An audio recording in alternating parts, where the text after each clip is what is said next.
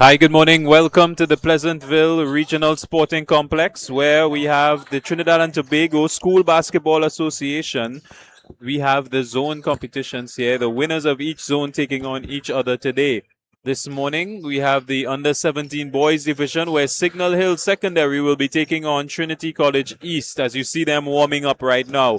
We do have a little delay in our proceedings to get things started. We're just waiting on the official word from the match officials in order to get things started. So stay tuned as you see both teams are warming up, getting prepared on the court to get action underway.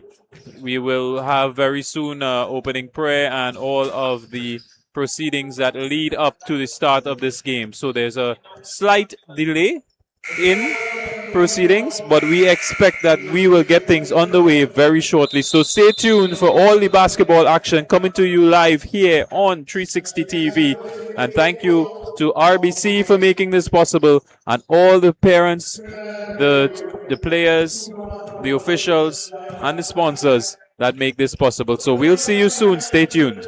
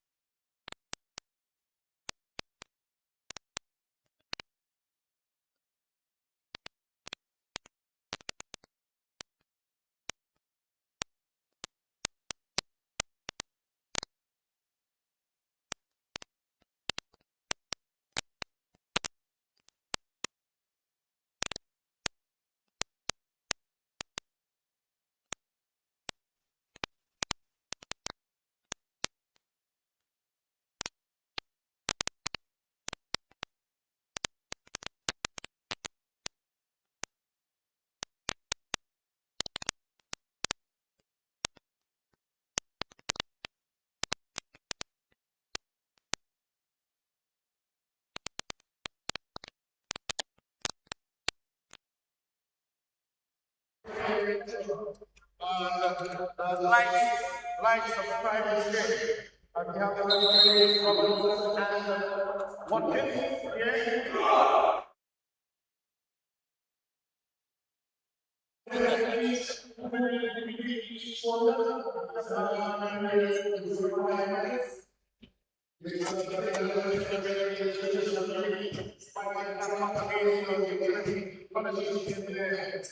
And black and white. Hey, we ready to roll with it.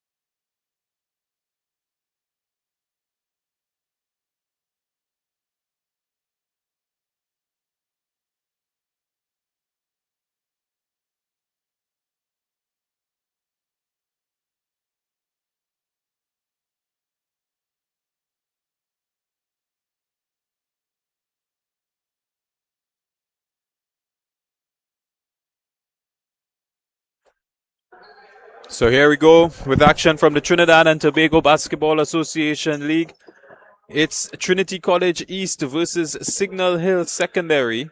And as you see on your screen, we're about to get underway. I'm joined with Miriri Louis Gonzalez, and he will be joining myself, Dinesh Mahabir, this morning as we bring you live coverage and action from this intense semi-final number 1.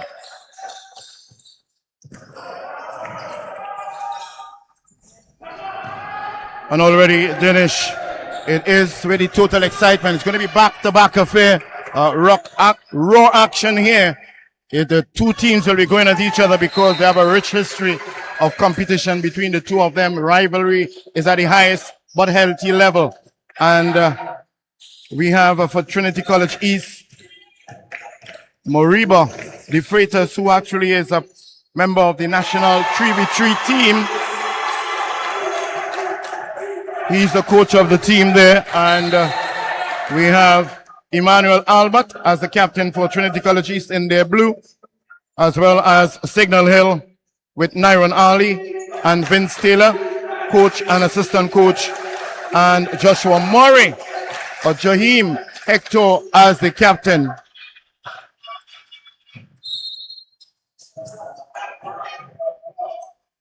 They are playing for a place in the final. You have any bet? I'm not a betting man, but we're going to see some. I bet you we'll see some great basketball here on display today. Why not? Yeah, it can go either way. That's how the action is. As we are seeing the young man by the free throw line. That's John Hector. All right, so Hector. Signal Hill already 2 up on the Trinity. Captain of Signal Hill. He nails this. He gets it inside.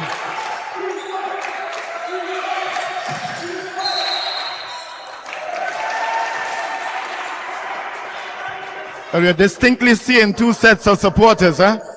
The Trinity on one side, but some Fatima there too. But Signal Hill up there making more noise. Right now, they have a game after the third game on today will be Signal Hill versus St. Joseph Convent in the Girls Open semifinals. So they've got that contingent here with them all the way from Tobago. And if you're in Tobago right now, I'm sure you're tuned in to all of the action supporting the boys in green. And here they come. They've already got a good start here, Signal Hill. The intensity level is very high in this game. And Signal Hill actually got the better of Scarborough within the zone that they played in Tobago. And in the similarly East Trinity College East in a nail biting affair against San Juan South. But eventually after the last, within the last 2 minutes, they pulled away and they won that game by about maybe 10 points. So we got the best in Trinidad and Tobago right here on display. As Trinity College now looking to get somewhere. He goes up and they're on the scoreboard now. That's Edwards getting 2 points.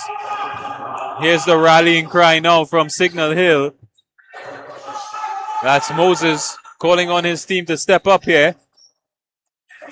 Murray with the shot for 3, just off the rim. And Trinity are going to push forward. Little too long with that one.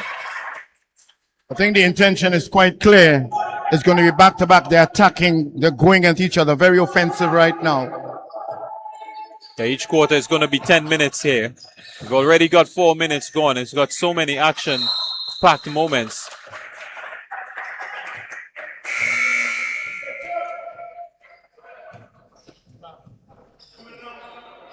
Well, yesterday we had Riley with the very pink shoes.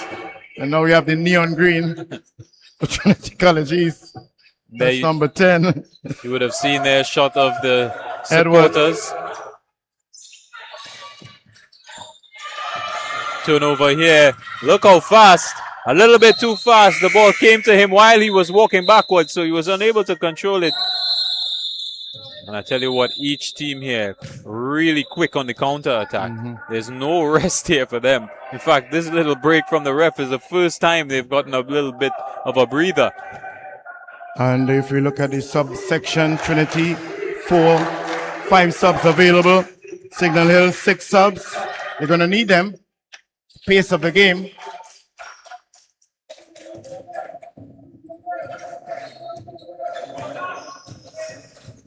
Trinity on the board again, so they've gone up now. 4-3. Murray for 3 again, just off the rim. The rebound is picked up by the captain Hector, and he gets 2.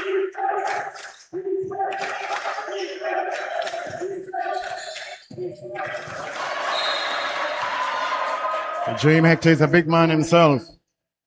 Very sturdy and strong, you can see from his build. Yeah, with a really good balance. He'd have a strong base, which means he'd have a little bit more control in his shooting. And right now it seems as though that Signal Hill is pressuring Trinity College East, and they're counter-attacking with a fast break. That's Trinity College East. Murray goes up again. Unable to get it in. They get the rebound, and here's Hector again with another rebound and draws the foul. The captain is leading by example. That's James Hector for Signal Hill. He's just under the ring at all times, and you just cannot give him much room to navigate. Otherwise, he's going to penalize you. That's what he's doing now. He goes back now to the free throw line. Doesn't get this one. As they lead it by 1, 5-4.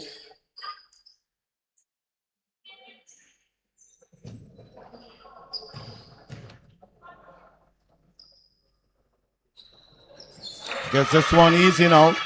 So they move up by 6. 6-4. So this one is going back and forth. Here we see Trinity College. They go up, they miss it. Murray grabs the rebound. Look how fast he's onto it. Murray gets up, and this could be 2, just out of the rim. He picks up the rebound anyway, and he'll have a shot. Really exciting player. We did say yesterday, that young man there, number 6, in, is it Henry? No, it's... So Murray was wearing number 6 yesterday. Today he's wearing the number 30. He was really in terrific form. And you can see he's playing a big role on this team as well. We saw him in the under 15 I'm glad team. to see him back out because he had an eye injury yesterday. Got struck in the eye there and really create some discomfort for him. I'm really glad. A strong player. I'm glad he could see his way here today. And he certainly is. Nice to see him out there. You got some cute remarks, Now Edwards is taking these free throws. Close game this. 6-4. Just the 2 minutes left in this quarter. And every rebound is a huge scramble for every rebound. And got some big guys out there. That being said, the number 3 coming in, the smallest guy on the field, Holder, is coming on. You'll see him here on your screen now. It's got to be a special talent to be on this team. Trinity trying to get forward, but Murray is like really a pest for Trinity, and he eventually gets the ball.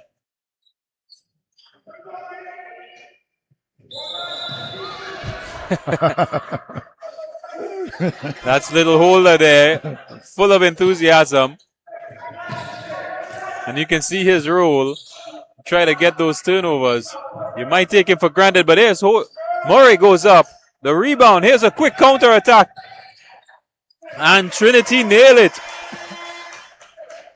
That's Gamero scoring 2 there.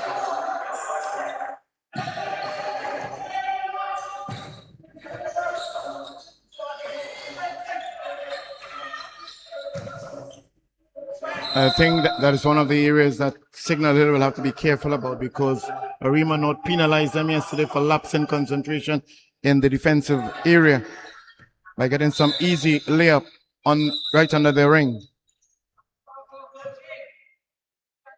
Yeah, Trinity have been quick on the counter attack. Some long passes across the entire court. Worked out last time with Gamero scoring. He's on the ball now, Gamero. There he is. He's out to Holder. Turnover from Murray. He gets it to Hector. Hector decides to shoot. Well, the 10 minutes already. And within that first 10 minutes, the first quarter out of 4, it's Signal Hill and Trinity East as we expect. No separation between the two teams, 6-6 right now. How do you make of this? Absolutely brilliant entertainment here. Both of these teams, high intensity. And that's why the score is 6-6. So just a 2-minute break here as we see there the Signal Hill team and just behind those trophies up for grabs in this tournament. So they're getting a much needed rest because they're really action-packed first quarter. And we are seeing Vincent Taylor there in his red, assistant coach for Signal Hill, giving it instructions and guidance, and well supported there. Leading in is Aaron Aldi, the head coach for Signal Hill. And in the interim period, it's 2 minutes as it's countdown now. It's Moriba De Freitas, national 3v3 men's national player there, coach of the Trinity College East. As we've seen on the screen there, Vince Taylor and Nyron Ali. Nyron Ali, that is. So at stake here is a place to get into the finals of the boys under 17, and what a pace it was within the first 10 minutes, and I don't expect it to ease up whatsoever. The officials, Robinson and Watson on the screen there, really very experienced guys. They have their work cut out, but we know they are quite capable of handling it.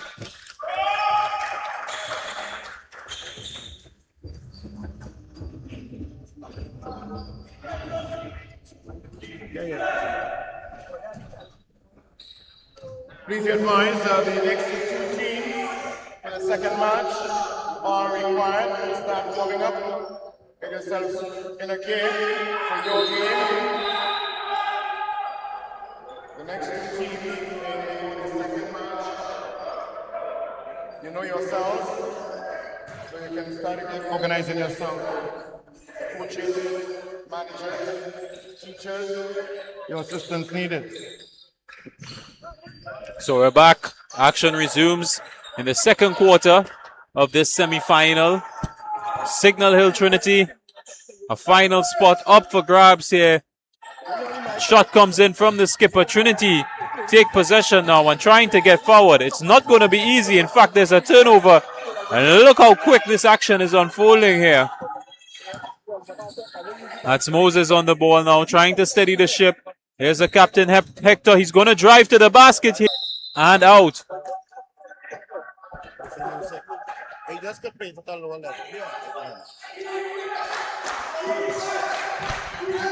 So shifts in play happen really quickly in this game. Trinity again with the long passes. This one doesn't work out, but it's been a tactic of them trying to counter-attack Signal Hill. Every opportunity they get, they're looking to get those long passes in. And while the only action is taking place here with the Trinidad and Tobago School Basketball Association, we really want to also extend tremendous goodwill and success to all the student athletes who are engaging in the CSEC exams going on at this present moment, including the San Fernando East, that's close by.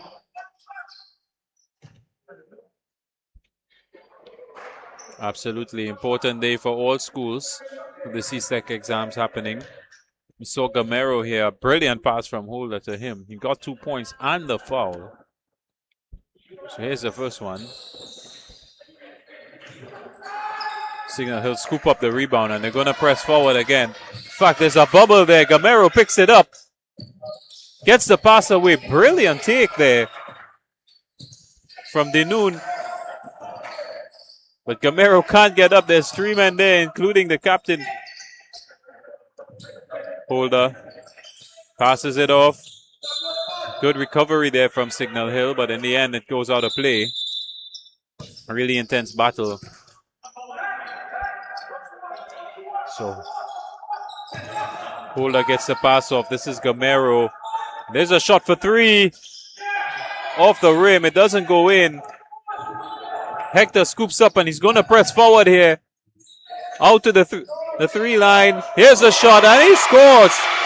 3 crucial points there for Signal Hill. That's going to put them into the lead. Trinity looking forward well. Holder just lost his man there with a key piece of dribbling. Strong defense from Signal Hill, but it draws a foul.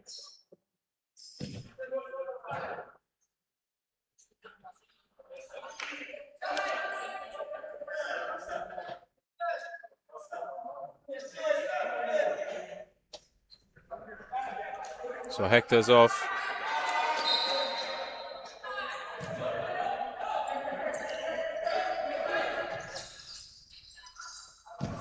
Shot for three, but no doing.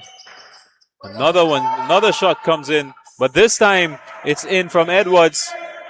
Trinity East now take the lead.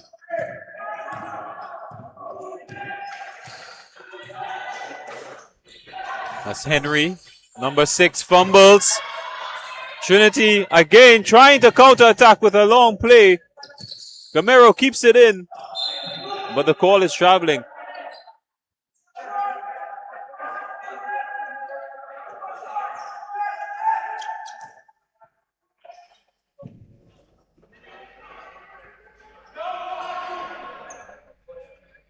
Actually, there's a foul there on Trinity East. Edwards is going to step up to take this free throw.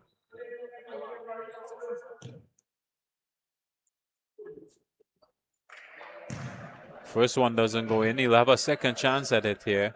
They're up by 1. Neither team able to create any distance in terms of the score. This one off the backboard. Signal Hill hold on to it. Really strong from Henry there. Refuse to let go and they keep possession. In fact, there's going to be a substitution.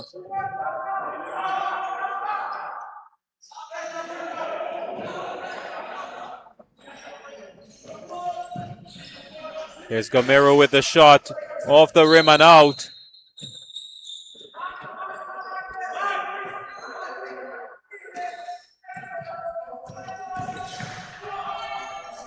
They just can't get past Hector there. He just stood tall and strong. Here's the pass now. Fumbled. Unable to get the shot away. He's out to Hector again. Here's the turnover.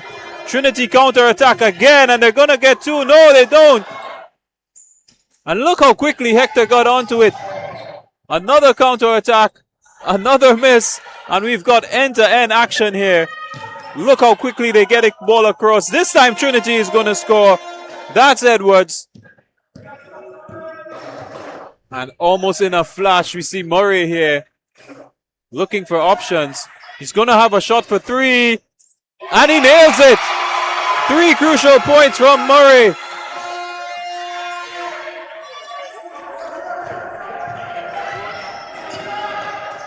Trinity driving forward. The pass was too strong. Goes out of bounds.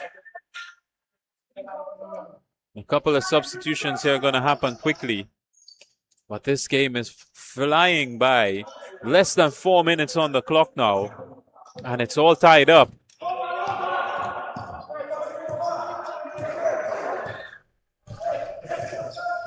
This is Moses now slowing things down a little bit. Gets it out to Murray. And if you can't see it on your screen, but Trinity have a clear plan to counter-attack through Gamero. Anytime they get the ball, he's already in the next half waiting to collect it. And it's been working for them so far.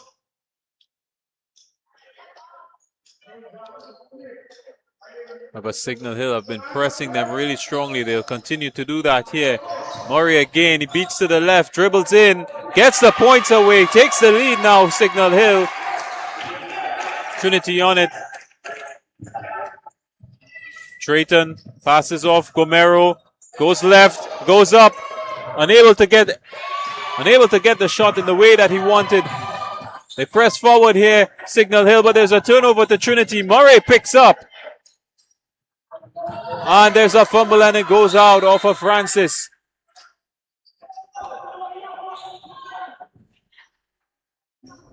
End-to-end action here. There seems to be no rest. The intensity is very high here. Trinity will get the shot. He's wide open, but he couldn't score it.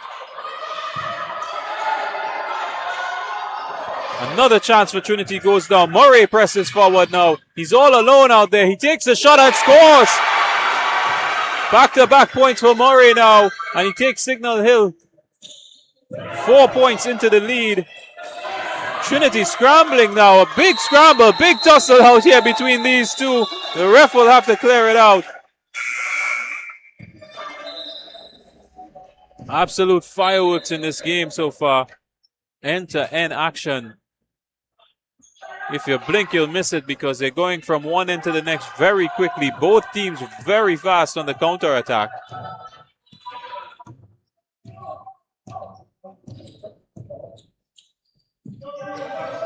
This one's for three. Almost went in. Bounces off the rim. Murray follows up. Gets his own rebound and scores. That's 6 points in a row now for Murray. Signal Hill up by 6. How significant will that be? Here's Gamero. He turns on them, gets up. Brilliant move from there. But here we see Murray again. He's going to have a shot. Well, he's on fire, Murray. Nothing but net there. 8 points for him in the last sequence of play. We've got less than a minute left in this quarter. It's been all Signal Hill so far. They've taken a huge lead here. And this one, he's driving forward. And the referee calls it.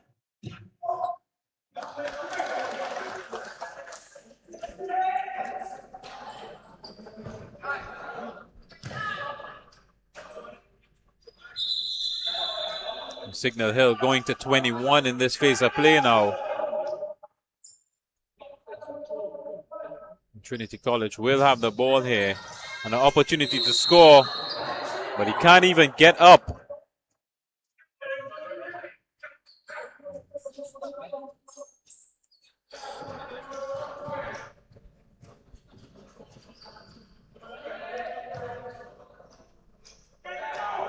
So just seconds left on the clock now. As we see Alexis, tall man, taking this free throw and scoring. Really crucial for him. He'll have a second one here. He goes up. The second one gets the rebound.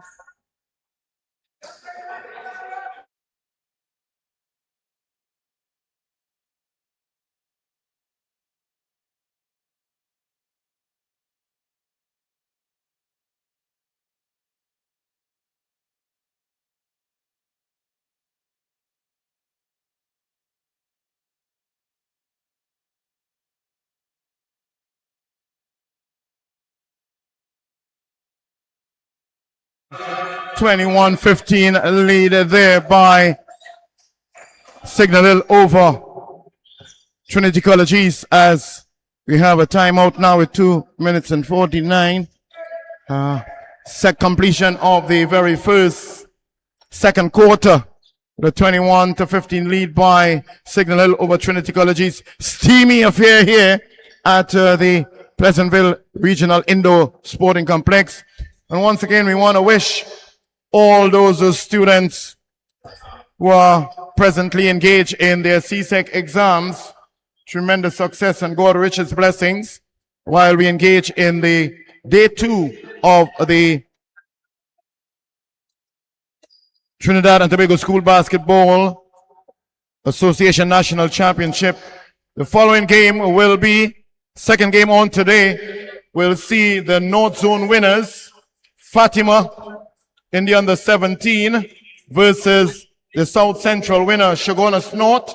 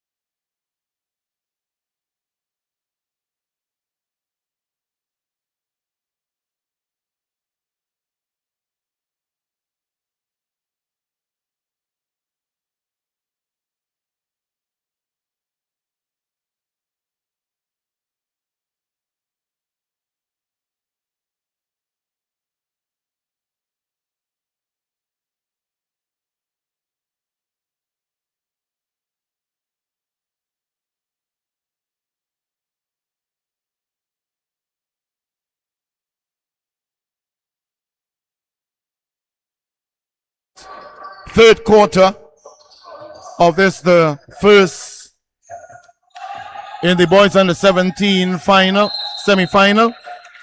Foul being committed there. Action, back-to-back action right here at the Pleasantville Indoor Regional Sporting Complex.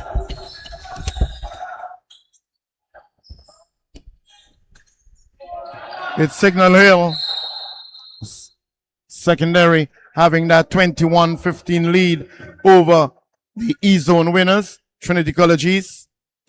Gets it inside.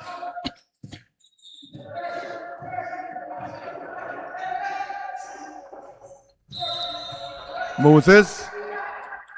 Foul call there. Gets it in to the referee, Watkins and Robinson. Both referees doing human service here. As Marcel gets it in. Marcel to Murray. Murray has been in terrific form. He and Hector goes to the ring. Good rebound there. Counter attack now by Trinity College East. Goes in for it. Foul in the process. And it goes in.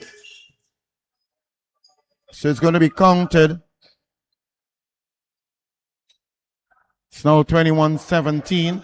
Foul committed there on Denoon. He goes to the free throw line. Every single point is crucial here, as we also have at the very end of the competition the most valuable player. Trying to get it in, tussling for it. It goes in. It's going to be counted as Trinity College East closing the gap now on the initial leader, Signal Hill Secondary, by 2 points. Tight, tense battle here in this, the semi-final number one of the boys on the 17. This is the RBC Schools Basketball Association Grand National Championship. Semi-final number one, free throw taken. 3-pointer. Missing that one very closely. Gets it up. Trying to find Gomera. Gomera throws it in. Good athletic work done there. Missing it. Gomera goes up. Signal Hill retrieves. Bringing it down now in a fast counter attack. Hector takes that shot off the ring. As Drayton gets it up. And it's inside there. Another one there for Trinity College East by Albert. Now it's Trinity College East have cut the lead by Signal Hill. Now it's 21-all in this third quarter.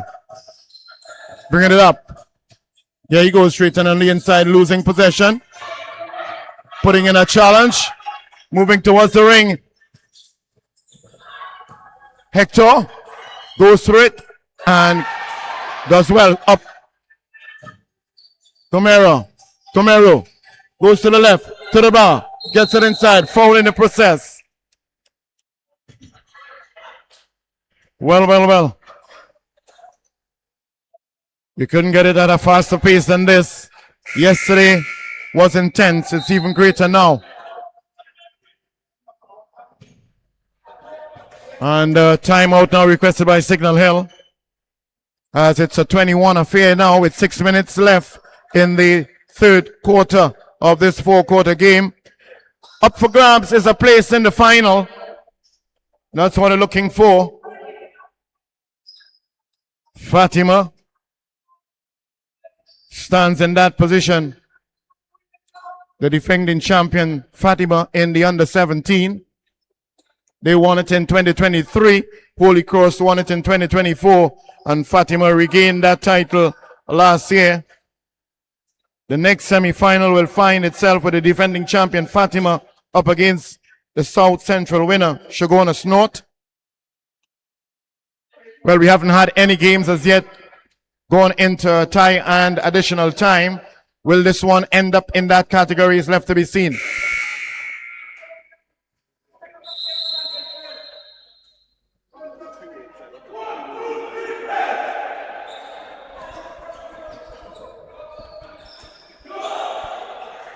So with the third quarter up next, with 6 minutes just thereabout on the clock, every second is crucial, every point vital. Bringing this one to you courtesy 360 TV. The entire team here doing it in fine style. Like, subscribe and share. Let the world know what's happening. Make your comments and share it with all those who are not here at this time. Free throw taken. Not successful in this one by Camero, the captain, at the free throw line. Goes for another one. Not successful this time around. It's gotta make use of those free throws.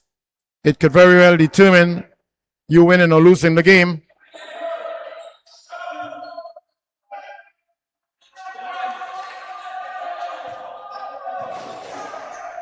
As you have the noon, going towards, gets it. Further inside, under the bar there. It's Alexis. Brings it up now. Alexis,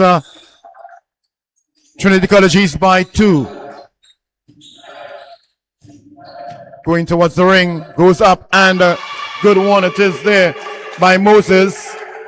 It's even now. Drayton moves inside. Goes up. Gomero under. And gets it. That's Gomero, the captain of Trinity College East. Bringing it up again here now. It's Murray. And Gomero gets it inside now. They take this one by 27-23.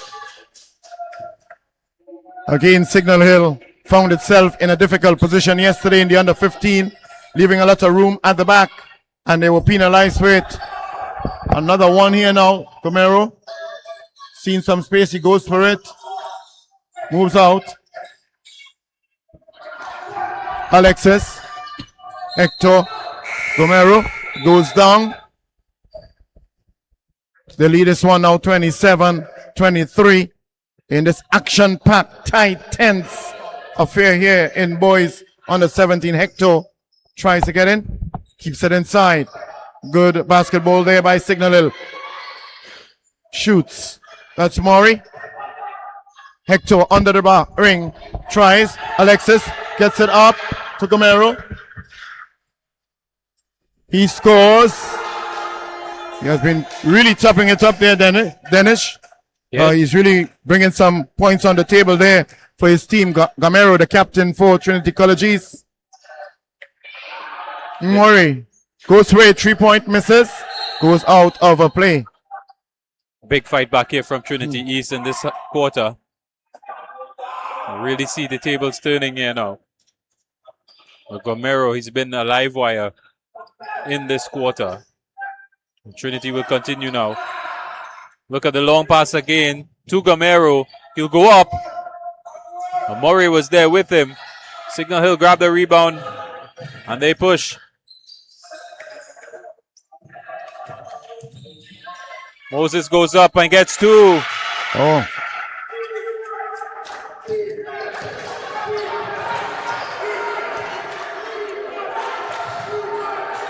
There's the captain. He's double teamed now, but he still gets the pass away. Some good sequence of passing there from Trinity, but they couldn't get the points. There's a scramble on the ground now. Look at the intensity there.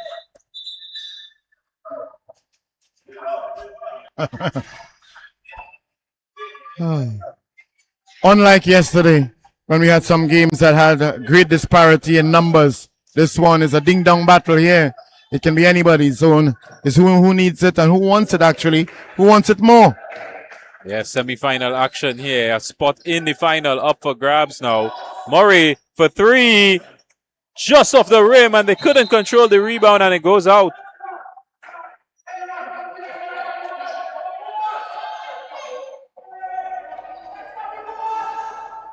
So it's going to be from the touchline with Gamero, the captain. To Drayton, gets it up. And he gets it inside. That's Drayton. Scoring that one with a very interesting but unusual hairstyle. As a Signal Hill now trailing this one with by 6. Very soon we shall have the return of Holder as he awaits. Dynamic player, little Holder. Really good with his passing. Caused a few turnovers in this game already.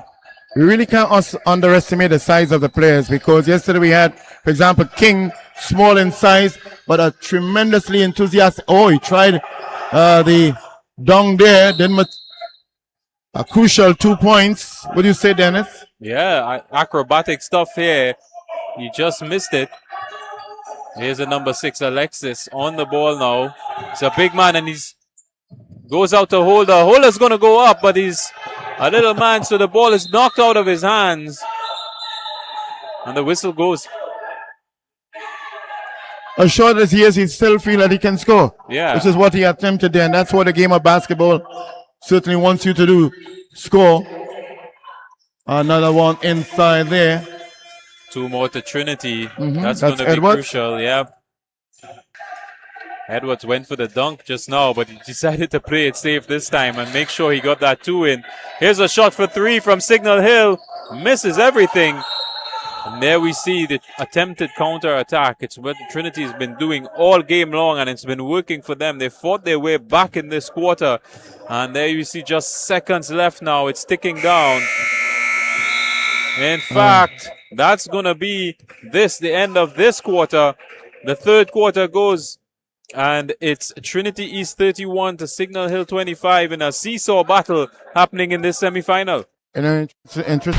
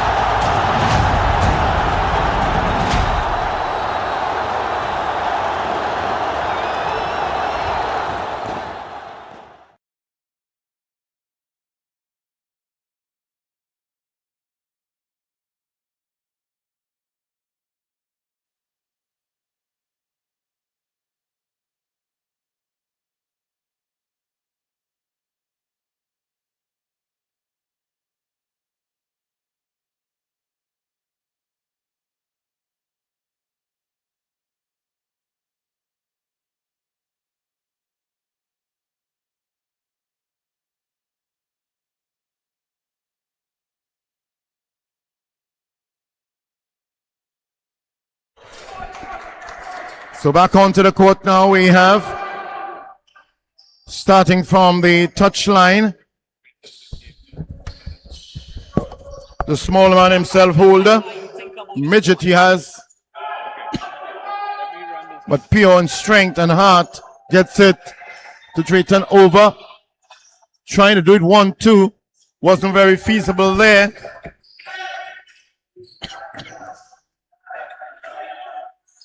Marcel gets it there to Henry.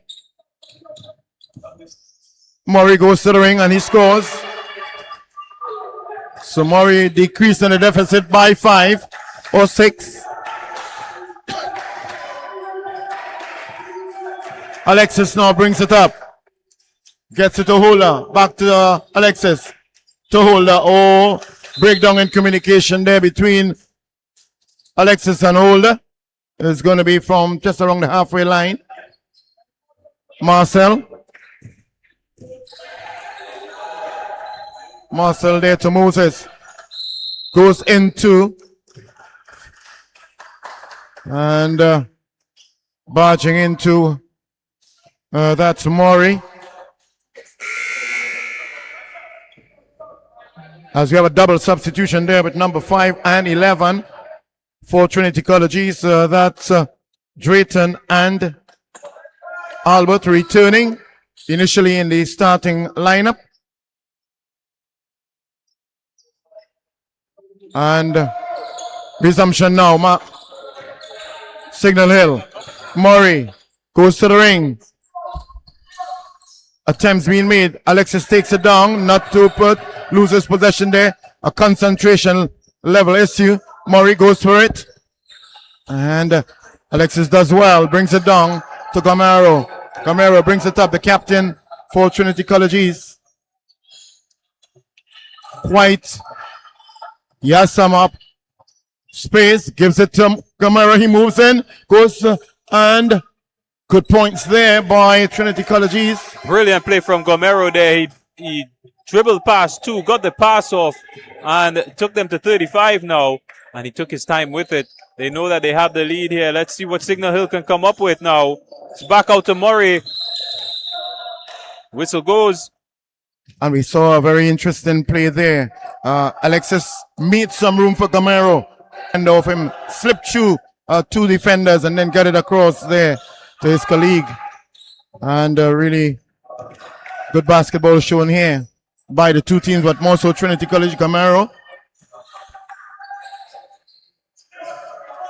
Good turn, Trinity, get the rebound. In fact, it's out to Signal Hill. They're going to need some action here. Moses on it. He gets past one. Still, he's inside. Couldn't get the pass off.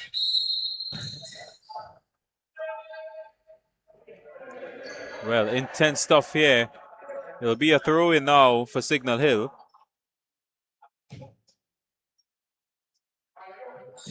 Moses on it to the captain, Hector. Moses for three. Three important points. Big shot there from Moses. Closes the gap now by 5. This game is far from over. Alexis goes in. Gets it there to... Yeah, 2 points from Drayton there. He's been really active this half, the number 5. Here's Murray now on the attack. Gets it out to Hector. Hector goes through 1, 2. Hits the ring and out. Look at the counter attack there. Gamero's already there. He fakes one and gets 2 points. Well, it's quite clear. We're seeing what is happening here. Gamero is playing this counter attack and he's looking in the offensive area there, showing a bit of weakness there by Signal Hill. Again, yesterday in the under 15, they were punished because of that. You got to be careful. We're seeing about the same thing. Hector, not as potent as he was in the opening minutes of the game. Now, Murray has recognized what is happening and intercepted very nicely to Gamero. Gamero in control now as he allows it to go out. But wow, tactical move by both teams. It's all to play for in this final quarter here. 9 points Trinity lead by. But I just say Gamero, he's really got his head on. He knows when to slow down the game. He knows when to pick it up. He sees the opening and he's well supported by his team. Big turnover here for Signal Hill. Hector, well, a little bit of a fumble. I think they're wasting time. But they get 2 crucial points now. Cut the lead to 7. And the clock is ticking. 5 minutes left. And a lot of potential there by Alexis, but sometimes you lose concentrations of it in the back. And that is causing them some heartache in the back there for Trinity College East. Quality player. The gap is closing even more now. Yeah, a little bit tired there from Trinity, and Moses gets a shot away after 3 chances at it. So I just think sometimes the counter attack doesn't allow them, Trinity, to be as defensive as they like. So it's a balance that they're trying to achieve here, but in the end, they still lead by 5. And we just have about 4 minutes and 50 seconds on the clock. In this, the first semi-final of the boys under 17, Fatima College, the defending champion, and Shogunas North, winner of the South Central Zone, will be up next. Get yourself in a gear. You will be on the court right after for commencement of semi-final number 2, boys under 17.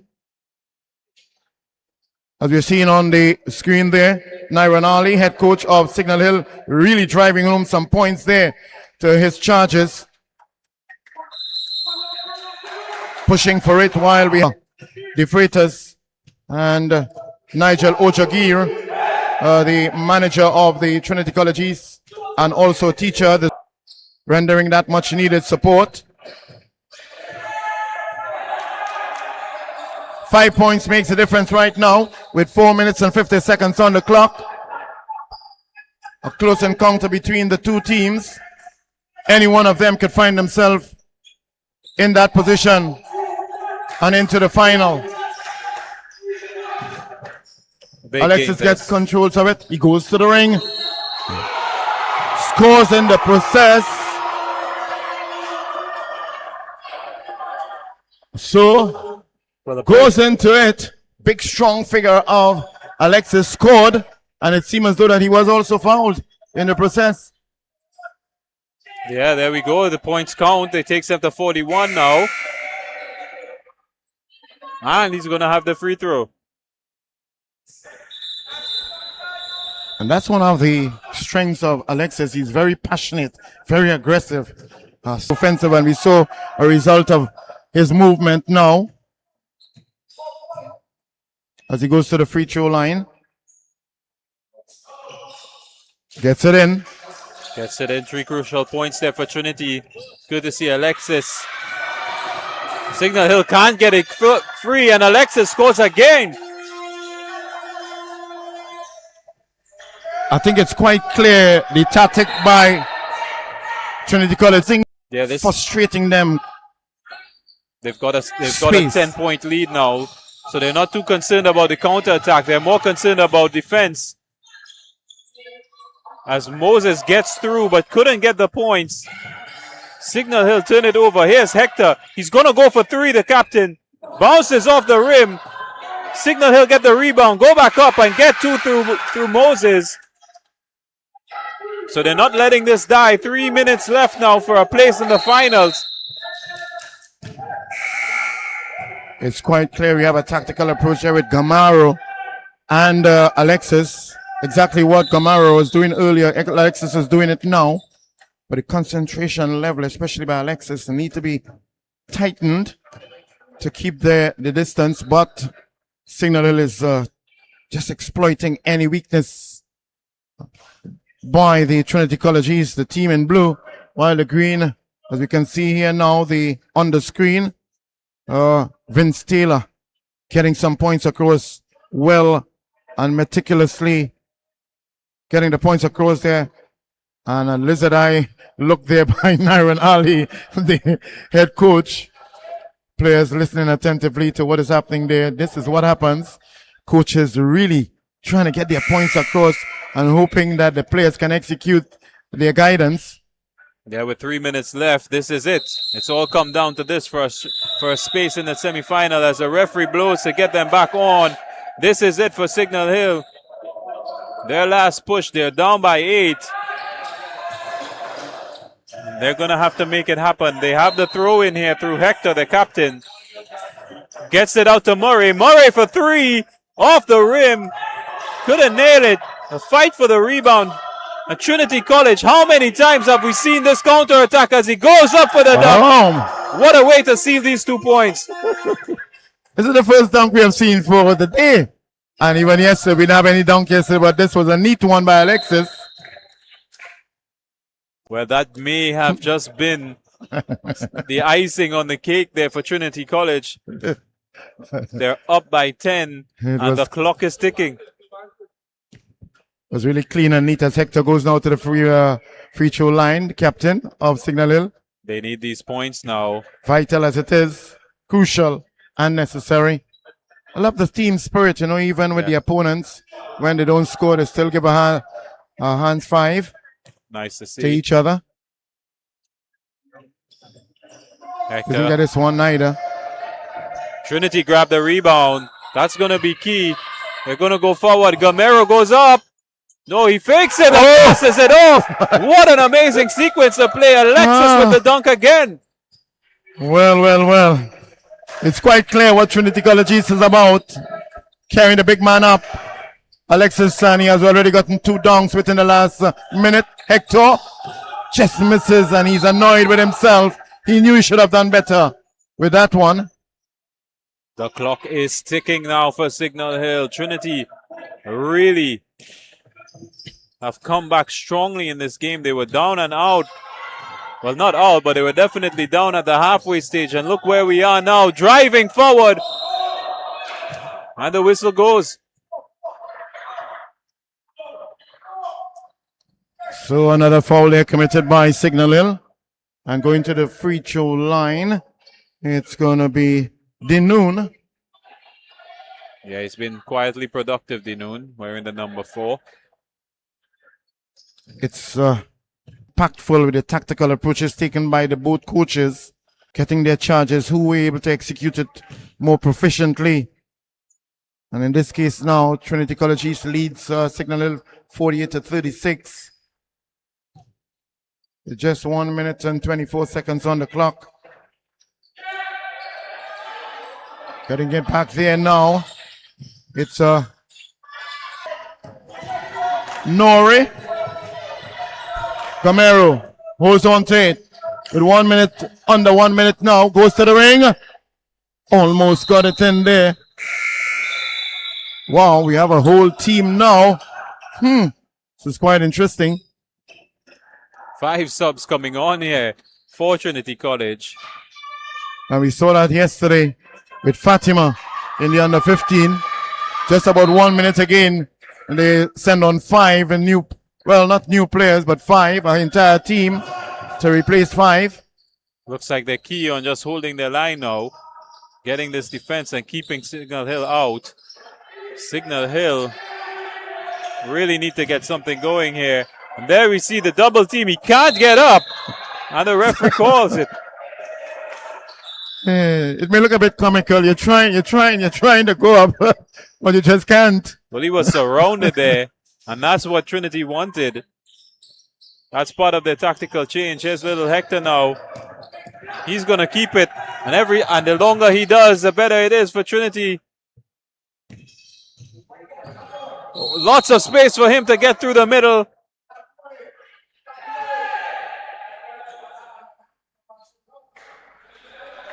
Still remain 48-39 or 50 now.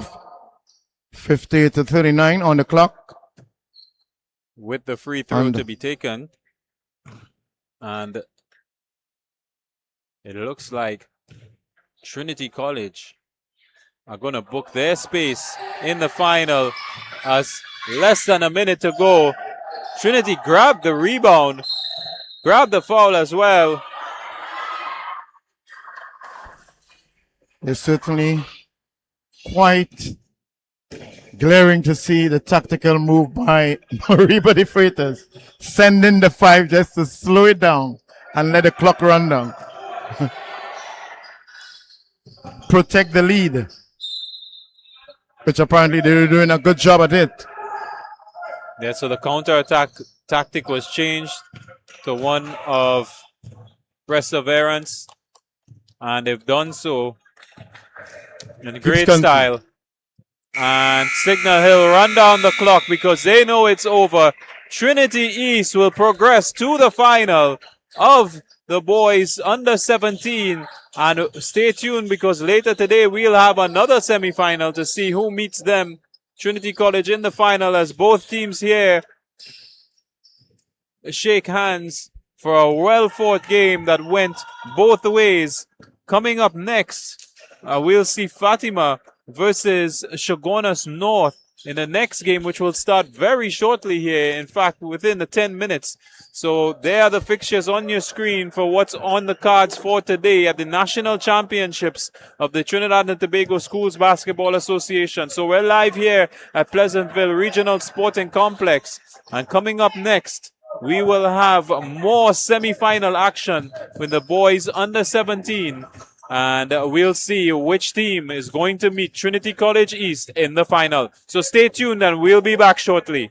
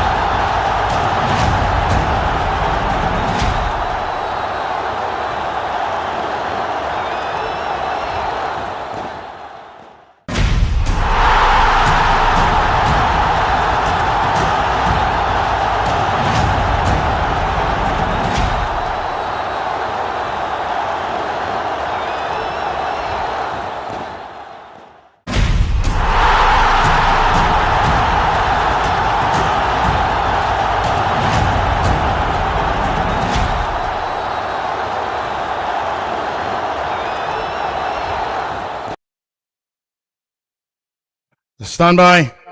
We're about to have the second of the boys on the 17th semifinal. Semifinal number 2. We just saw a highly intense and a tremendously entertaining and competitive game in the semifinal number 1. At the very end, Trinity College East, the winners of the East Zone, defeating the Tobago winners in that of Signal Hill 50-39.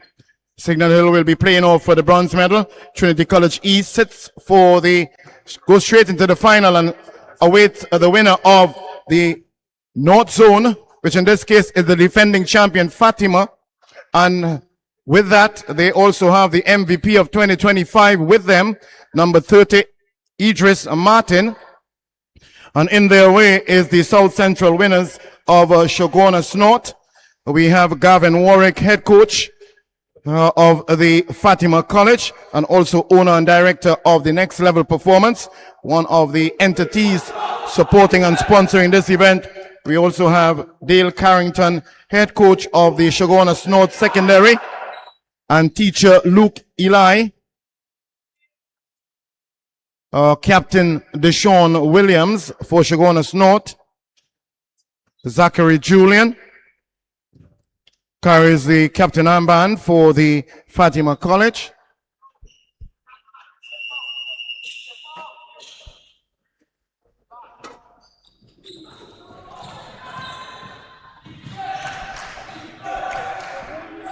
And you have the start here of this one. Here's our second semifinal in the boys under 17. Fatima College and Shogunas North. Fatima in the yellow and Shogunas in the dark blue. And here we already see, like we did in the last semifinal, intensity is the name of the game. A very fast pace start to it here.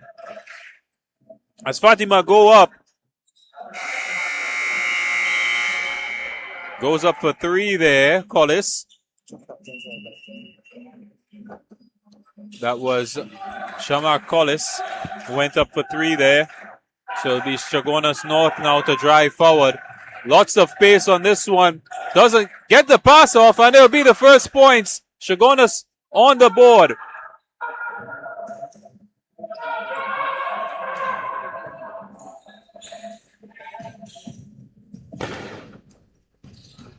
Fatima now trying to get inside. There's one under the ring, and they will score as well to even things up here. So tit for tat now. In fact, he draws the foul as well. That's the captain, Deshaun Williams, now to take the free throw. Still the rebound is not controlled. Fatima get it. And it goes out. So the action continues right here on the inside of the Pleasantville Indoor Sporting Arena. Fatima, the defending champion, in their yellow and white, blue, up against Shogunas North, South Central winners in their predominantly heavy blue with a splash of white. Gets it up court. Goes towards the ring, foul in the process. And he's going to get free throws there. Number 3 in Jaden Francis. Early times in this one with 7 minutes and 36 seconds still remaining in first quarter. With Fatima leading 4-2 to that of Shogunas North. Really fast, Francis. Already on the board for Shogunas North. He'll have a second chance at the free throws here. Gets it in this time around. As they close the gap again. 4-3. It's going to be here. Concentration level. When you're on top, the only way you can go is below. And that's what Shogunas North wants to do to Fatima today. Will they be able to do that or not is left to be seen. Another foul committed there. Really fast work there from Shogunas North. They break really fast. And that was number 7, Jackman, who came forward on the right-hand side, getting the pass off and drawing the foul. So it'll be Williams here taking the free throw.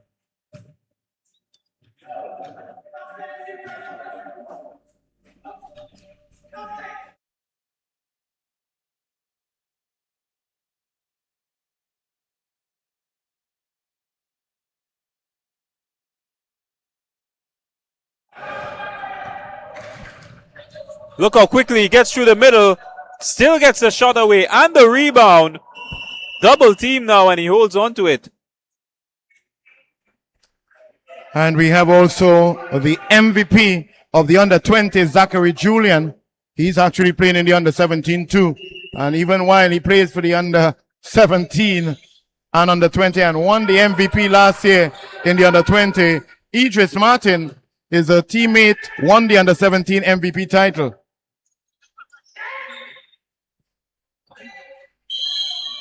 Well, it's 3-1 on him. Held on to it.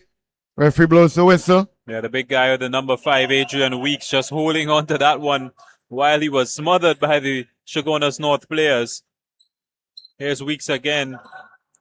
Passing it around. This will be a shot for 3 off the backboard. Chaguanas North press forward again with the rebound, but it's fumbled. The turnover to Fatima. Weeks goes up and gets 2 points. It's quite easy. So they're opening up the space, using the experience against Chaguanas North. As Joseph gets the shot away, but the foul is called.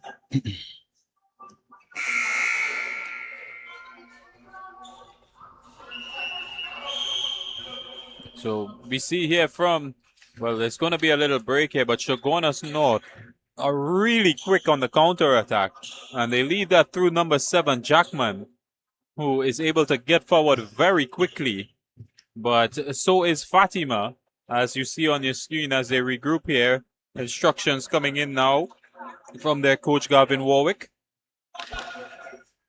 Gavin Warwick himself, head coach of Fatima, just seemed to be, he doesn't show much expression on his face. Just a monotone, one look right through.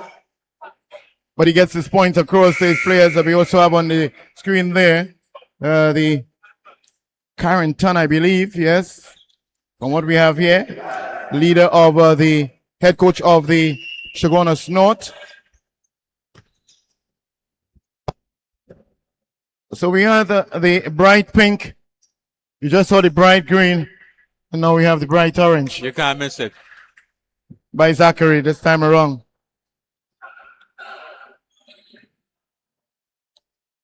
Well, what other color you think we'll have next? I can't tell you. But I tell you what. It definitely stands out. What haven't we seen so far? I'll say purple. How about that one? We've even seen a bright purple. We've even seen pink, bright purple. So yeah.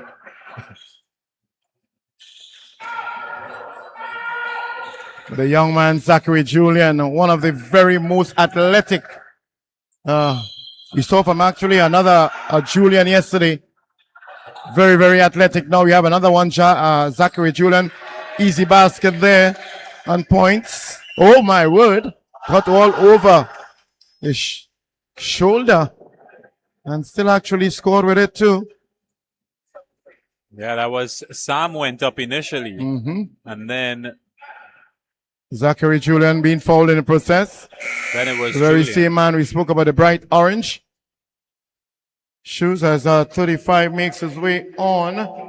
Shea Timothy. Yeah, look at those shoes. Bright like a sunrise. Or a sunset. He nails this one. So 3 crucial points there.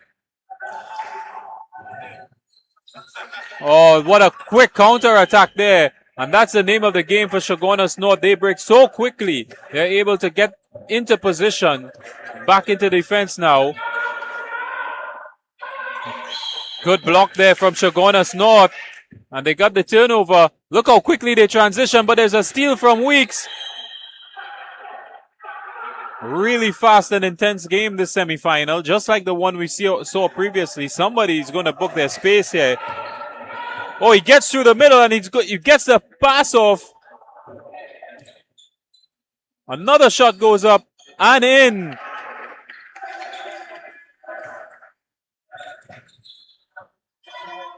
Fatima break again. This is going to go up, but this time it's called. Zachary Julian is going to find himself fouled on numerous occasions because he has a spirit of driving very straight to the basket.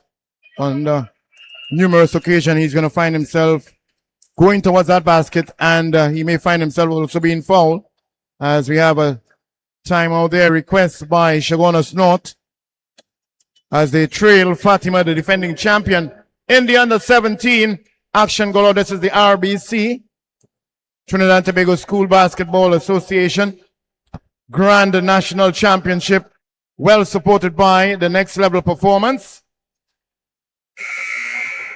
Yeah, you see discussions by both teams now.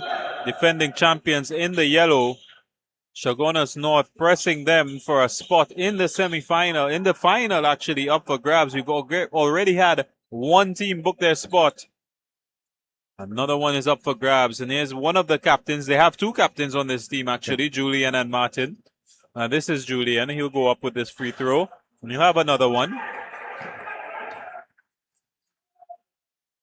So I guess maybe from having the two captains at any point in time, at any time on the game, one of the captains will be on the court.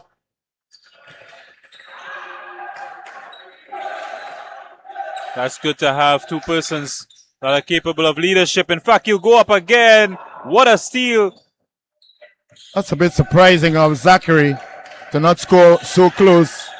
Don't usually waste those opportunities. Yeah, they're really fast. It's a fast-paced game, so it's sometimes difficult to keep your composure.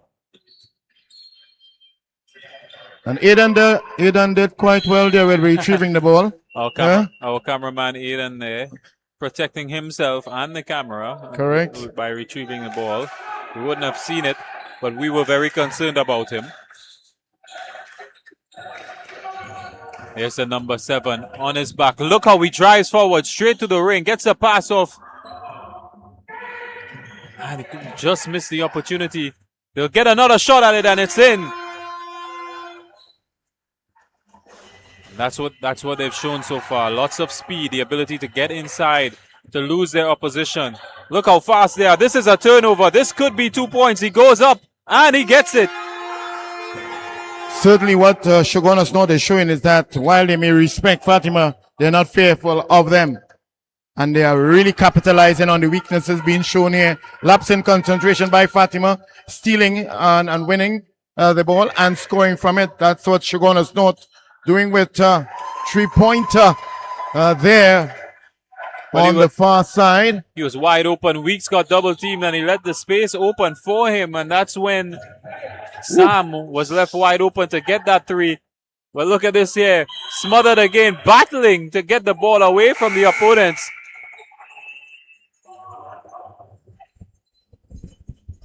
As 11 makes his way onto the court, that's Collis. He replaces 35, Che Timothy. 1 minute left now in this quarter. It's been an intense one. Here we see Jackman gets it back out. Joseph to Jackman with the shot, but he misses. Counter attack is on and it's stopped. Brilliant work from Jackman to stop that counter attack.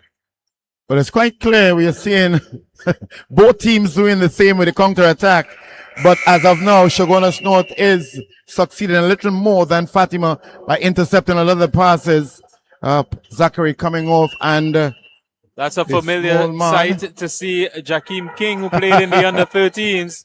Really dynamic player, and he's coming in. But Chaguanas North are fighting their way back now. Whistle goes before he can get up. And it's going to go the way of Chaguanas North.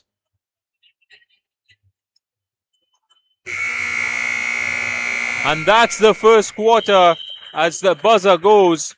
So 13-17 in an intense battle that's been back and forth. A really quick and fast-paced game from both teams. Fatima, the defending champs, in this semi-final versus Chaguanas North. Join us for the second quarter, which will be starting soon.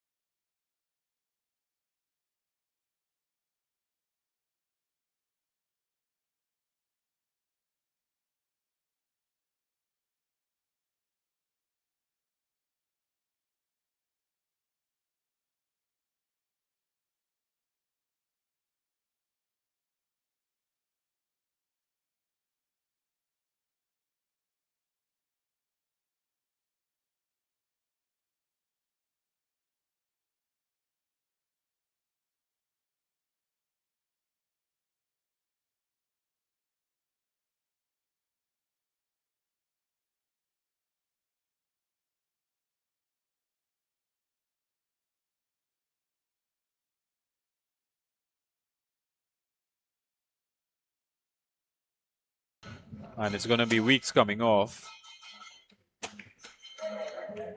He's done a great job, Weeks, so far.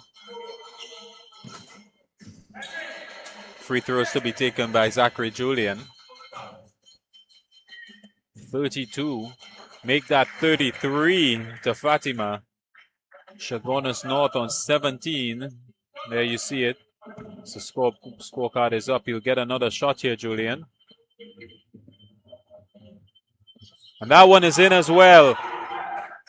So the lead is lengthened here now. And Chaguanas North, I have to look for a way back as the pass is intercepted yet again. This is great work from Fatima on offense and defense. They've broken up every chance that Chaguanas North had to get forward. Chaguanas North will need something big here. Trying to get through the middle. He does well to recover it. Gets it out. Jackman to the sidelines. Driving through the middle. Gets the shot off. It goes in. So that's great work there from Joseph to get that too. But look how quickly Fatima are countering. They get a shot off already off the backboard. And Chaguanas North looking to build some momentum here, but shut down.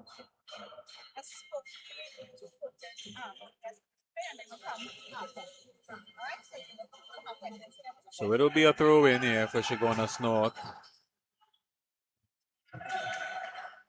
Tried to go up, but was blocked in the process.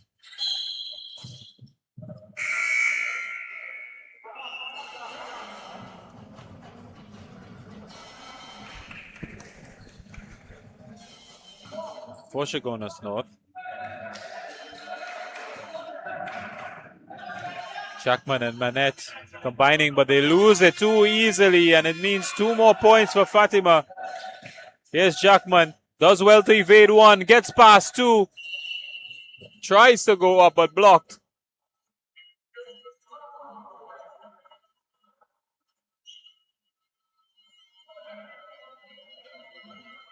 So after having a great start here, being neck and neck with Fatima, they've pulled away now, the boys in yellow.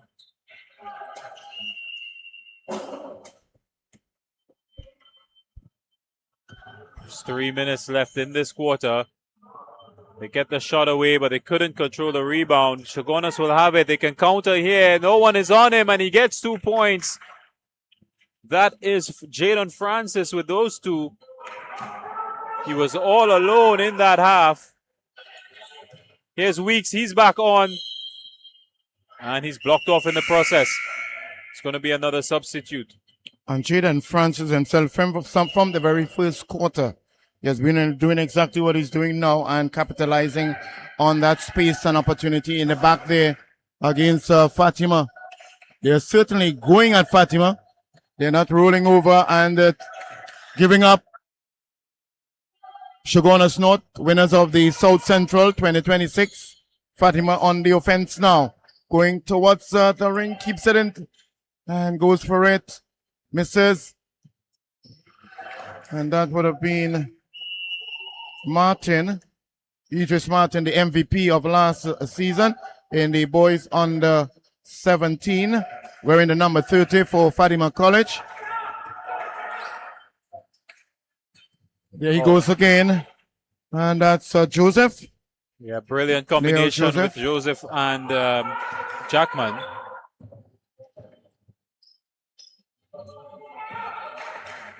Idris goes.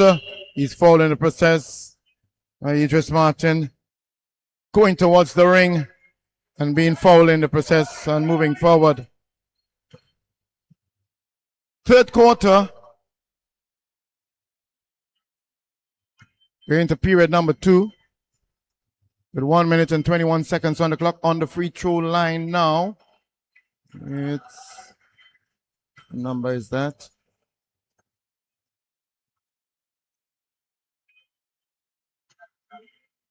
Idris gets it this time. That's Martin with the headband. So when you see that white headband, most of the time we see the colored shoes. This time with Martin we see the headband, so you can't miss him. We really don't have here.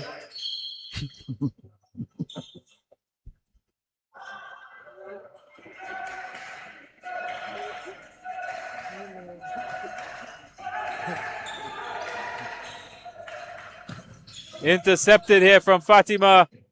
They'll go up and they'll get 2 more. They make it look so easy. They're really fast on the counter attack here. Jackman, he can go all the way here, but it bounces off the rim.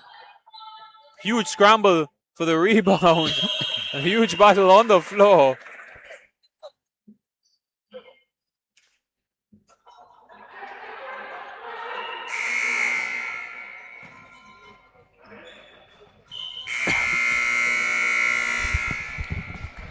And that brings us to the end of this, the second quarter out of 4. And with it, it's Fatima leading the Shogunas North South Central winner by 39-23.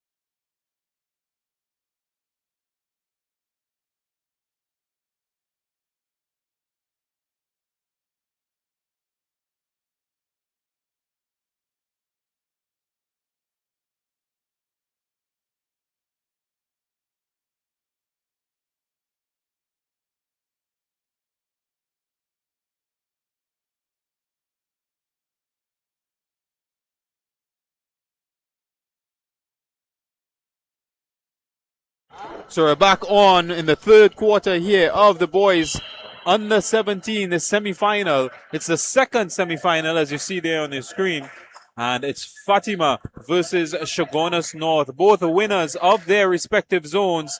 And Fatima continue their scoring prowess with that 2-pointer. Shogunas North are going to have to fight their way back in this quarter. They're doing so through Jackman. Look at the way that he propels himself forward. But there have been so many turnovers. Here's a long throw in. It's picked up, but in the end rejected. Good defense there from Shogunas North to stop that play. It was a long pass, but in the end, it's going to be a foul and a free throw to Fatima. It's going to be Collis to take the free throw. Misses the first. He'll have another.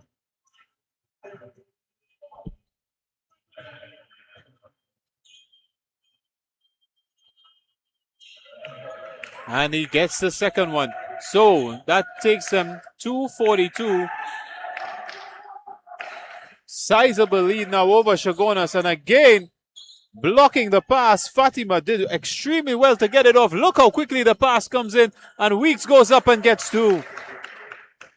Very, very smooth transitions here from Fatima. They're able to take turnovers like this one. In fact, Shogunas hold on. And here's the turnover again. Fatima gonna come forward. It's Julian. And the whistle will go. See some of the supporters there from various schools looking on. We've got a series of games here today. Zachary Julian will be taking the free throws. So we got the girls semifinal coming up next. So those girls in pink you would have seen on your screen, they're just looking on now, but gearing up mentally for their semifinals. Full of semifinals today. He nails both of them. So good work there from Julian. And it's 23-45. What a huge lead Fatima have racked up here. Shogunas North will be... Jackman is blocked on his way to the ring. And interestingly with Fatima, they can change and shift gear on you at any point in time. That's how tactically strong they are. I've seen them in the past so many times against some even greater, stiffer competition. And yet still within the last dying minutes of the match, just tactically shift their approach to take victory. But Shogunas is now on the free throw line. That's it's Jackman. Jackman, as they trail this one on 23-46 by Fatima. Every single point is important. He gets this one, goes up there to 24. With just about 6 minutes and 25 on the clock for the third quarter. This one not as highly intense as the first semifinal with Signal Hill and Trinity College, but a brilliant three-pointer there. That closes the gap a bit. Foul being committed there. Referee Declan St. Louis and Jaden Roberts as Weeks comes off, and he is replaced by Che Timothy. Yeah, Weeks doing his job there. It's prevented him from getting two. Well, we see the sign going up there with 4 individual fouls by Che Timothy. So Garvin has withdrawn him to keep him most likely for the final quarter. Yeah. So Ramnanan here taking these free throws. He missed the first one. Ramnanan at the free throw line. Fatima gets it across to Zachary. Decides to bring it up front. He's very good with both hands. Goes for three again. He nailed the last one, and this one was very close, but he'll go up for two, and they get it with the foul.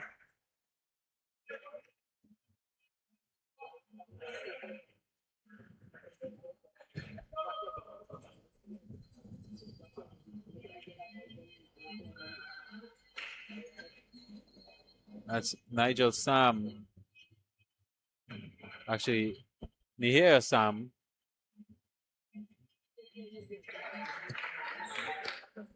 Getting that free throw in along with the 2 points. Great work here to get through that defense, but look at this. There's no way past Fatima. He goes up for another shot at three. Gets the rebound, and it goes around in a circle. Fatima winning every here, getting multiple shots away until the whistle is blown eventually. Again, a very interesting tactical move here under the ring. At any given time, we're seeing literal 5 yellow jerseys under the opponent's ring, hoping that they will get possession of the ball to score and have and cut off any counter attack by Shogunas North. Yeah, they transition so quickly from defense to offense. Really, boys in yellow more than doubled their opponent's score now. Zachary Julian has been consistent at the free throw line. He doesn't fail at that on rare occasion. So confident is he. As we see it here, he's replaced there by Gihon J yesterday, Double G today. And literally got that one eventually. He's been on the scorecard here for his team. Well, that one is out of bounds, so Shogunas have a chance here now to get some sort of momentum. Took a while to pass. It decides to drive at the ring. Doesn't get the points. Look at how they come countering here in numbers. So at any point in time, it's like literally 5 versus 4. Because one of Shogunas North is staying up. They're covering them, outnumbering them. And he gets it inside. Brilliant play there from the young man. He drive through the middle, got past 2 defenders and got the shot away, the number 10.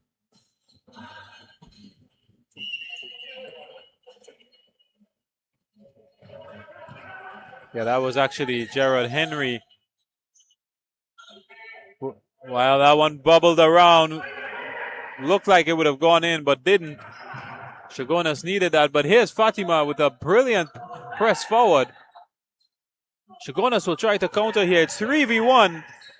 Ramnanan goes up, but he decides to pass into no man's land, and Shogunas North still managed to recover it. They should have done better there. Ramnanan will go up now, misses. Really can't afford to be missing there, right under the bar. They had a chance to get something going there, but Fatima, they missed some easy chances there. Shogunas North, and look at these plays from Fatima. He's going to go for 3 here. Bounces off. They get the rebound so easily. It's all Fatima here, and they get 2 more. As they have now extended the lead, 56 now. They're swarming in offense and they're swarming in defense here, Fatima. Everywhere you turn, you see these yellow t-shirts. It's going to be a double substitution here with Young King coming in, as well as Weeks returning. And yesterday we had one of the teams making it into the 66, I believe 66, that's CIC. Will we have Fatima now carrying it into that, beyond that figure is left to be seen on the free throw line there now. Wearing the number 6, Williams. Didn't get through with the 2. Fatima on the attack now, bringing it up slowly but surely. Just over the halfway line. Gets it across to Weeks. Just came on and as consistent as he has been doing, gets that basket. And that brings us to the end of the 3rd quarter. 1 more quarter out of the 4. So bring down the curtain on the 2nd of the boys under 15. And this is semifinal number 2.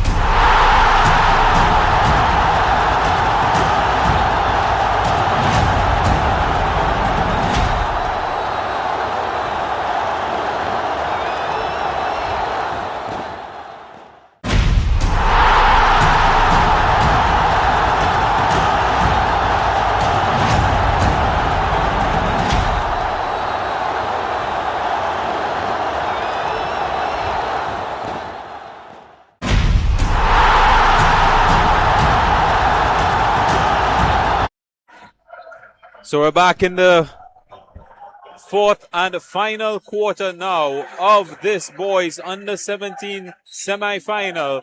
10 minutes on the clock. Shogunas North versus Fatima. Fatima in yellow with a sizable lead here, so Shogunas are going to fight their way back, and it starts with 2.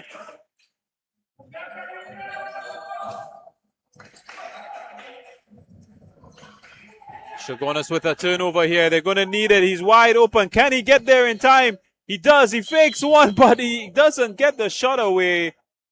Unfortunate for him, but he's scampering because this game is so fast-paced. He does get the foul there.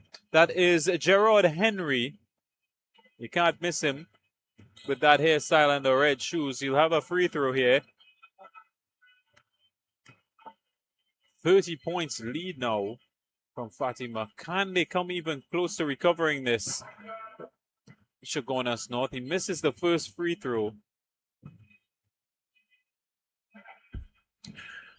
Gerard Henry.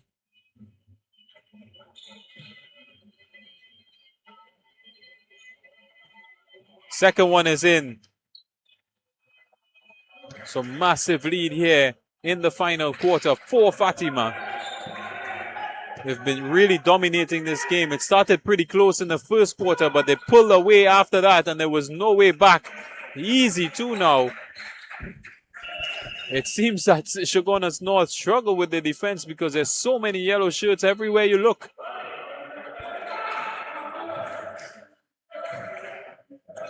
Long ball to Henry. He gets 2. That's what they need, Shogunas. They're going to need a lot more of that.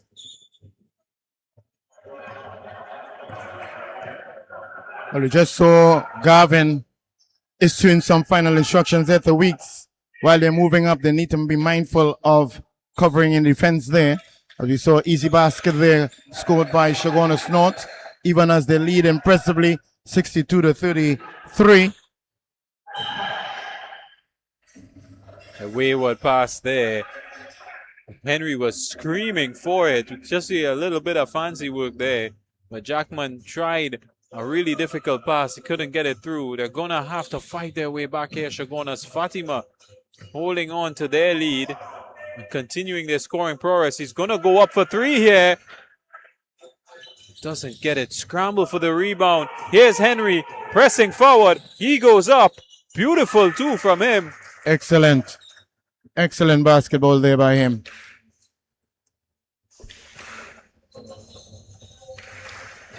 Well, Henry didn't start this game. Maybe he should have, but since he's come on, he's made a huge difference. Fatima struggling a little bit in this quarter as we see Shogunas North fighting for their life to get back into this game somehow, but they draw the foul here, Fatima. And when one is accustomed winning, as Fatima is, it's always rather challenging to be remotivating yourself to stay on top. And as youths, it's about building that mental faculty to be able to sustain it. So it's sometimes understandable when it drops a bit, as sometimes we know that can happen with Fatima and other teams when they drop the level of intensity and well as concentration level, knowing fully well that they have the game in check. Yeah, good turnover here, but it turns the other way as Jackman grabs onto it. He passes to Henry, who goes up and gets 2. Henry's been fighting his way back here for Shogunas. It's taken a big effort. Both Jackman and Henry combining well. They're going to have to be strong on defense here to keep the ball, which they are. Another turnover. Again, 2 men under him to block him off, and the whistle goes from the ref.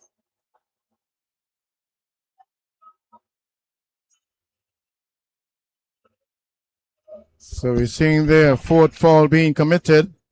Going to the free throw line, it's number 2. And that's Gerald Henry. Gets it in the basket for the first one. It's very interesting hairstyle. Very soon we shall have number 10 getting himself on the court as Henry continues. The free throw line. Doesn't get the second one. Challenge in the air. Weeks has it.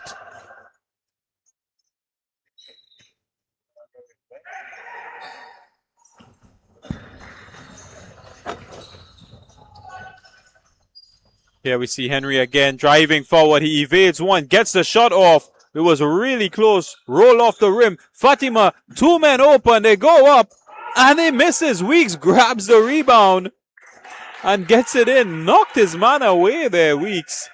Made it look very easy. 66-38 now. Long pass out. Weeks passes one. Gets past two. Goes up. Gets the foul and 2 points. Brilliant stuff here from Henry. Henry's been a complete driving force in this quarter. Oh, more than half of it gone now. Just 4 minutes left. They've managed to make a really big impression here. Weeks 66-40 though is still a massive lead for Fatima.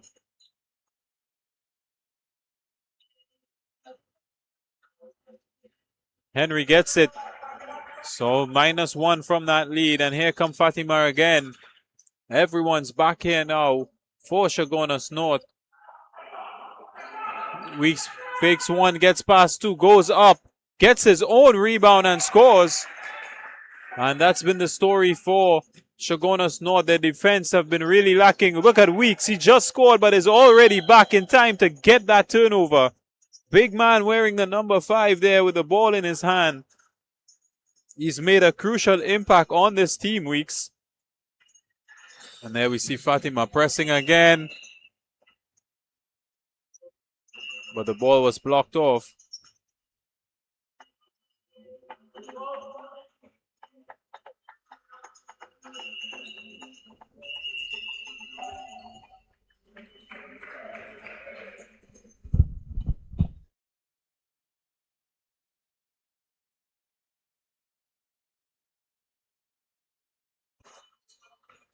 Fatima on the ball. There's King. He played for the Fatima under 13. Brilliant young player, that.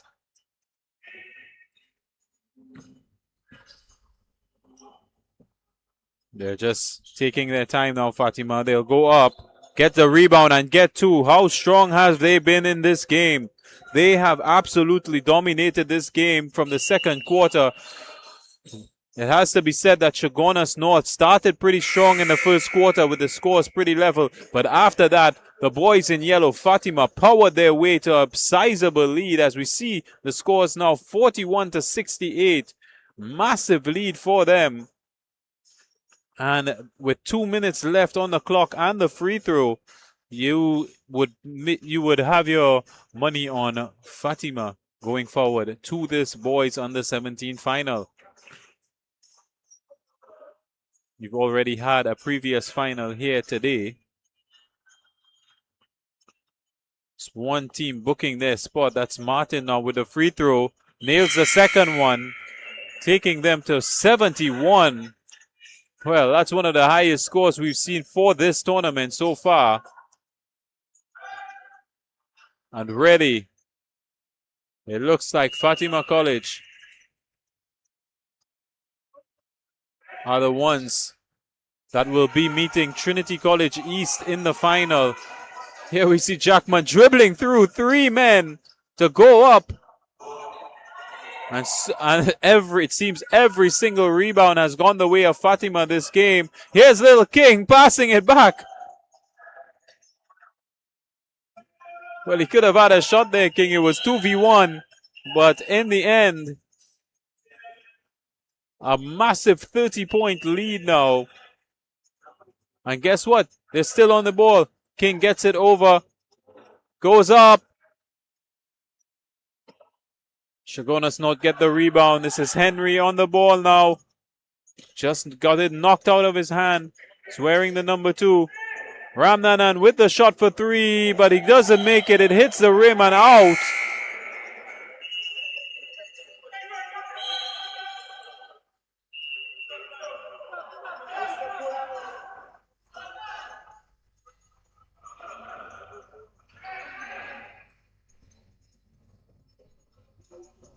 So with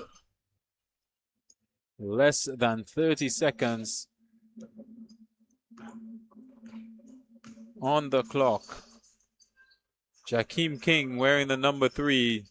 He's played for Fatima on the 13s as well, with a nice series of passes here to get 2 more. Great cohesiveness and teamwork from Fatima in yellow. And it's been King here. Out to Jackman for 3. Hits the rim and out. They keep it in play and try again. And that's all she wrote. That's the end of the 4th quarter. And Fatima College, with an emphatic win over Chaguanas North, have booked their place in the finals of the boys under 17. They will meet the boys in blue, Trinity East College, and join us for that final, which will be covered right here on 360 TV. It's the Trinidad and Tobago School Basketball Association semifinals. This has been semifinal number 2. There we see the coaches. Good to see the camaraderie there between the teams. So we'll have a little break in between. In fact, we're going to have some key interviews taking place right now.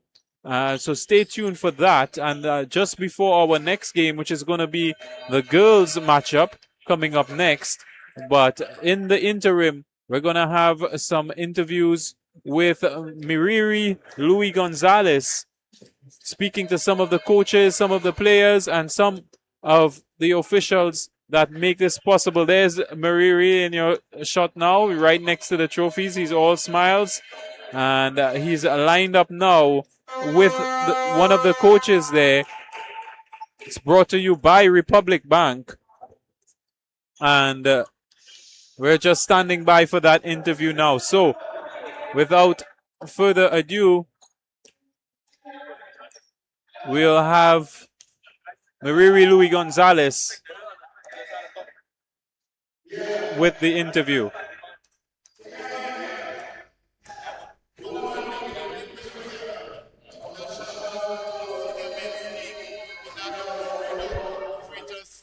One of the men responsible for the bronze medal at the Pan American Games quite recently. Congratulations once again for that tremendously awesome historic achievement.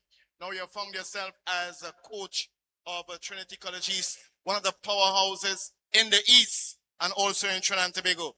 You just came off a win there at 50 points against Signal Hill. Tell us how you feel about that victory. Firstly, all power to the Almighty. Thanks for that.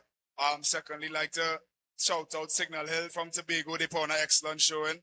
Also like to shout out my guys as well for being prepared for the competition.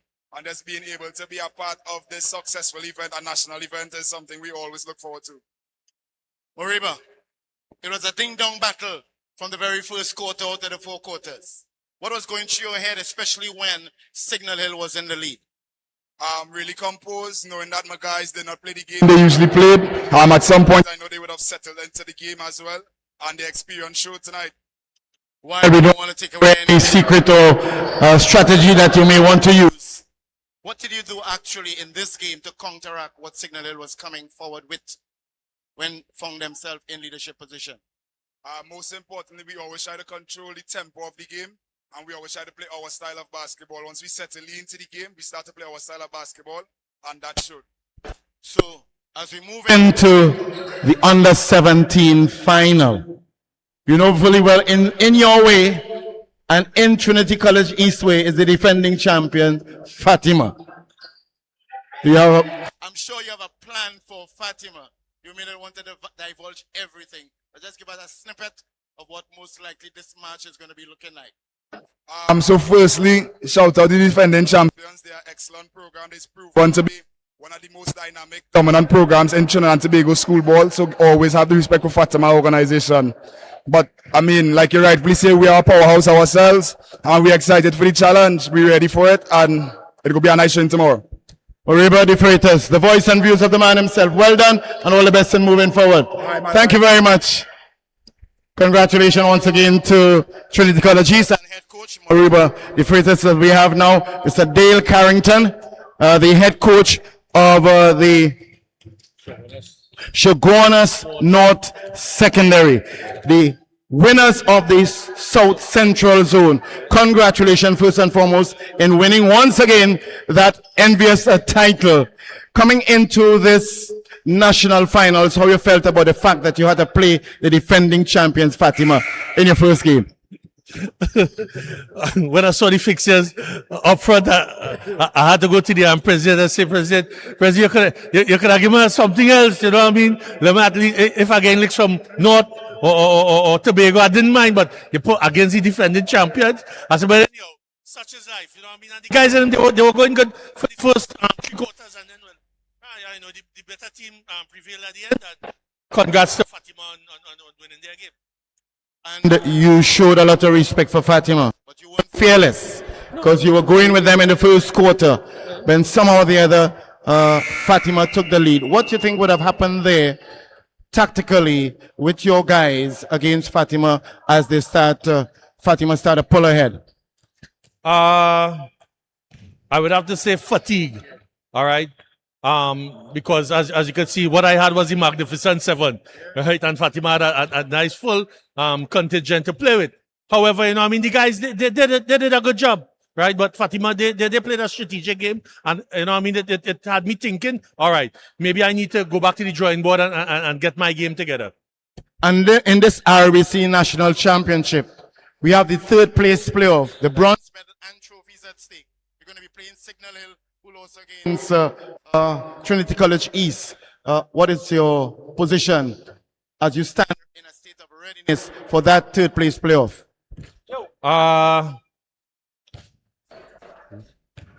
All I could say is that Signal Hill has been fair to us in the past and would have given us that 3rd place trophy and medal. So we look forward to doing the same again. Thank you, Signal Hill. Congratulations. Thank you very much, Dale Carrington, the head coach of Let's start all the best in moving forward. Thank you.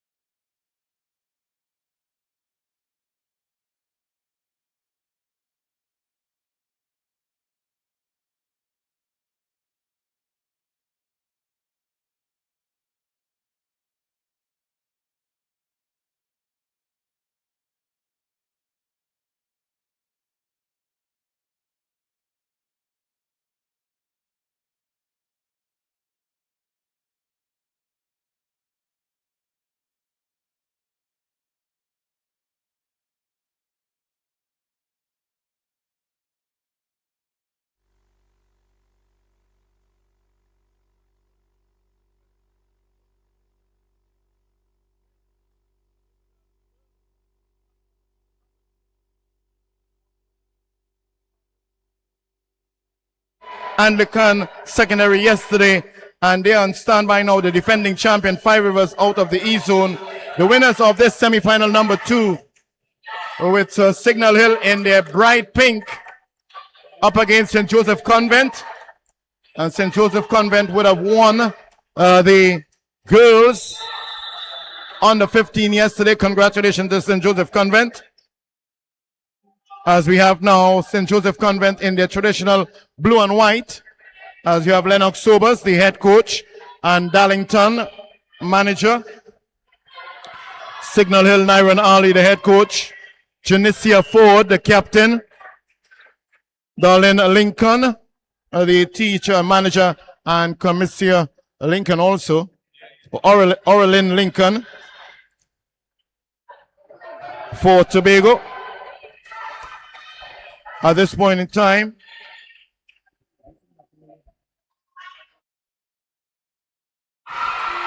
and the action continues in the first quarter. It's now a 2-all affair. Nyron Ali continues. He's coaching the under 15, the under 17, the under 20 boys, most likely, and then he's also coaching the under 20 girls, or the open girls. Signal Hill in their pink with St. Joseph Convent. Gentry gets it up. Being fouled in the process, it's Kelsey Vinson.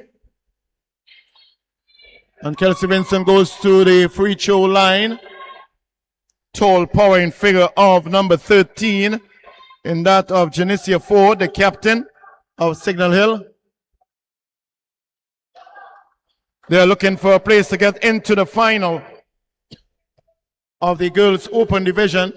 The defending champion, triple time winners, Five Rivers, is into the final.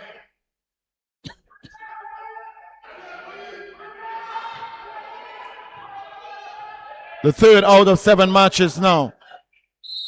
Doesn't score with that one. Whistle blows by the referee Jaden Roberts and also Robertson. 2 referees for this match. And the members of the on the table doing great work.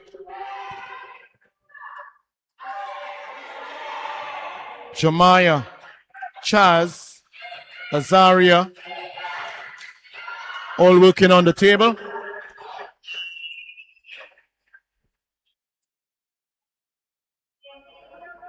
This is action galore right here on the inside of the complex, Pleasantville.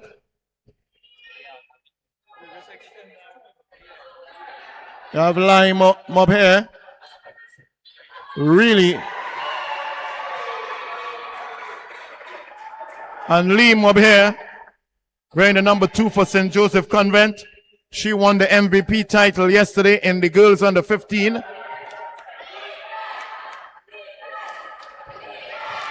Signal Hill on the attack. Goes up. Misses the ring. In that of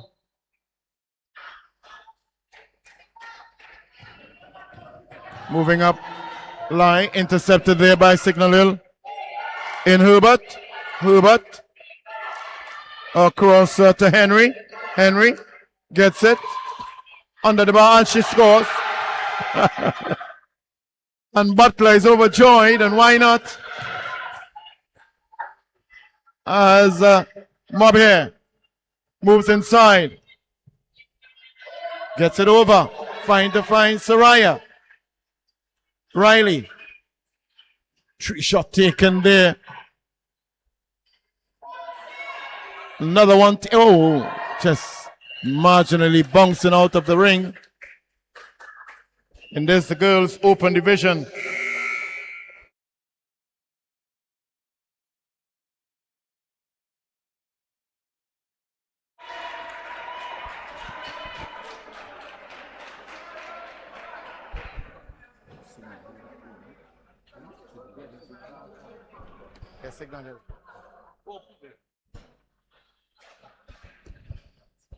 So there's a time out there to be taken with 3 minutes and 32 seconds on the clock. Gonna have a substitution very soon for Signal Hill. It's 4 quarters of 10 minutes each, with a 2-minute period between each quarter and a 5-minute at a halftime period.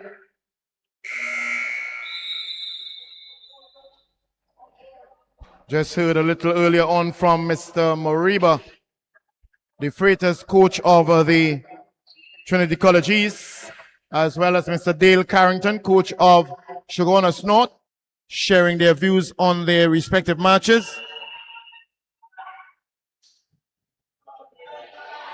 Battle is on. Signal Hill up court.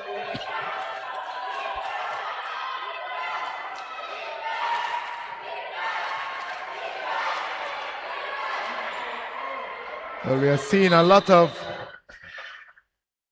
jumping, catching, pivoting, semblance of netball there too with basketball.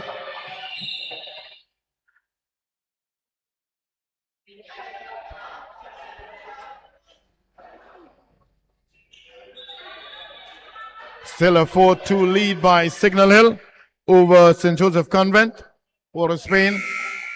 And we're going to have a substitution. And number 11, C. Passad. As C. Passad gets on the court.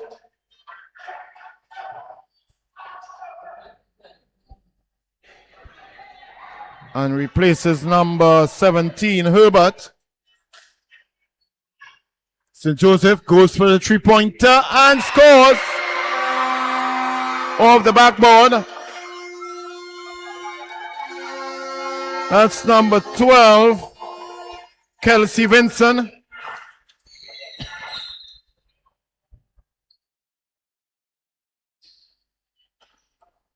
And now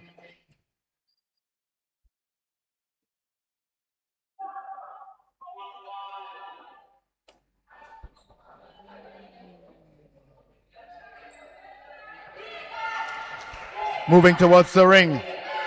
Signal Hill misses that one. Another shot. Just under. Misses there. It's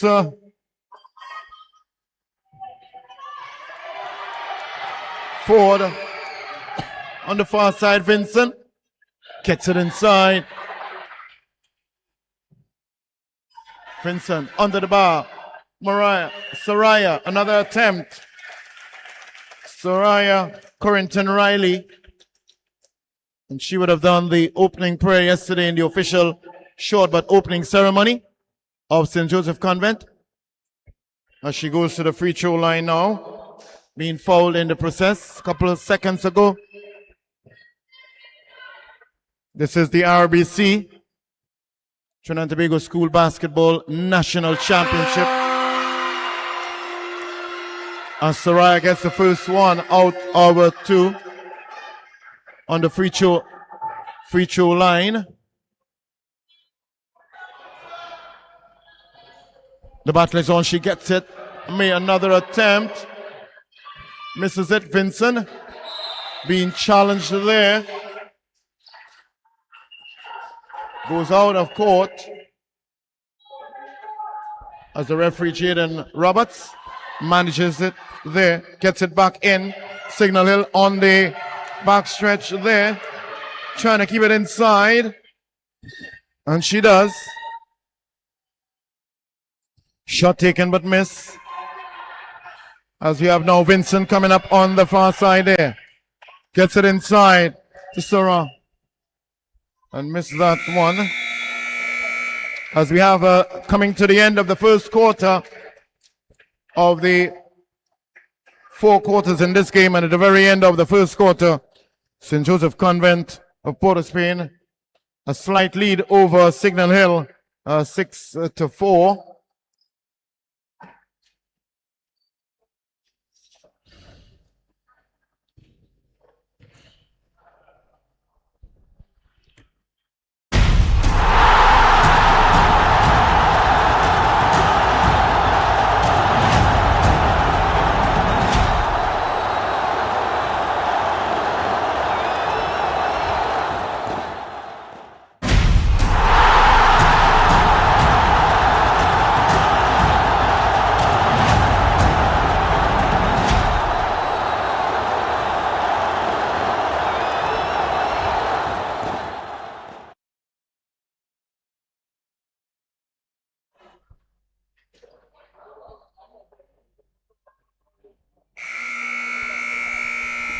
We now stand by, get into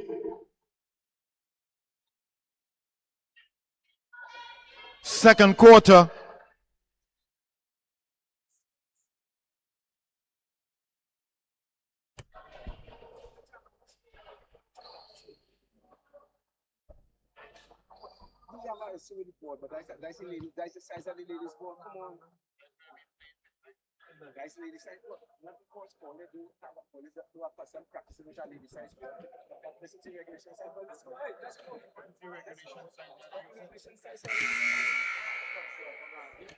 So we are back here at the Pleasantville Secondary or Pleasantville Indoor Regional Complex.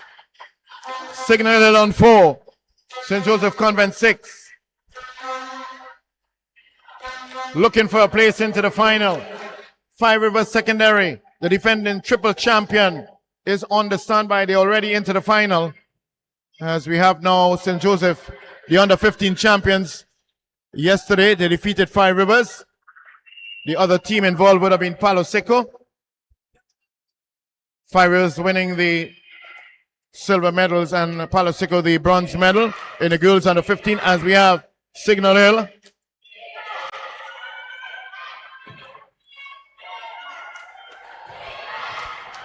Goes towards the bar, misses. Bringing it up. Sends her on her way. Vincent, up with it, misses. Wilson loses possession. Very entertaining, highly competitive and combative affair here with these two schools. Who will it be moving into the finals to play against Five Rivers Secondary in the girls' open division? Time will tell. We are into the second quarter.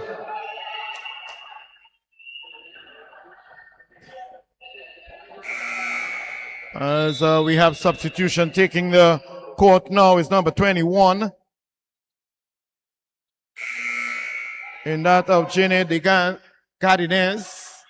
And timeout requested by the St. Joseph Convent.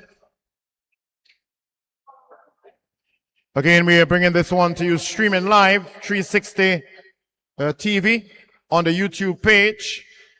Again, credit to the fantastic work being done there by the team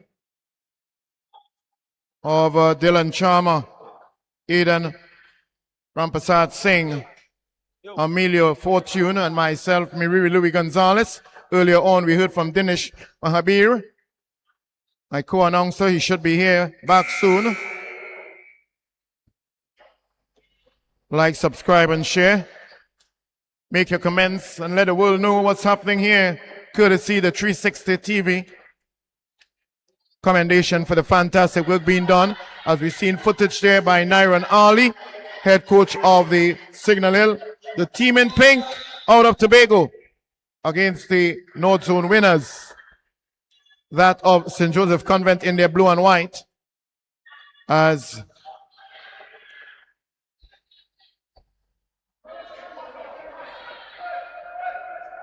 Soraya has possession. They're going to get it back in play.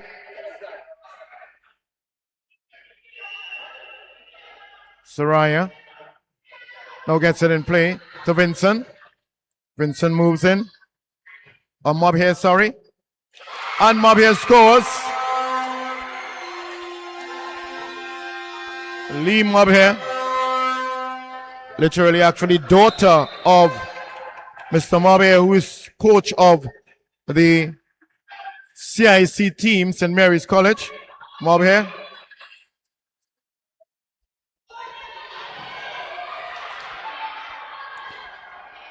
Another attempt there at the ring here by St. Joseph Convent. Gets it out. Goes to the basket. Misses that one. Hits the ring. That's Mob here. Another one gets it inside by MVP of the girls under 15, Mob here. That's Lee Mob here.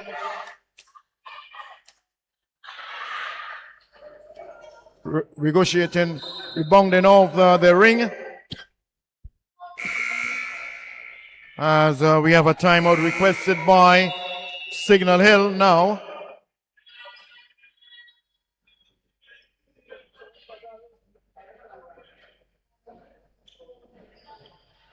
So it's St. Joseph Convent that leads us 10-4. The winner of this semi-final will be playing against the defending champion out of the East Zone. Triple champions 23, 24, 25 in that of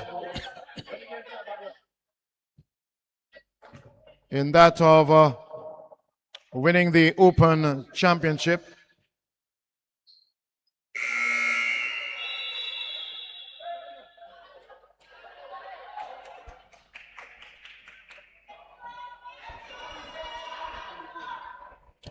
So it's the Lennox Sobers, better known as Flow, head coach of the St. Joseph Convent, followed closely by Giselle Darlington, teacher and manager of St. Joseph Convent, up against Nyron Ali and Orlin Lincoln, teacher manager of Signal Hill School.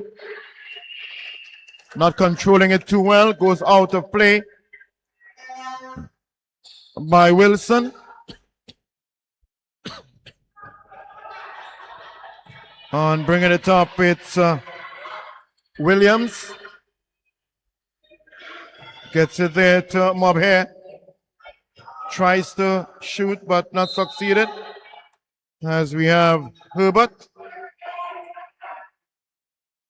It's going to be taken now by Wilson. Or actually number 5, Williams for St. Joseph.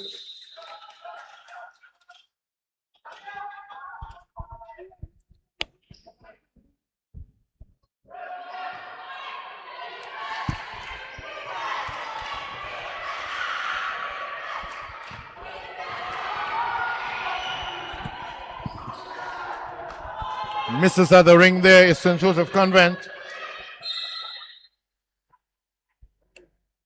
Mobhair finding herself in the mix, the MVP of the girls under 15 division yesterday. As we have returning to the court for Signal Hill, Kiesel Butler. And Kiesel Butler has replaced number 3, Jones. Another attack there by Signal Hill, being broken down there by Vincent on the far side, gets it across. Williams being fouled, however, before.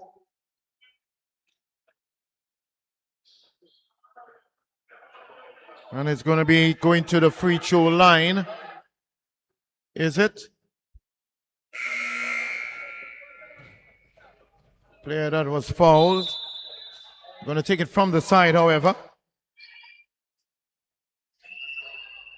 We're just about 5 minutes and 31 seconds in the quarter number 2, second quarter. It's going to be another one there for Signal Hill.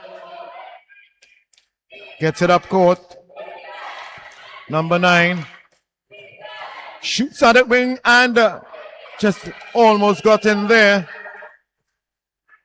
That's a tall and powering figure of the captain, Janicia Ford.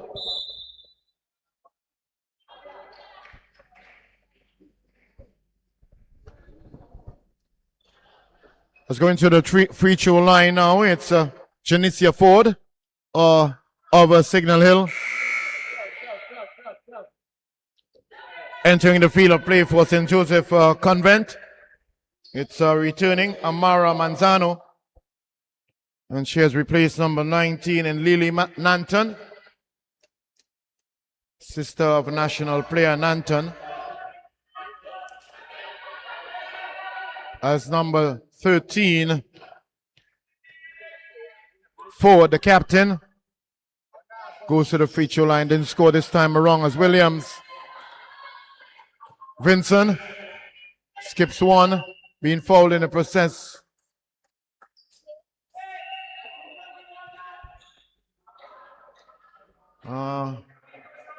Vincent to Rebecca, to Lee, upfield, tries to keep it in.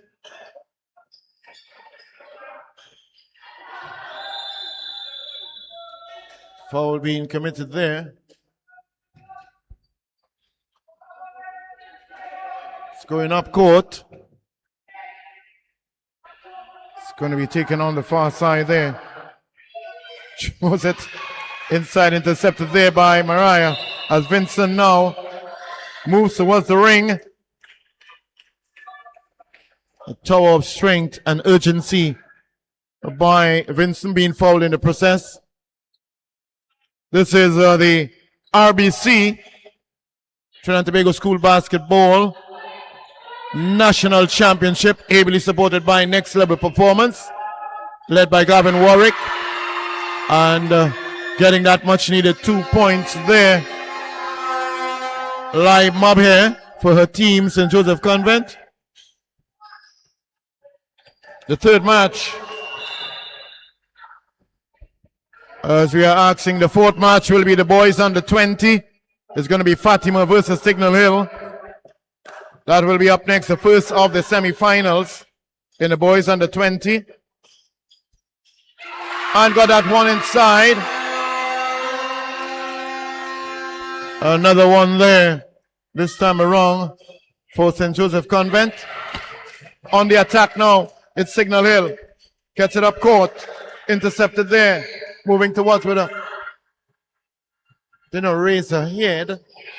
Quick turnover as they're tumbling down and battling for it.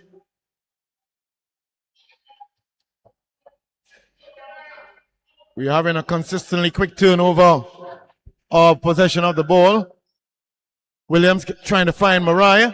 Soraya not succeeding. Signal Hill moving up. Butler goes down. Gets some assistance from a captain. Ford up on her feet. Has a little level of discomfort, but she's seems as though she's going to be okay.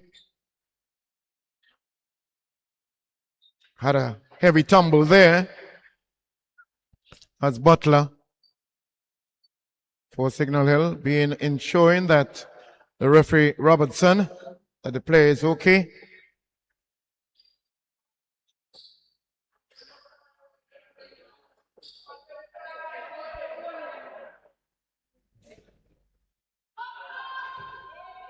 To the free throw line now, it's Signal Hill through Butler.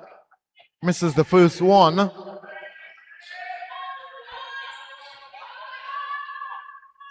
Gets the second one. Have now decreased the lead by St. Joseph by 1. Soraya battling for it. Referee blows the whistle. Jaden Roberts. As it's going to be a throw in there by Signal Hill.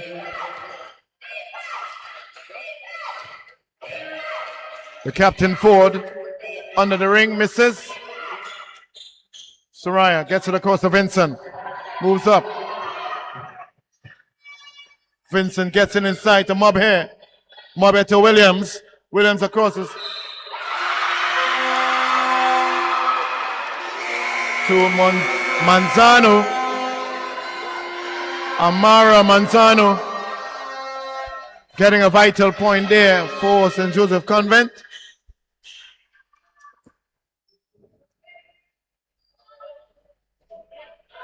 So it's Signal Hill on 5, St. Joseph Convent on 16. Up next in the RBC, Trinidad and Tobago School Basketball Association National Championship. It will be the boys under 20. Fatima, the defending champion, in their way will be the winners of Tobago Signal Hill. As a matter of fact, Signal Hill representing the Tobago zone. They have won all the divisions, under 15, under 17 boys, as well as the under 20 boys, as well as the under 15 girls, and the open division. Credit there to Signal Hill for that fantastic and awesome achievement.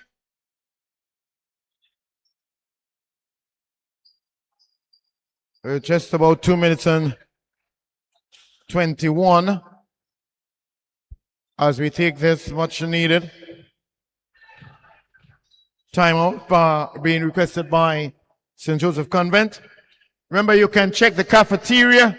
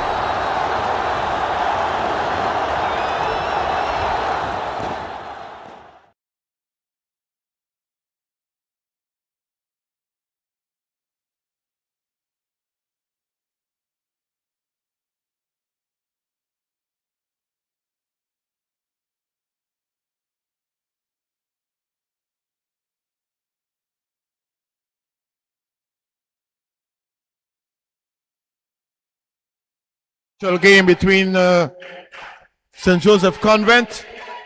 They defeated Five River Secondary and are declared the girls under 15 winners. Signal Hill or St. Joseph Convent against Five Rivers in the girls under 15.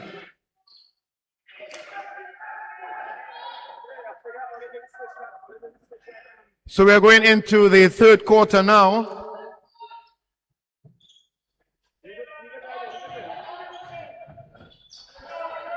And it's in the offense, St. Joseph Convent. Up goes Soraya, misses.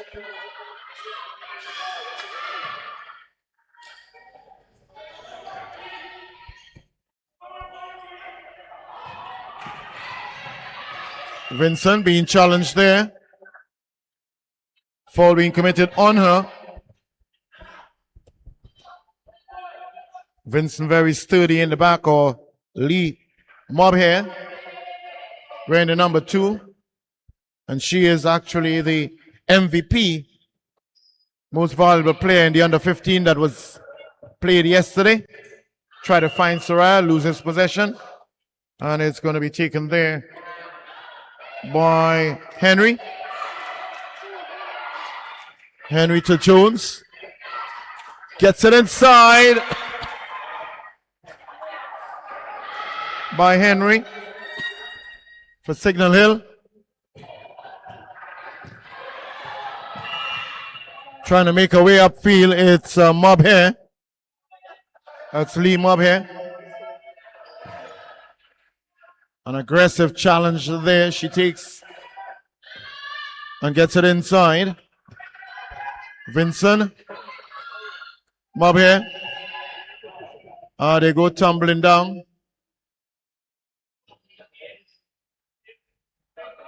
Some aggression being shown there by Mobhair. Being cautioned there by her coach, Lennox Sobers. Keeping it clean and decent. Vincent moves on the outside for St. Joseph Convent. He loses 1, 2, 3 and goes up being fouled there by the captain, Janicia Ford. Tall, towering figure of Janicia Ford, the tallest on the court there now.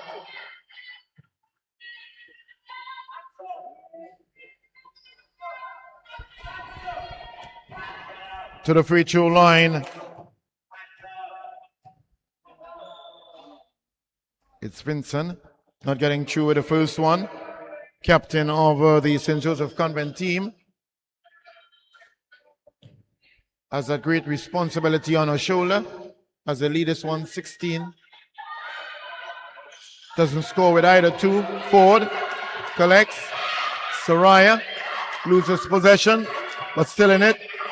Ford, Williams tries to intercept but loses possession also. That's Rebecca Williams for St. Joseph Convent.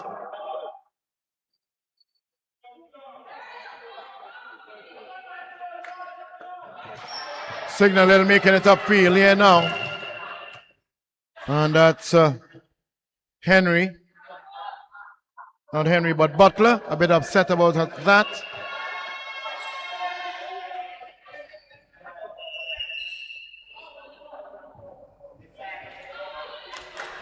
Throwing it over the line. Wilson trying to bring Ford in the mix but misses.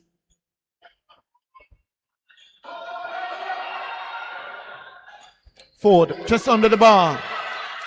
Gets the ring. Up court now, Mob here. Goes towards the ring and scores. Lee Mob here for St. Joseph Convent as they extend the lead by 11 in this third quarter.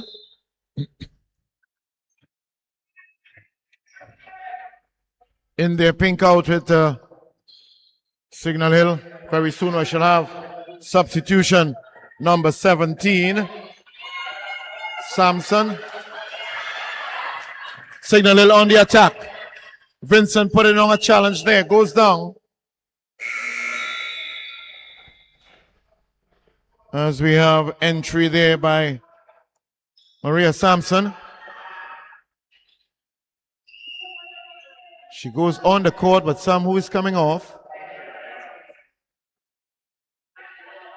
And it looks as though it could be number 8, Butler. Finding herself off the court.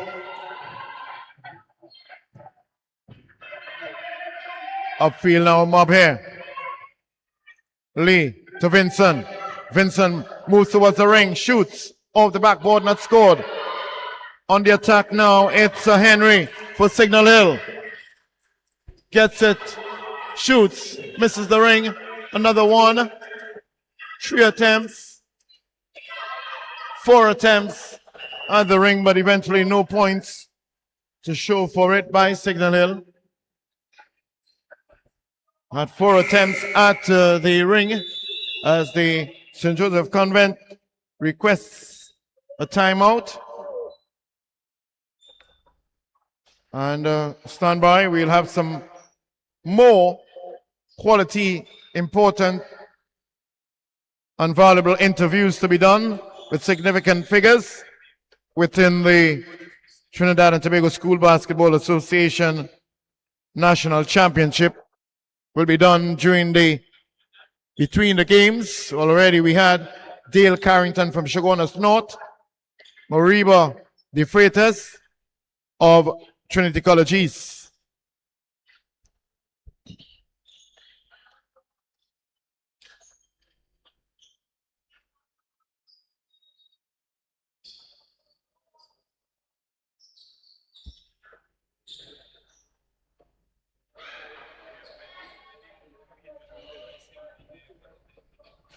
We will be having the next 2 games will be the boys under 20 semifinals. So we're asking Fatima and Signal Hill to get yourself ready. And right after that first semifinal will be the second semifinal with Hillview College versus St. Benedict's College. Continuation now. with 4 minutes and 32 seconds on the clock in the third quarter.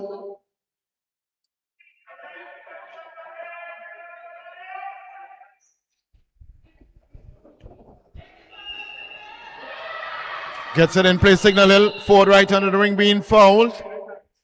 There by Soraya. It's 3 fouls there. In total, team foul by Signal Hill. None yet by the St. Joseph Convent. Going to the free throw line now. Captain Janicia Ford.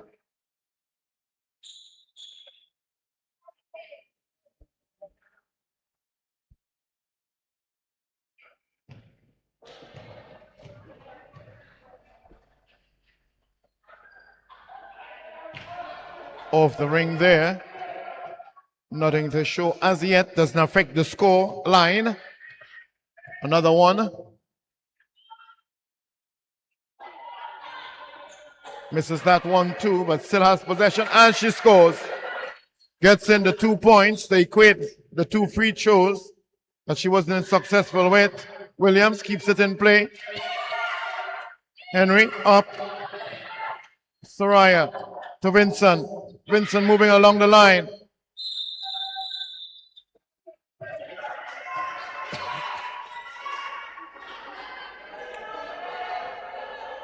Ball seemed to have gone out of play there, as getting it back inside will be Henry for Signal Hill. Henry gets it across there to Jones. Shot taken, misses the ring. And another attack there by St. Joseph Convent. Losing possession a bit. Williams get it across to Mobhair. Mobhair being foul in the process. Moving towards the ring as she goes to the free throw line now. Outstanding player in the under 15. Won actually the MVP title yesterday, and she's now doing it for the Girls Open Division. Lee Mobhair of St. Joseph Convent. And Williams fakes, goes up and scores.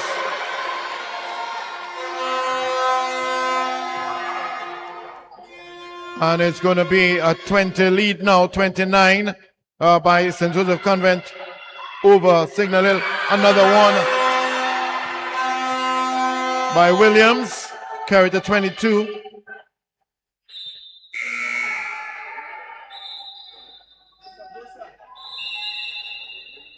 As we have a substitution there, taking the Maya Lara. And so Maya Lara gets in on the action and coming off there. It's Jones. An attack there by Signal Hill. Gets it to Ford. Ford shoots. It's the ring. Ford still in. Goes at it again. Chop short a bit. Whistle goes.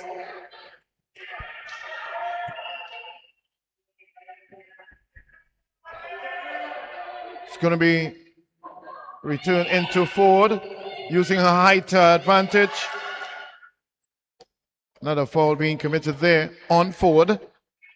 In this, the Girls Open Division. The winner here moves on to play Five River Secondary, the defending champions. Hits the ring. Ford. Williams trying to find Mobhair. Lara gets this one inside. Decreases it by 13.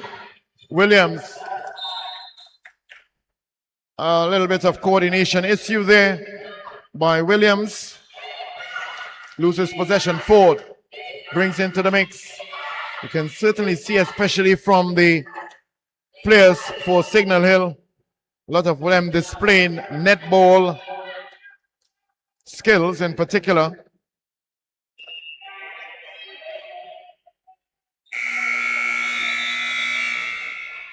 And that brings and then to the third quarter of the girls under 20 the semi-final or open division, I should say. The winner yesterday, of which Five Rivers Secondary defeated Faizabad Anglican Secondary. And now they await the winner of this match. They won that game yesterday 30-3. Now, actually, that's in the girls under 15. In the girls open division, Five Rivers defeated Faizabad 30-25. And they now await the winner of the second semi-final open girls competition.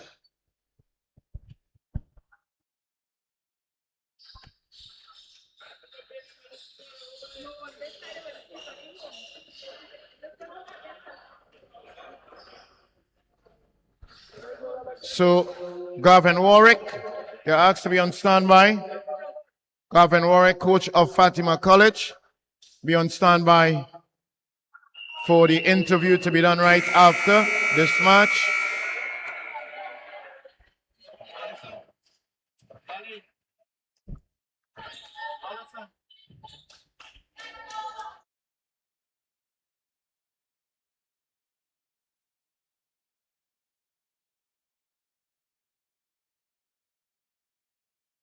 So the final quarter in the girls semi-final number 2, of which St.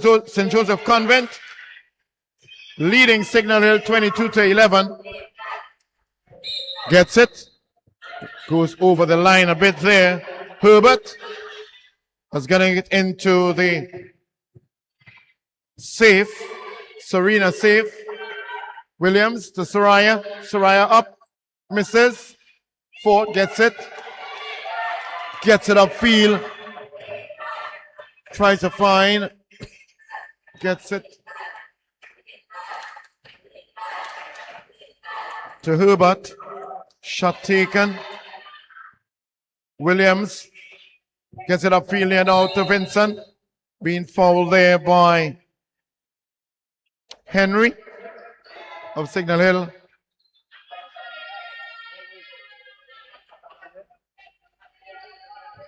St. Joseph on the attack again. Soraya has possession. Gets it to Williams. Williams looking for some space. Being fouled. And she's going to go to the free throw line. Williams. Foul being committed on her. Rebecca Williams.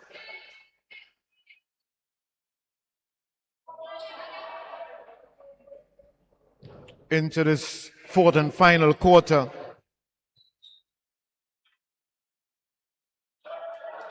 Misses the first one.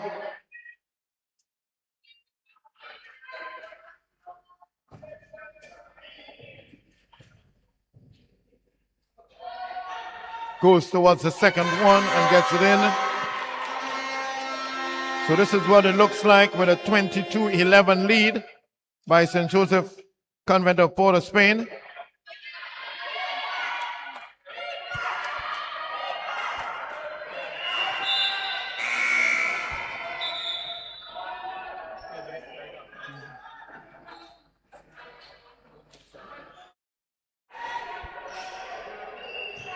So it's St. Joseph Convent leading 23-11 against Signal Hill. As for the captain, tall, power, lingering figure. And in that of Wilson. Gets it back there to Butler. Underhand, she gets it eventually inside. Ford. Janicia Ford, captain of the Signal Hill team. Mobhair. Lee Mobhair being fouled there. MVP of the under 15 for St. Joseph Convent. Well, she's a bit surprised. It seems as though she's the one committing the foul. Ford under the ring and misses. But still Signal Hill trying to get it into the ring. Collecting quite well there. Losing possession, misses the ring. Ford challenges for it. It goes out of play. Soraya to Vincent. Vincent with some time and space. It's Mobhair. Actually, not Vincent, but Mobhair. Lee Mob here loses whistle blown. Foul being committed there. We're going to take it from the sideline. It's Soraya of St. Joseph. Soraya contemplating, gets it inside to Williams. That's Rebecca Williams. Traveling, guilty of traveling. We are reminding Fatima College and Signal Hill to get yourself ready for your boys under 20 semi-final number 1.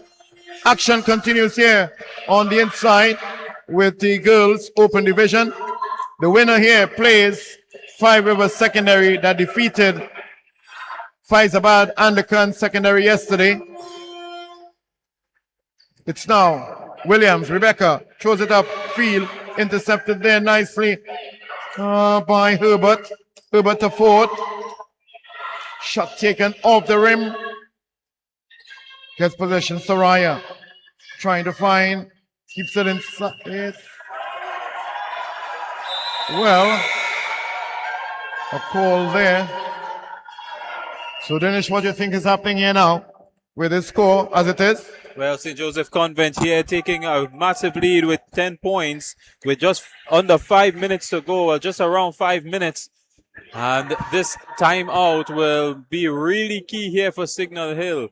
They have a really strong team here and they have a really good coach, but they're going to have to find a way back in the next 5 minutes.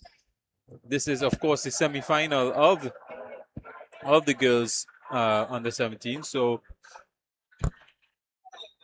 what is the open division? Huh? So, I really like the look of Wilson towering above everybody, the ability to dominate the game here. They're going to need a lot from her in these 5 minutes in order to get back in the game. But as it is, St. Joseph Convent, Port of Spain, the All-Stars, as they are called, has been really dominating this game. And that's true. Lee Mob here, who we have seen in different games as well. Really dynamic and exciting player, wearing the number 2 on her back. So we're coming now for a resumption here after that timeout. Massive support here from the crowd for St. Joseph Convent, Port of Spain. It's going to start back with a throw-in from Signal Hill in pink.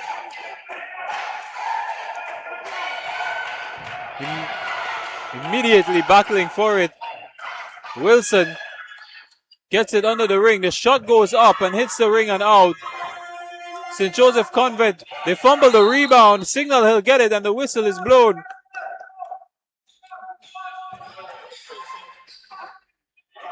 So it's going to be throw-in for Signal Hill.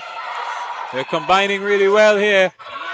Trying to get something going. Here's Mob here now, controlling the game. She's able to speed up. She's able to slow down. Gets past 2. Almost gets past 3, but dispossessed in the process. And the whistle is blown. So it's going to be a throw-in for St. Joseph Convent. They go up, get the rebound. Finally, Signal Hill are able to block them off.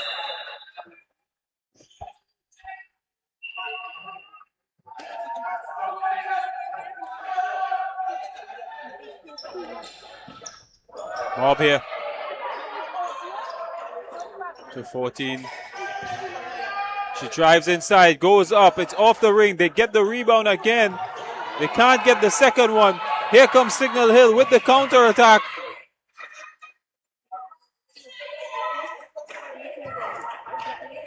Forward to Henry and the dispossessed. That's Williams now with the pass. A series of passes now. They're unable to get the shot away. Making space. Eventually gets a shot. Powerful player there, Corinton Riley. We've seen a lot from her in the different age groups.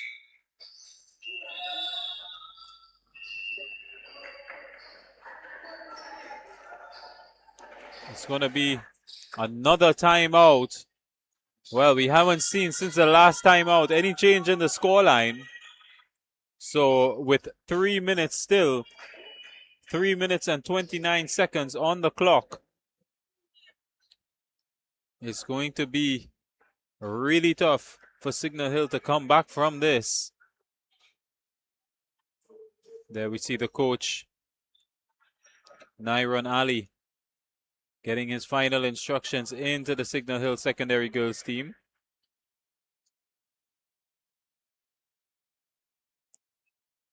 The captain, Genesia Ford there, standing with the number 13. That's Herbert with the number 17. And there we see the coach of St. Joseph Convent. 10-point lead going now into this final session. 3 minutes, 29 seconds on the clock. They look quietly confident here, St. Joseph Convent. As there goes the buzzer, and they've taken the court. Signal Hill now getting ready for a final push. Lots of support on the sidelines for the Convent team. Signal Hill with a long pass into Ford, but it's out. She's unable to even get close to it. You can see what their plan was. But here's Convent with the strong Corrington Riley. You just can't get the ball from her. She gets the pass away. She's all alone under the ring. Misses it. That's Manzano. Signal Hill grabbed the rebound. And there's a signal from the ref. So it's going to be a substitution. That's Jones coming in with the number 3.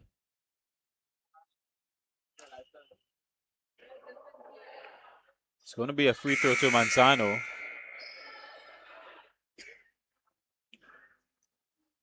Two minutes, 41 seconds on the clock.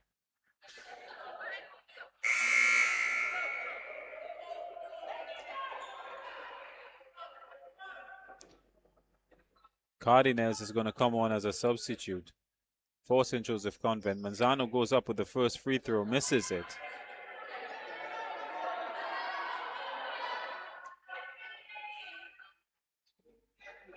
Williams was replaced by Cardenas. Here's a second free throw for Manzano. Nails this one, taking them to 24.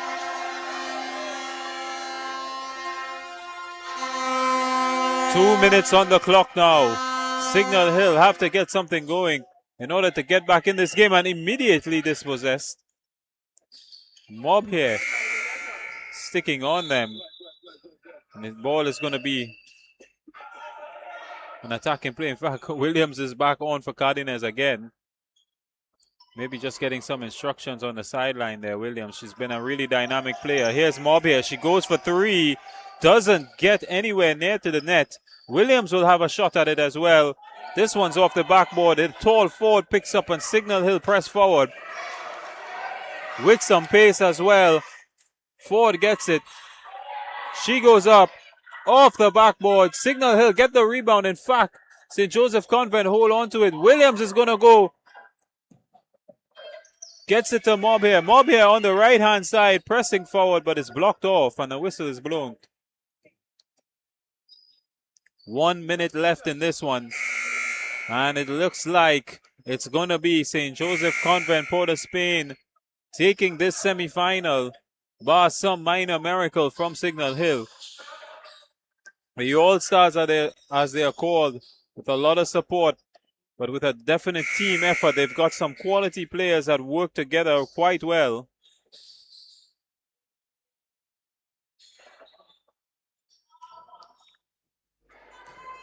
So Lee Mob here with the free throw off the rim. Misses the first one.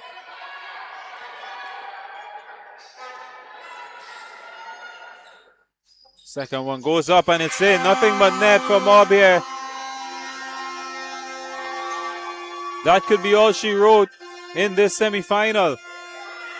1 minute ticking down. Signal Hill with the ball. Trying to find a way forward here. Couple of players are free in the middle, but St. Joseph Convent grab on and hold on to it. Look at the tussle out there. Really strong tussle between those two. In the end, Williams does not let go, and the whistle is blown. And another timeout taken. This time, it's by St. Joseph Convent. So 45 seconds left on the clock.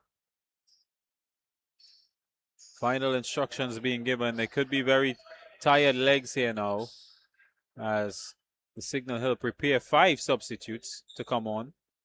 Entirely new team to come on for them. In fact, their 5 starters are going to come on and they're going to get 5 substitutes. 5 players that did not start for the final minute of this game. Could be just about getting them some game time here.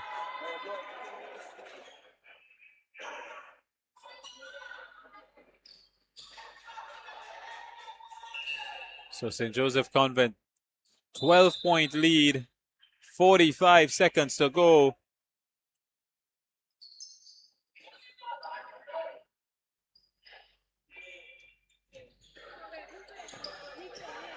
It's Mob here, getting past everyone and getting the shot away for 2 easy points. She made it look so easy, cutting in through the right-hand side.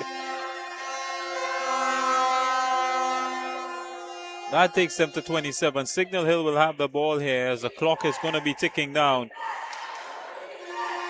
In fact, it's immediately turned over to St. Joseph Convent. It's Mob here on the outside, shoots for 3, not near the net, tussle for it underneath, and it rolls out of play. It's going to be Convent with the throw in their scoring half. It picked up again. Get under the ring. Corrington Riley is there. Actually, it's King. That's Hines, actually. Very strong on the ball. Very difficult to get it off of her.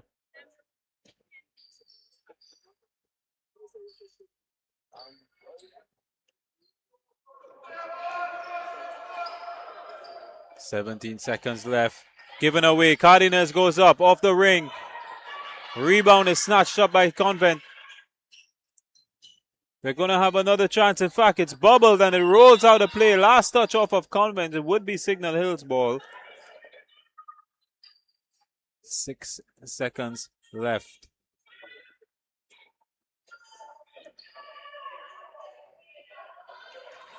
Signal Hill bounce it. Mob is not going to give up the fight. She picks it up. She'll have a shot at the ring. And that is all she wrote. That's the end of this one. The 4th quarter comes to an end. St. Joseph Convent, Port of Spain, winner of this semi-final. Well deserved, well played by these young girls.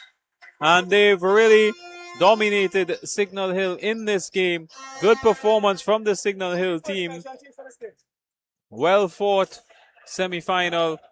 And there you see everyone just exchanging the pleasantries. But immediately after this game, we're going to have the boys under 20 semi-final coming up next between Signal Hill and Fatima. Teams that we've seen a lot of. And stay tuned in this break because immediately following, we're going to have some more interviews with some of the coaches and officials here. With Mariri Louis Gonzalez getting the mic in his hand. And he's going to queue up some interviews. So stay tuned. We're going to cut to him very shortly.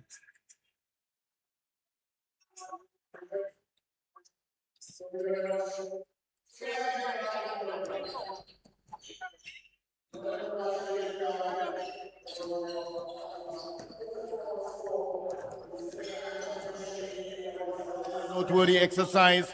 The Trinidad and Tobago School Basketball Association has been next level high performance inside of it.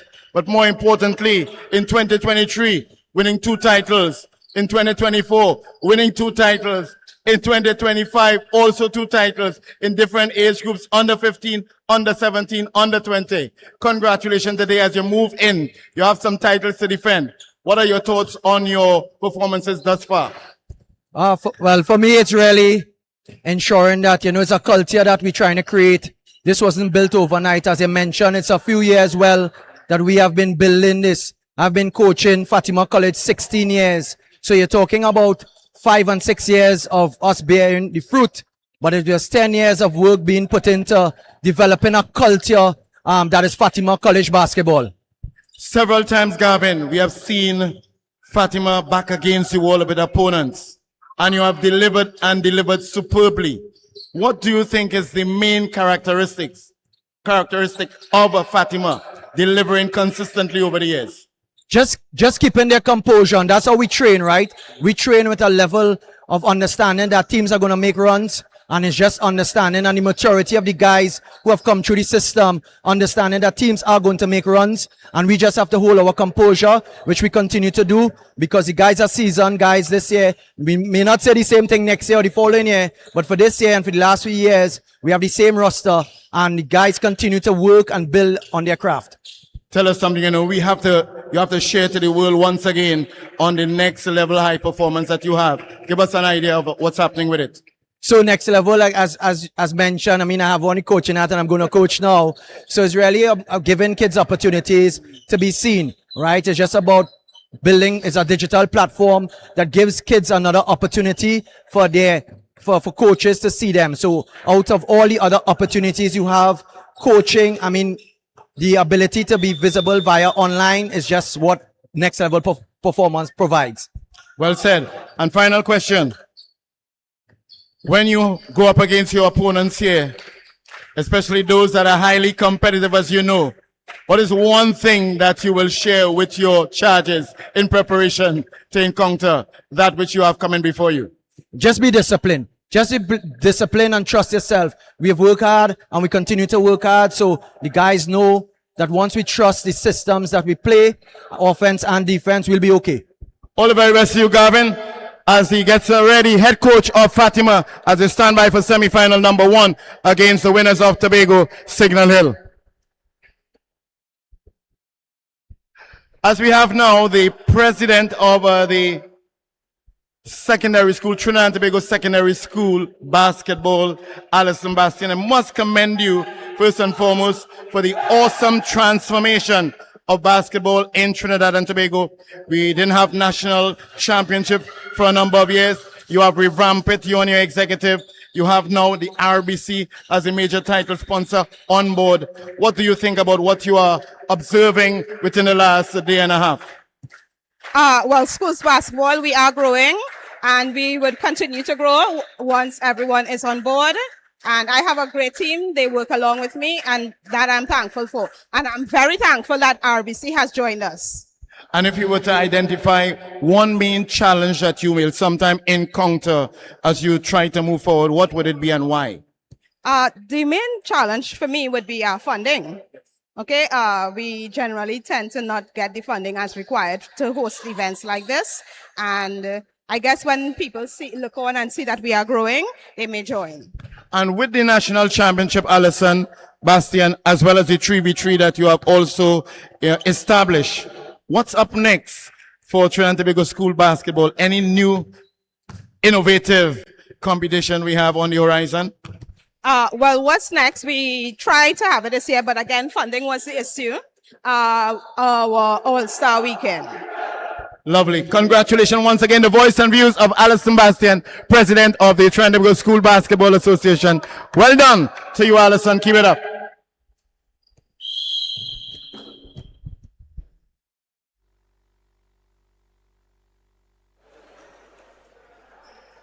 So, brilliant interviews there from Mariri Louis Gonzalez, giving some deep insight from the coaches and the administrators of the Trinidad and Tobago Basketball Association, everyone involved that makes this possible. Of course, coming up now as Mr. Gonzalez makes his way to the commentary booth, we have Fatima College and Signal Hill Secondary, 2 schools that we've seen a lot of in the age category so far, but this is going to be the under-20 division of a semi-final that promises to be very, very exciting. Under 20, these are the guys that you're looking for the future of the sport. There's the jump, and from the jump, Fatima get it to get things started. And we actually have inside of it is Fatima, the defending champion of 2025. They won in 2023, and then they also retained the title in 2025. Signal Hill is in their way. We just saw what happened earlier on with Signal Hill versus Trinity College East in the boys under 17 semi-final number 1. I am sure Signal Hill will try to tell itself, listen, we got to go home with a title. But in their way is the defending champion, Fatima. There you go. One guy that we've seen in almost every single Signal Hill team is Mr. Murray there that we've seen in green. He's someone that we've seen a lot of, Joshua Murray, wearing the number 30 now. But so far, Fatima have started out the gates pretty fast, hot and heavy stuff. This just like, as we said, with the Trinity College East winners of the East Zone up against Signal Hill Tobago winners. It's going to be a tremendously highly intense one with just about maybe 2 minutes thereabout or 1 minute plus on the clock. In this 4 quarters, we are into the first quarter. At the free throw line there is the man Zachary Julian, one of the most prolific, talented, and outstanding players we have in the league. Scores with that one. Yeah, he makes 2 free throws to tie things up to get started. Intensity at a very high levels there. He's blocked off immediately. A turnover that Fatima orchestrates here. Gets the shot away, gets 2 points, bobbing, weaving, and turning, leaving everyone in his dust. Oh, interesting that looks, because he was losing balance and shoot and still scored. Yeah, absolutely. Just use the momentum there. Turnover again. Signal Hill driving forward, and Fatima block him off. Had nowhere to go there. You can see the power and the strength of these players. Beautiful passing there from Fatima. Should have done better. Murray is going to counter-attack here. One man in his way now. Fakes him and gets the shot away, but a crucial touch from the defender to throw him off. Oh, look at this counter-attack. All the way in. Smooth as you like for 2. We need to really give some commendation to this young man, Joshua Murray, playing in the under 15, playing in the under 17. Now he's here with the under 20. That takes a lot. It's actually amazing that he's under 15 and is able to compete at the highest level here of schools. So he's definitely one that is going to drive Signal Hill into the next generation of basketball players. It's brilliant, and they have to be commended for being able to have and nurture this sort of talent early on. And one of the most consistent players for Fatima is on the free throw line there now. William Francis.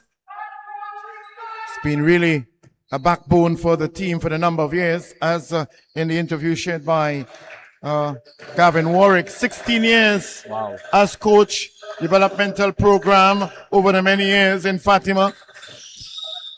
And you can see the difference that is made across all levels of the teams that we've seen represented by Fatima. You mentioned defending champs.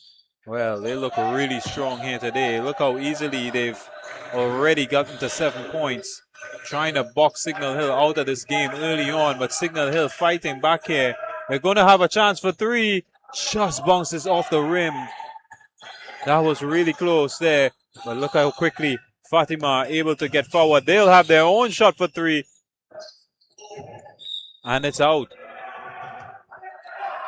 We look at Dinesh Nairanali. His name crops up for the under 15. There we go again. Under 15, under 17, under 20, open division female. That's a lot of responsibility there for Nairanali and Vince Taylor. Oh, beautiful move here. Bobbing and weaving from Jedediah King. Himself and Francis, both captains of this team. And you can see why. And interestingly enough, when we look at the names here, most of these guys have been playing together for the last couple of years. As a matter of fact, maybe since Form 1, because we also have the MVP of the under 17, Idris Martin, and back-to-back MVP in the under 20, Zachary Julian, in the mix here right now. Yeah, Alien went up there just now. The ball was slammed against the backboard by one of the defenders there. Fatima, no nonsense here. We'll see a substitution with Henrique Brown coming on. In fact, there's going to be a little timeout now. And actually with Jeremiah Enrique Brown, one of the reliable footballers of his school team, also showing great talent also on the court in basketball. Yeah, multi-talented. But I'm glad you mentioned the coaches. It's something that they would have been overseeing not only the development of their major team, which is their under 20s, the senior guys, but development all the way through over a period of time. And I heard the interview where he mentioned it's about building culture, and that's what happens when you have coaches ingrained at every level. So the example that we saw with Signal Hill with Murray, he's a guy to build things around. And when you identify talent from under 13, like we saw in one of the teams with the little King, and the and combinations and Riley, Yeah. right? These are guys that you can build the future around, and that's really important. So kudos to them for having the coach across all formats and all teams. I mean, the basics stay the same, and the culture is something you want to have growing with each team. And with Riley actually winning the MVP yesterday in the girls under 13. Or the boys under 13 actually.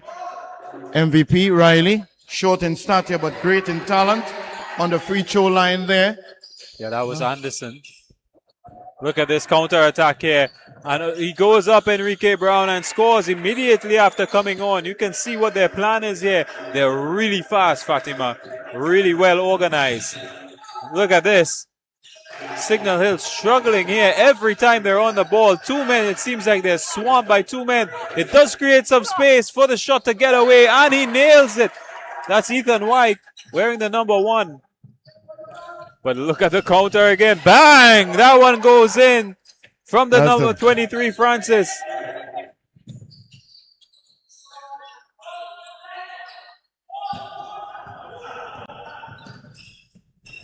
Beautiful series of play here, but it's turned over. Signal Hill keeping toe-to-toe. It's Anderson to Murray. He loves to shoot for 3. This one pretty close, but doesn't go in. Anderson nearly blocked it off, but there we go again. Easy as you like from Fatima. That's Julian. Zachary Julian was just waiting there. Seems to be part of their plan.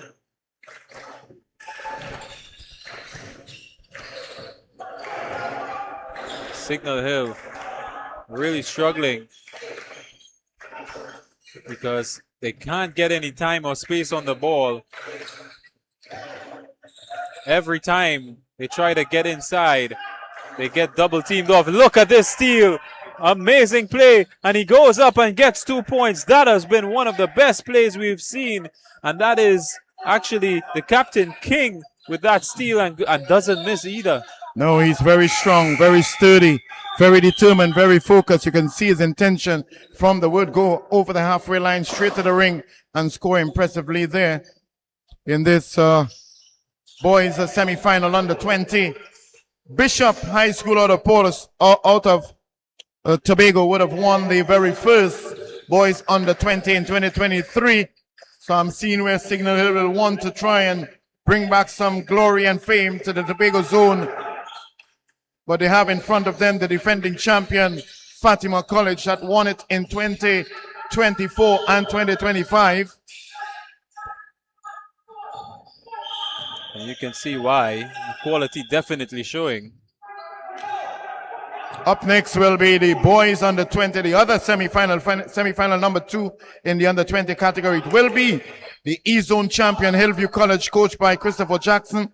Up against, in front of them, will be the St. Benedict's College South Central winners, intercepted there by Murray as Enrique Brown attempted to go up. Timeout Claiming call. differently, a timeout being requested there by Fatima. As we are seeing the screenshot there on Fatima, shifting across now to the table of officials, working tremendously hard. Fatima with some guidance there by the man who's the chief cook and bottle washer, holding many titles, Garvin Warwick. I asked him earlier on and say, where are your assistants? He said the school told him, you do everything. You're responsible for everything. Take it and run with it. But he has been doing a fantastic job there with Fatima. 16 years in the business. They gained the confidence and trust in him to carry the team forward. And he's doing it in fine style. Up against the man again, Nyron Ali and Vince Taylor. both coaches of Signal Hill Secondary. Yeah, Signal Hill now will get back on the court as Fatima look to resume. One-man army of Gavin Warwick there. He's doing a great job across all teams that he's managing. Here's Anderson. He gets the ball forward, and they're going to get 2 points there through Alain. Brilliant pass there, but I tell you what, the defenders were very close to him, looking to get those balls out of his hands. In football, they say if you're going to get a red card for a good reason. There you go. So I guess if you're going to stop him, you're going to stop him from scoring. You gotta stop You're this. going to foul anyhow. Absolutely. Not that we want you to injure the player.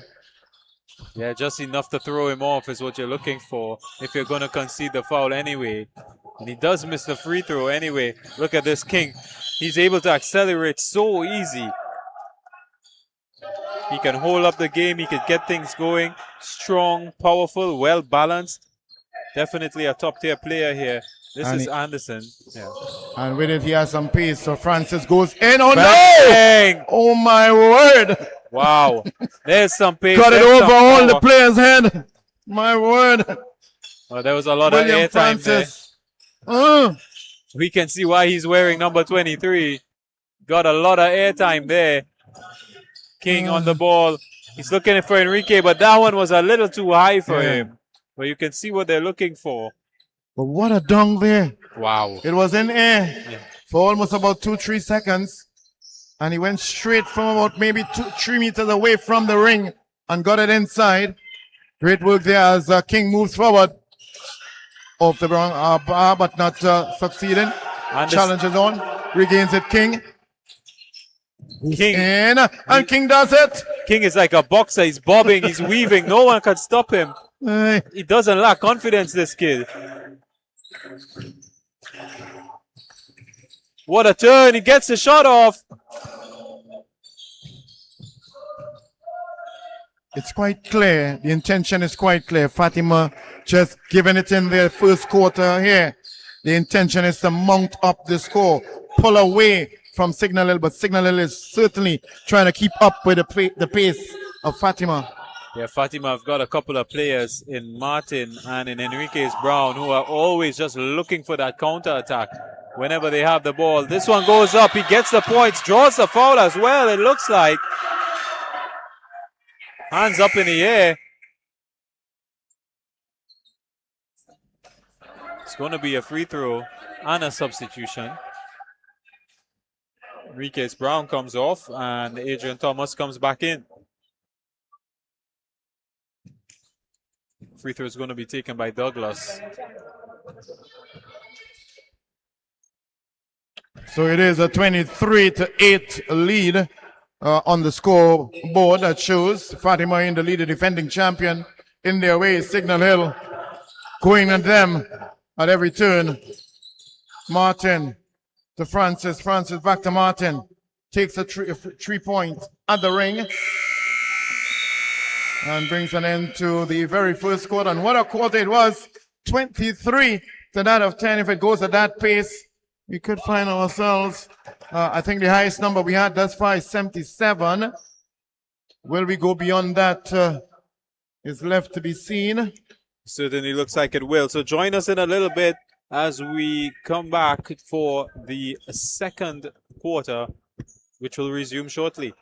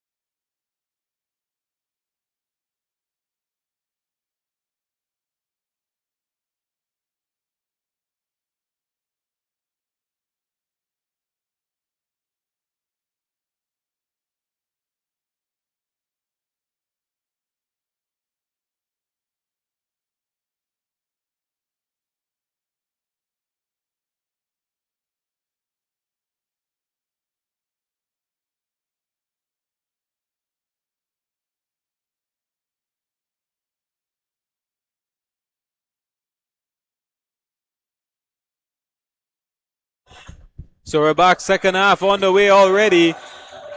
No break in intensity in this one. Murray goes up for three, off the rim. He doesn't nail it. Fatima looking to break fast. They don't. Signal Hill picks up through Anderson. Anderson gets it out, but there's no space for the player to get inside. Murray, Anderson, trying to fake his player. Murray now cuts through one, loses the ball now. Counter attack is on. He's going to press the player and get the shot away. Couldn't get it up in time, so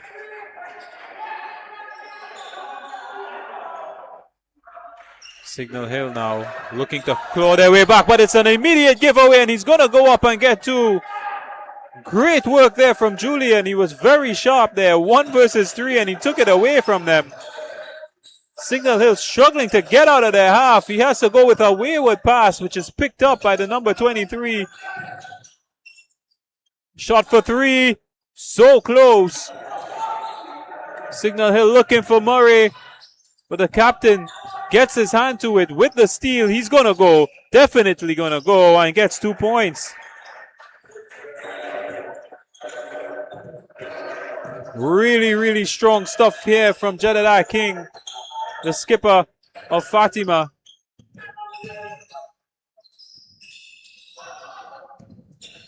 Great series of play. Gets under one, gets the shot away, and scores. That's Mr. Martin there, number 30. Getting under one defender. Gets past him, get the shot away as well. And that's going to be a timeout called.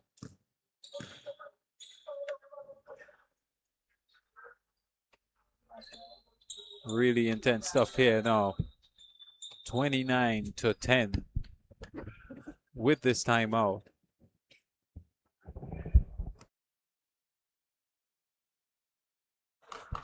The action can. Well, we are here at the Pleasantville Indoor Regional Complex as the action continues with a 29-10 lead. Fatima, the defending champions, in their way. The team in green with a splash of yellow and white, and in their way is the defending champion with their yellow, gray, a little bit of blue and white here and there as they lead this one with 29-10 into the second quarter. Bringing it upfield now, it's a Francis. Made 2 major dunks earlier on. That's Francis for Fatima, wearing the number 23 as Zachary. Zachary gets it to Francis. Looking for some space, goes up, misses slightly, retrieved quite good. There, it's White.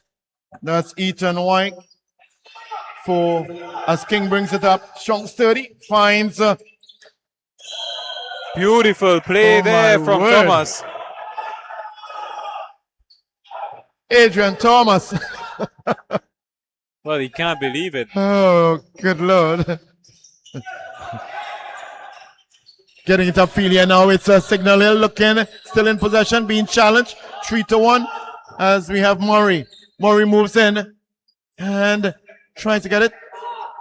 Misses it again. In this case, it's Moses.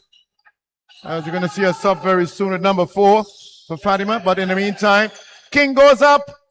Misses that one. Francis King, Mr. goes.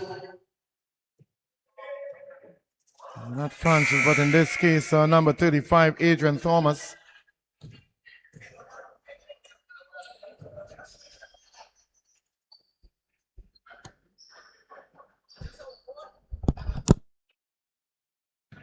So from the free throw line, number 35, Adrian Thomas.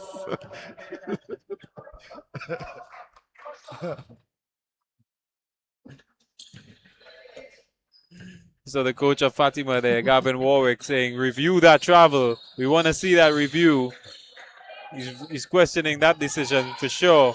A couple of decisions didn't go his way, and I have to say he may have a point here. Here's a shot for 2. Beautiful. Simply effective there by Francis. William Francis. tallest guy, one of the tallest guys on the court. He's going, is he going? Yes, Right. he does. Oh my word.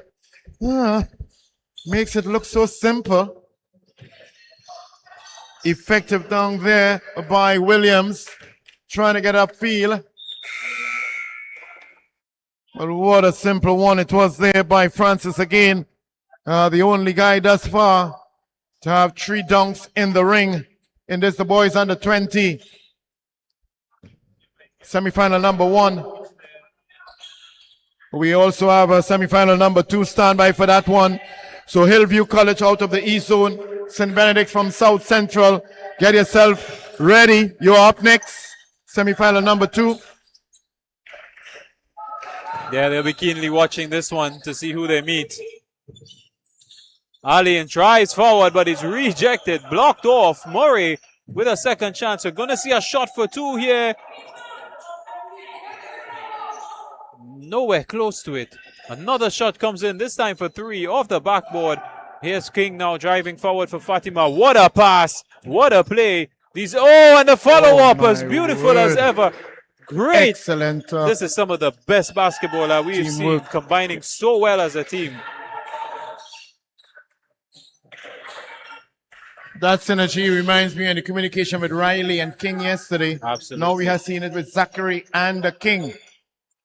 Yeah. Martin followed up so well. Just now there, he was unlucky to score, not to score, but Signal Hill still trying to keep themselves in this one with that 2. What a player, King. This is Martin. He goes up.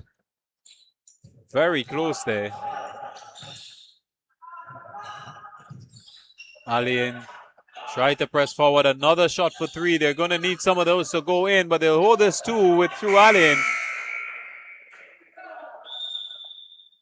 You've seen these 2 guys, Major Sam, number 4, and Jediah King, number 1, a similar build, and actually carrying the same corner hairstyle. Got to look closely at them.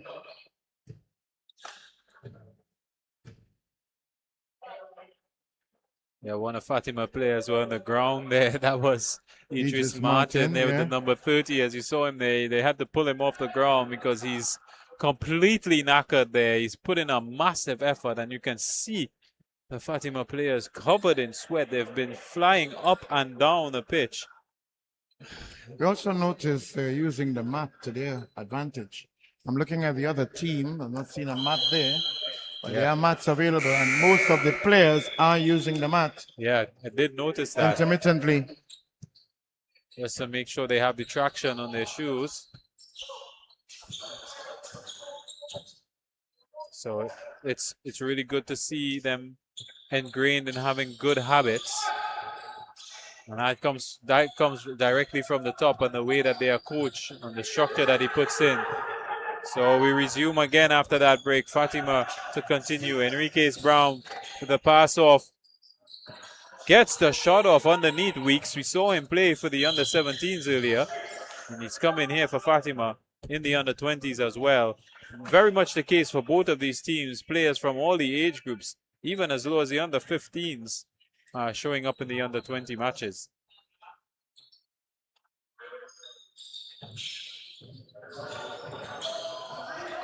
And what's also very important, Dinesh, is that the bench for Fatima is so strong that at any point in time they can interchange players. Oh, brilliant play there. Brilliant play for King to Henriquez Brown. Made it look so easy. He was surrounded by players and they just so quickly. There's Anderson. He struggles to get out of his half, but he does well here. He's always seemed to be swarmed in his own half, Anderson. Moses there punching this one. Gets it. Ends up getting it. Looking for support here. Anderson on the outside. Turns again. Really good at that. Holds up the play. Gets it out to Murray. Murray back to Anderson. He's going to have a shot for 3. Unlucky to not to get that one. Look at the power and the strength of King to get his team forward. He never wants to stop, and he gets 2 points. On and on and on with Jediah King. Just when he's going to that basket, The intention is quite clear, as we saw there, as he gets the point and the foul, and now goes to the free throw line. Very confident character he is. As 41-14, the Fatima pulling away, bit by bit away from Signal Hill. Score that one now 42-14. The pressure is on Signal Hill. They have no choice now in this second quarter. In the in the third quarter.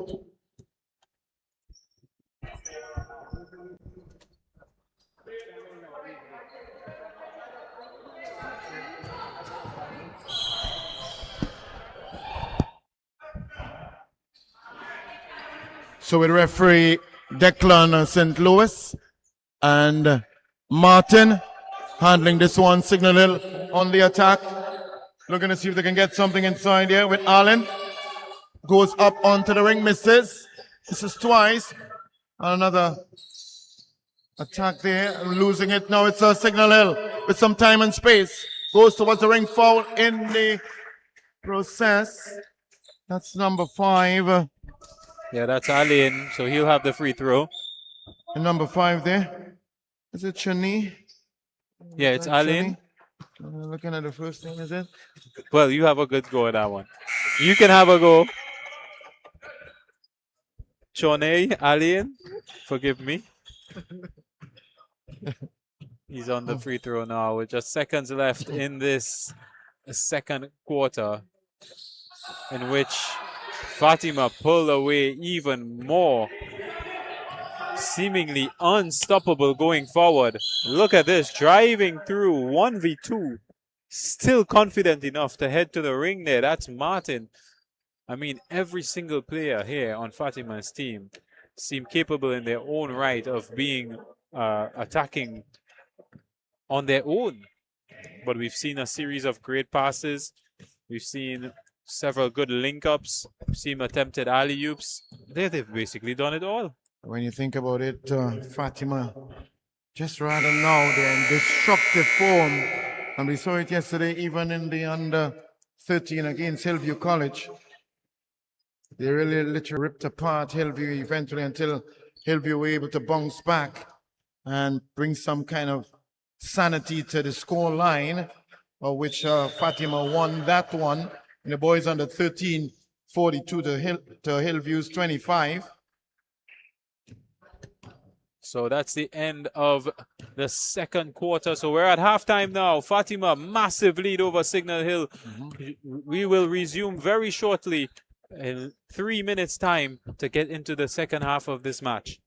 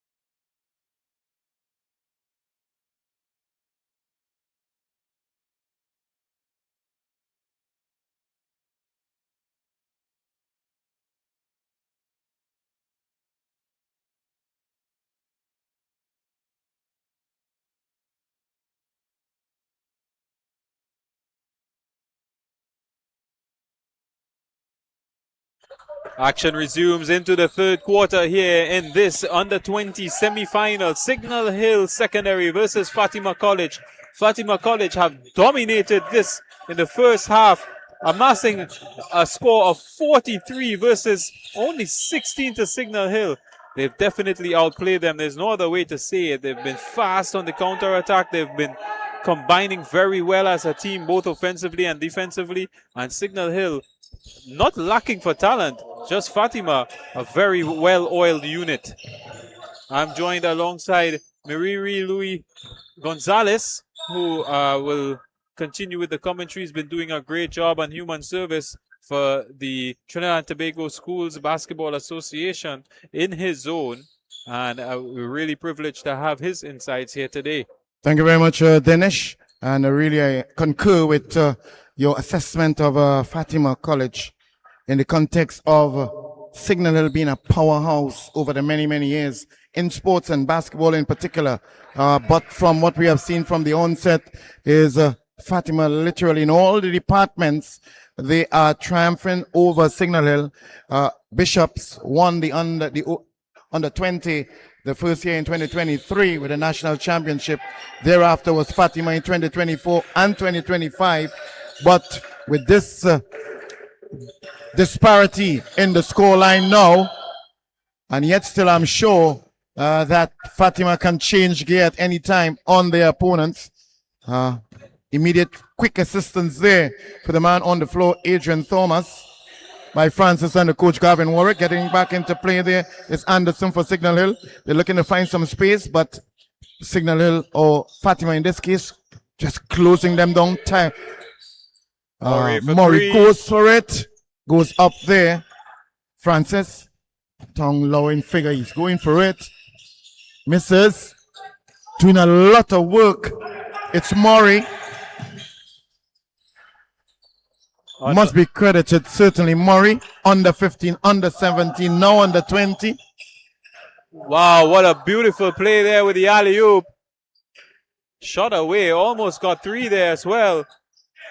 I have to say, Fatima, not only do they do the basics right, and they tick every single box that you would want to see from a team, but they're also very dynamic. Each player is an individual. Also, while they're well-oiled as a team, as an individual, each of them full of talent.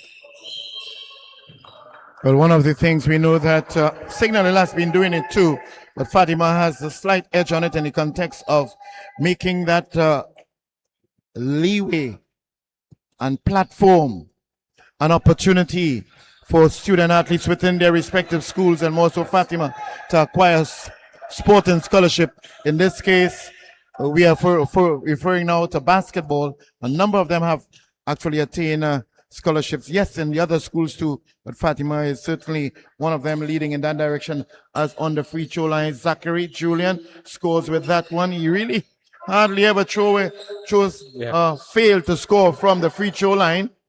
Zachary has been with Fatima for the last 4 to 5 years. Francis intercepting there, breaking down the attack of Signal Hill. Yeah, every single player proficient in the offense and defense. But as you mentioned with Fatima, you know, it's not just basketball. It's a really all-around approach with all of the sporting disciplines they're involved in. They're not going to settle for mediocrity. They're striving for excellence in every field that they're in, even, of course, in the main thing, academics as well. So when you see a Fatima team, they have pretty high standards. And this basketball team is setting those standards, setting the bar very high here. That's not an easy skill to perform. And Zachary Julian made it look so easy, shifting from one to the next. Right hand, left hand, back to the right hand, and scored with that one. Doing that and getting those 2 points in fine style as they increase the lead to 53 now over 16. As we have now in this third quarter, timeout requested by Signal Hill. They're on 16 points. They have moved from that score line for some time now. I know you're a big fan of teams when they get a lead not throwing it away. In fact, like you said, driving the nail into the coffin. Well, if it's up to Fatima, Signal Hill will be dead and buried at this point.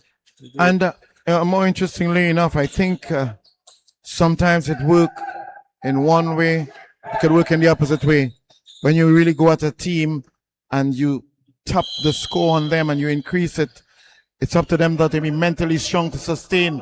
Otherwise, they can be demoralized. Possibly, maybe that's what's happening now. The Signal Hill, they're wondering, can they come out of this hole that they're in? Yeah. And they would have played a game earlier today, some of their players in the under 17 as well. So, you know, maybe a little bit of wear and tear on the legs there. But overall, I just think that Fatima College, they've done everything right. And it really is a little gap in quality in both of the teams. Well, based on what you're saying, let's look at Joshua Murray, number 30.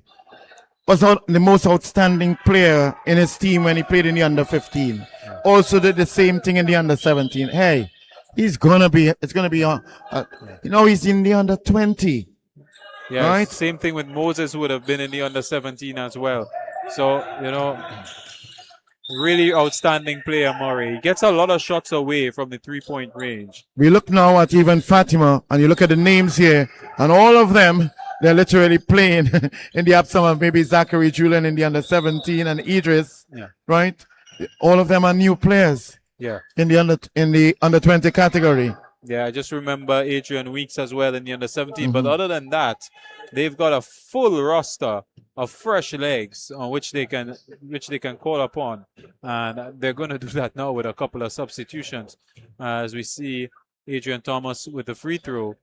But what really stands out to me is the quality of each individual player, and even with their individual qualities, both getting forward and defensively, they are able to come together with some beautiful passes and link-ups as a team.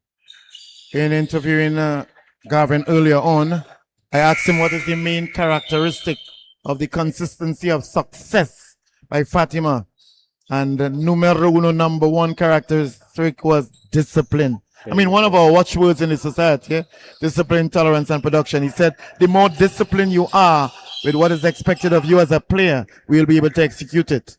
Well, I've got to applaud that. And that goes a long way in any sport, that just in life in general. If you have that dedication, you have that discipline, you have that respect, because it's an all-encompassing word that means a lot of different things. Discipline is not an easy thing to maintain, because it takes a lot of effort in many different areas to do so. It means your entire life has to be disciplined, and I really appreciate that. It says a lot, and the results speak for themselves. Certainly, as we have now Allen on the free throw line. Missed the first one, missed the second one. Enrique Weeks now gets it. They just came on, and Zachary Julian Meeks has a real great ability to, King goes under and easy into the... Well, does he ever miss, King? He got past one, got past two. He made it look so easy. He's so fast as well. He just uses that backboard so well. Look at this now. Signal Hill can't even get out of their half. It's smothered by double marking on each person. First it was Anderson. When he passed it off, the other player as well. And look where they end up. There is a mantra that is used in sports, and the teams that do it, they conquer. If you don't have the ball, you can't hurt me. If I have possession, I have the upper hand. So it's about keeping possession. Absolutely. Martin drives to the ring, gets the shot away. Every single player. This is a long-range pass from Anderson. Should have done better there. Alien picked it up easily. That should have been the one that shifted them from 16 to 18, but missed that one right under the ring. And that's been the story of their game, Signal Hill. Got to make those chances count every single time to get back in this. But under 2 minutes now in this quarter. Time seems to have just flown by here. Big interception there from Enriquez Brown. And look how quickly they try to get forward. King pulls it back in, but unable to be recovered. And we know we have the other semi-final in the boys under 20, semi-final number 2. So Hillview College will be up against St. Benedict's College as the action continues right here with score being 56. Now it's 56-18. A much needed points there by Signal Hill. Yeah, that was Anderson deciding to go all the way on his own. Despite the 3 defenders there, he got the shot off and the points. This is going to be a foul called and a substitution. Number 4, Sam, who we saw in the under-17s, he's coming on.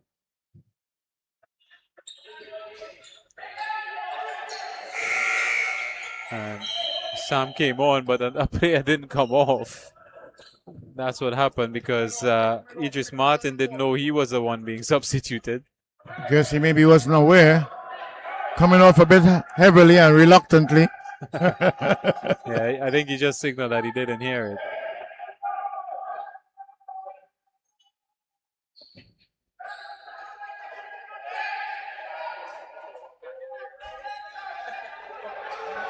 And a bit heated there with Ali. Naiwan Ali. Too long. The center? Yeah.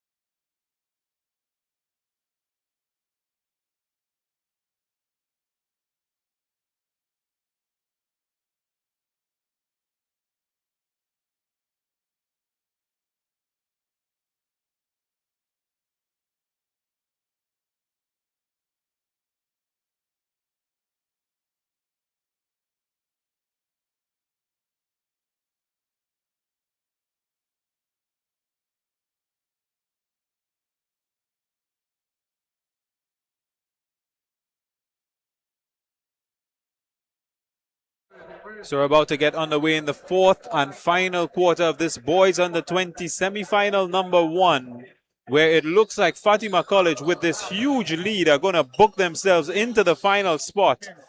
But we will see because Signal Hill would have other ideas. 10 minutes in this quarter left, and we see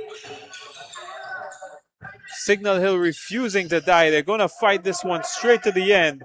Murray goes up for 3, just off the rim. So several shots, Murray, unable to nail them. And there's a call there of traveling.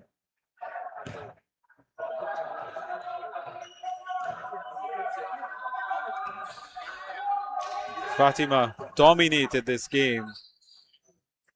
And they still look like they haven't got enough for points. This one will go up. They'll get 2 points there from Adrian Thomas.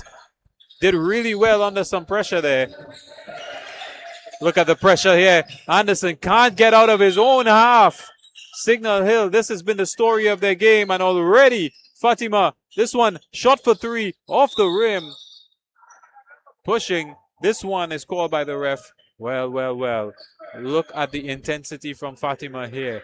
Even this game may be considered a win for them already, but they're not going to just let it go. Double teamed and triple teamed the Signal Hill players. They fight hard, making them fight hard for any chance of scoring a point here. This one blocked off. Anderson did well to stop the pass. He's going to go up. Gets the pass away. Beautiful play there from Anderson. He gets set up Allen easily there, and Allen got two. And look how quickly Fatima counter through Martin. He's been doing it all game, Martin. This is Allen again. This time he'll go up. He'll get two. And this is what Signal Hill didn't do throughout the game, which is take their chances. Had they been able to keep toe-to-toe with Fatima, the score would have been a little bit different. But at this time, it's a huge mountain. Here's a Captain King slowing down the game, waiting for an opportunity outside. Passes off. Oh, beautiful work there from Adrian Thomas. Actually, that was Francis going up here. Falling away, getting the shot off. King gets past. And that's Anderson. Well, he fell over, but he stuck his leg out. Tripping King in the process. Well, that's a definite foul there.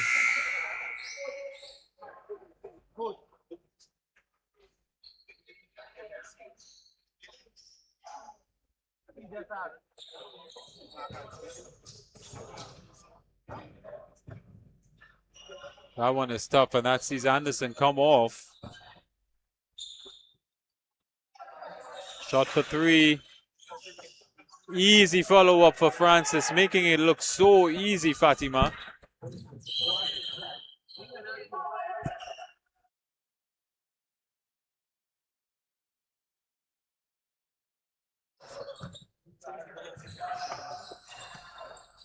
Hector is the one that came on for Signal Hill.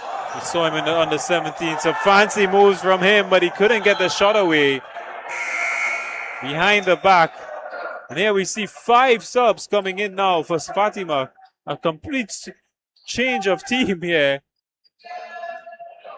Well, when you're 65 for 22, that's a luxury that you have with just about 6 minutes left on the clock. Complete change of strategy here now. 5 new players coming in. Shot away off the backboard. Not close to the net. Here's Weeks. He gets past one. But fumbles it. Still recovered by Fatima. And a bit of a wayward pass there. Hitting one of the fans on the outside, thankfully. Nothing too serious. Signal Hill will look for a way back here now. 22-65. 5 minutes. It's going to be tough. They're going to need those 3-pointers to go in.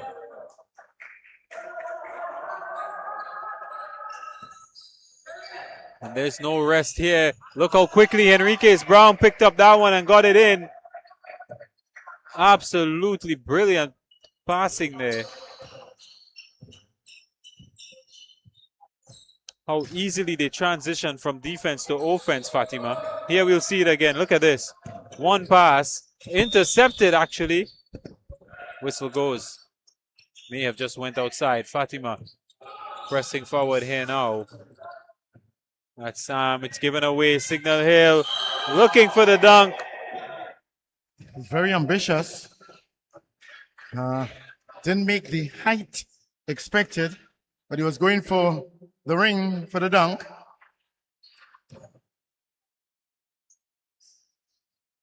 Felt a bit awkwardly on the ground, holding on and grimacing a bit.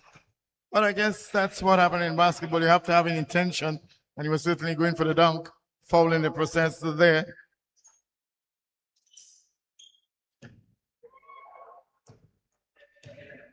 Yeah, that looks like Ethan White wearing the number 1. Misses the first free throw.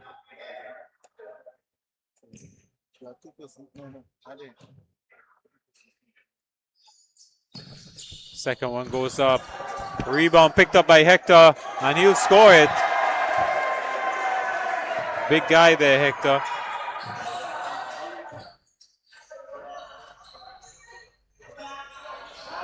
Fatima College was working it around. Stolen. Here's Allen going to the rim and gets two. So good steal and good finishing there from Signal Hill. No doubt that they have quality. They just didn't take some of their chances. They weren't able to put them away. And in the end, look at this move here from Fatima. It's going to be a lined up three. Oh, and the rebound falls into the hands of Signal Hill. Countering here, it's White. Tries to pass it off to Allen, hits his knee and flies out. And that's been the difference, because every time Fatima counter, they fight it so hard to make sure that they make the points go in. Signal Hill have struggled really in just really their accuracy and finishing, but they've been able to go toe-to-toe with Fatima in every other aspect. And in the end, less than 3 minutes left. Driving to the ring, he passes it off brilliantly to Henriquez Brown, who finishes. Skips past one, White, past two, goes up, past three. Beautiful play there from Ethan White. Looks like he just got warmed up. Oh, and it forces a pass there from Henriquez Brown that is just off. And Alien already looking to make something of it, but it was just him only. Here's Weeks, but he can't get past Hector. Hector just bodies him off of the court. He hit Hector and he just ricocheted off of him.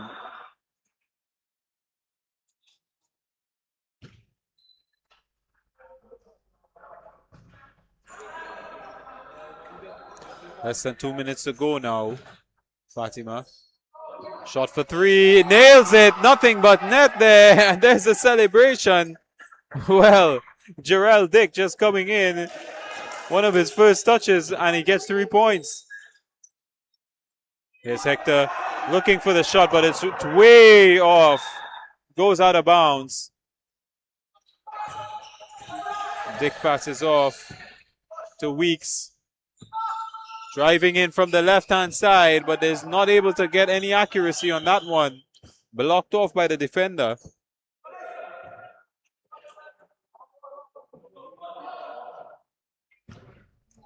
Going to be a throw in here for Signal Hill.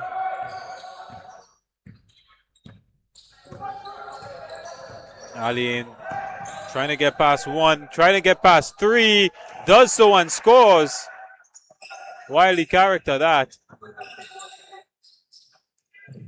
Oh, we've seen those long passes from Fatima over and over again. This one was unable to be held on to by Jarrell Dick. And Signal Hill start from the back again. Fatima team already in position, in defensive positions.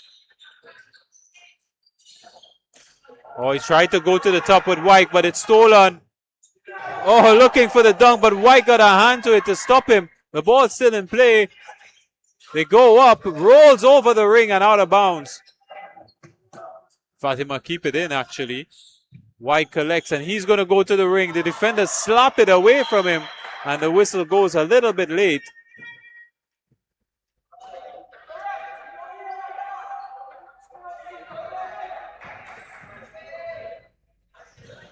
Signal Hill pressing forward again, but Fatima already in defensive positions. There's Allen and there's a tussle there, and they're both fighting for it. The whistle goes, it'll be a throw into Signal Hill. Out to Hector. Hector to Wyke. Wyke is going to go for three from far out. Easily picked up the rebound there, Wyke. Actually, Weeks picked up the rebound. Fatima throw in.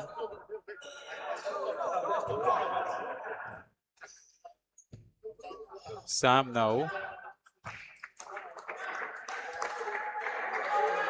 With the ball running down the clock, just 3 seconds left. Fatima are going to take this one comprehensively, 72-30. What a big win from Fatima. Well-oiled unit, has to be said. Full credit to the coach, to the staff, to the players, to the parents, to everyone that makes it possible. Fatima have taken a clean victory here over Signal Hill as they exchange greetings and pleasantries. So Fatima College winning this first semi-final and advancing into the finals comprehensively.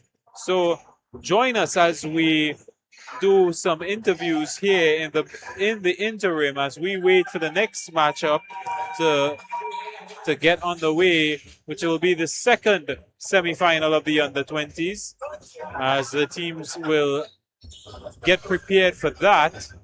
We will have some interviews with Mariri Louis Gonzalez and some of the officials and coaches here to give us some deeper insight into this competition. This, of course, the Trinidad and Tobago School Basketball Association Championships with the semi-finals day today, which will see us find out which teams will be set up for tomorrow's finals. So stay tuned. We'll have those interviews coming to you in a short time.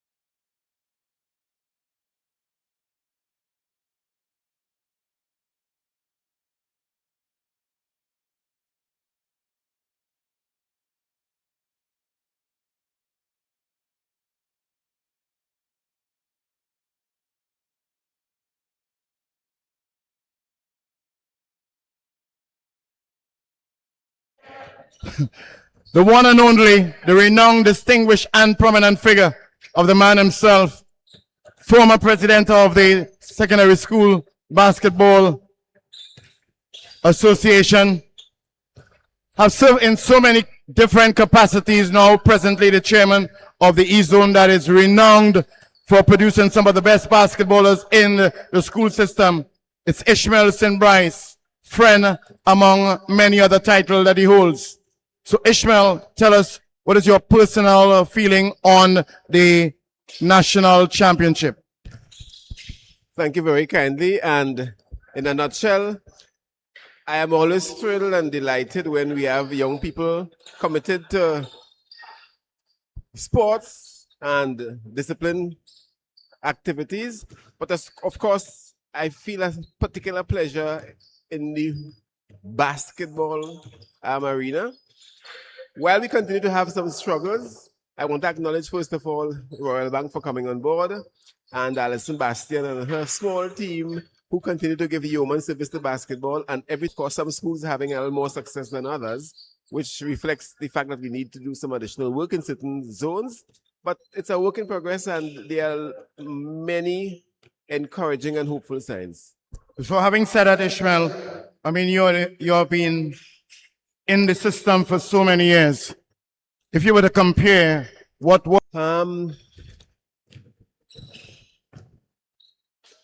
it never existed, so it couldn't be the difference between then and now. But our major deficiency in terms of the basketball is the fact that we do not have a organized youth system from the primary school. That remains the most outstanding and critical missing link. But even without that, there were so many clubs in the past that we still had a feeder group. That doesn't exist like it did 20 years ago, 30 years ago. We have a few outstanding organizations, but we need to build that brick by brick again. But in my estimation, the most critical element still is getting into the primary school youth programs as far as the future is. And if you were to give a message to the youths of the nation, I mean, you have been an educator for many, many years in the educational system. What advice will you give to the youths of the nation re-basketball?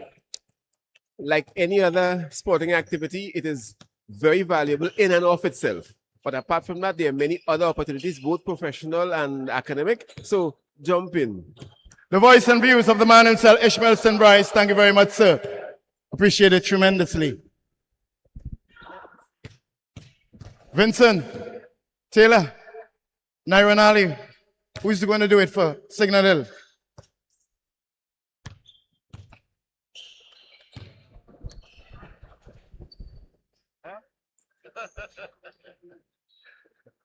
Vince Taylor, right?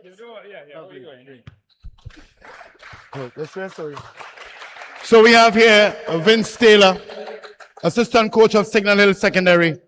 Is there any age group that Signal Hill has won? Because we are seeing you all represented in the under 15, the under 17, the under 20. Congratulations on winning the Tobago Zone in so many different age groups.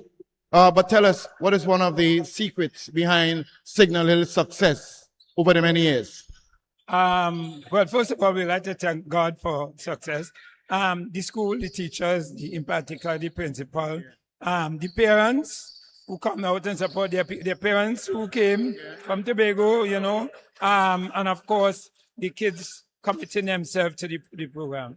Because we don't only do basketball during the school time. We do it when school is closed. There's a continuous program headed by my son, Nairo and Ali. Well, you have been doing tremendously well, but you're coming up against, even yesterday and today, find yourself against some components that really need carrying you to the end. What do you think is one of the main strengths of Signal Hill and maybe one of the shortcomings? The strength is we have numbers. The shortcoming is that the kids are not committing themselves enough to the game. They're not doing enough practice time. And so we lack certain skill set to compete at this level. This cannot continue. We are not, by any means, a small group of people in terms of size. What we are lacking of is kids who are committing themselves to getting up every day and working on the game individually. That will give us a better team. And then it's a lifestyle. Tobago is a relax, go to the beach, babe. Here is a hustle, and we had to start the hustle life in order to compete here. Well said. The views and voice of Vince Taylor, the assistant coach of Signal Hill Secondary. Thank you very much. So the match is on the way, as we see here. The second boys under 20 semi-final with the Hillview taking on St. Benedict's College. The winner of this under 20 will face Fatima College, as we just saw in our previous match. So tomorrow we have all of those finals lined up. But for now, someone of these teams is going to have to book their place against the powerhouse of Fatima. It has to be said, Signal Hill looked a really strong team, and Fatima dismissed them easily. Of course, there's nothing easy in basketball. These two look like a really close matchup here. As Hillview, you see them in their maroon and white and black. Benedict's unmistakably in their yellow. As he goes up and scores here to get things underway. So here come Fatima, pressing forward now. Being a little bit watchful on the sidelines, looking for that opening.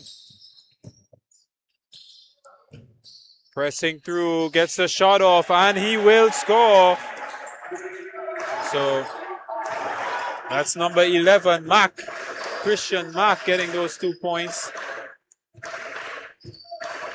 Dante passing off now to Mataya. Gets past two men, gets the shot away. It's going to go in.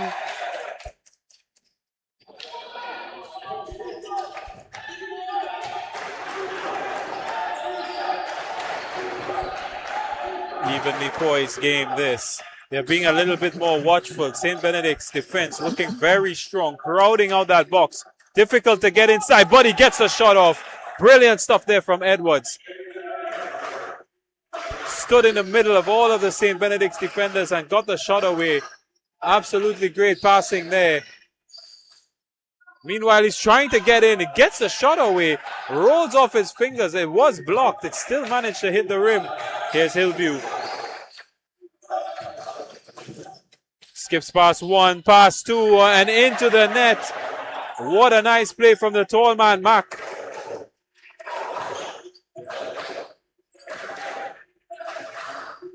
Here's Dante going down through the middle. Shot goes off, but the referee calls. We'll see the decision now. It's going to be a free throw now.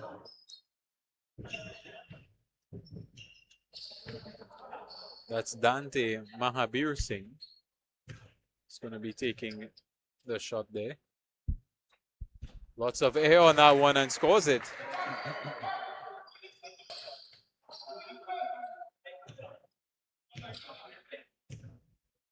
Have a second one. Giving it a lot of air. Here's a rebound picked up by Hillview.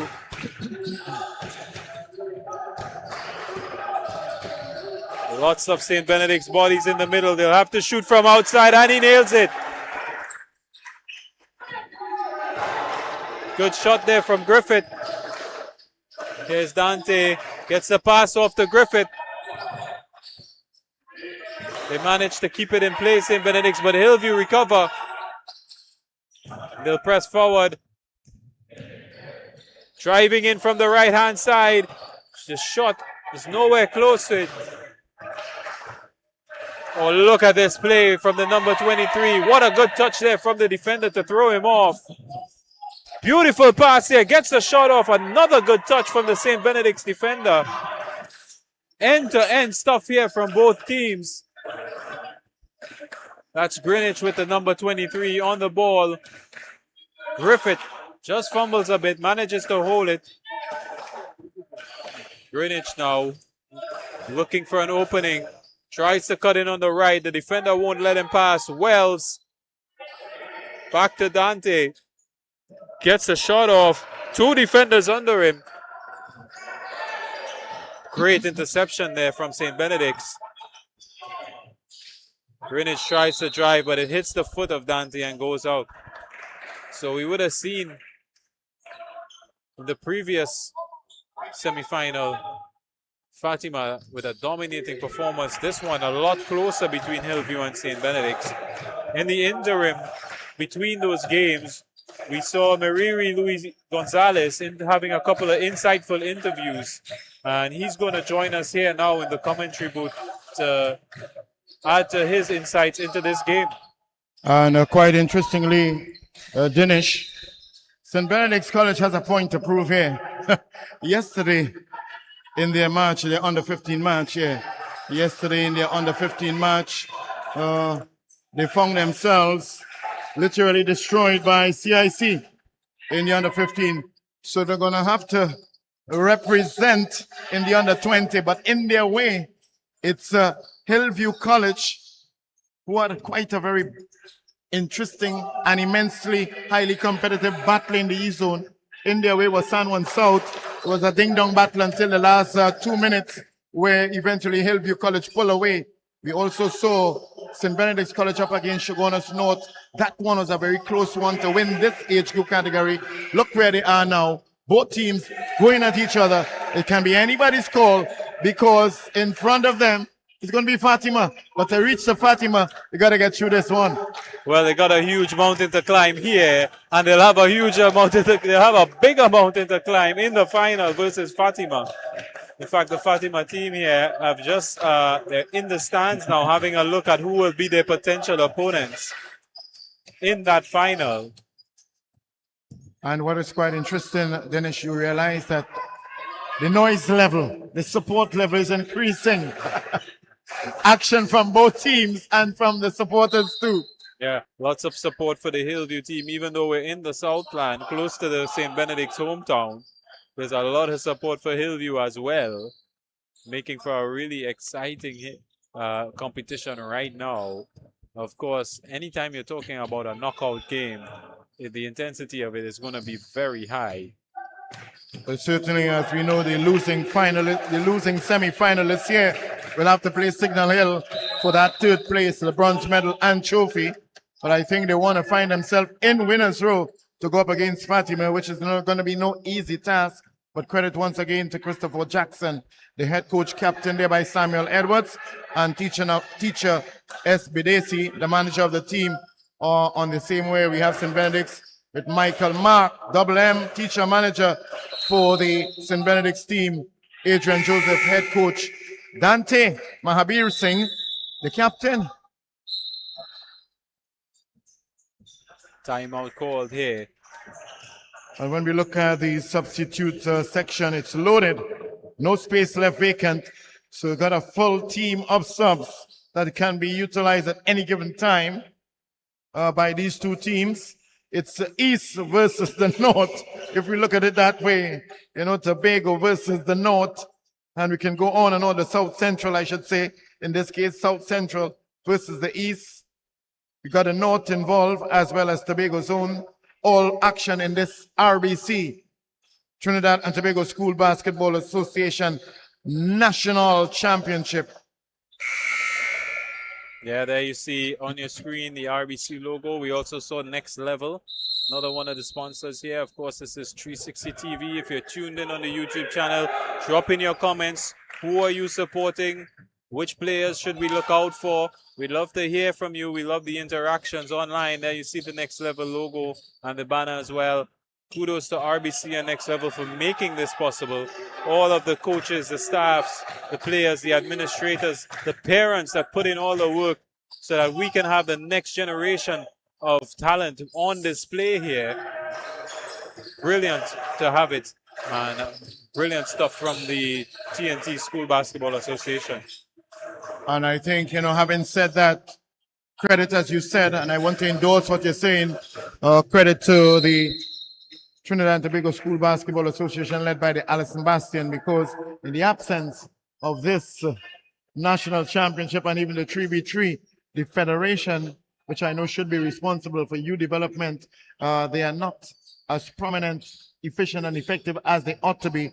So filling the gap right now, crucial for the youths of the nation in the school system and even outside of it, is in this case the Secondary School Basketball Association.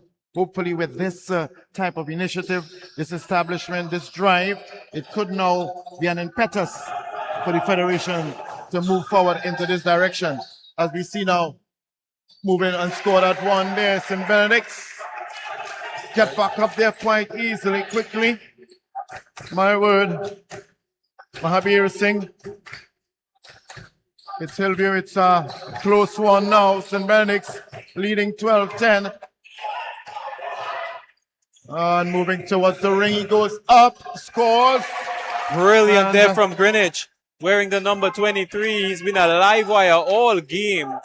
And I hear what you're saying with the National Basketball Federation. What it takes is a little bit of partnership, working together to get this talent playing and get some more initiatives involved for the youths. That's going to be the end of the first half. What a close back-to-back game we've seen here.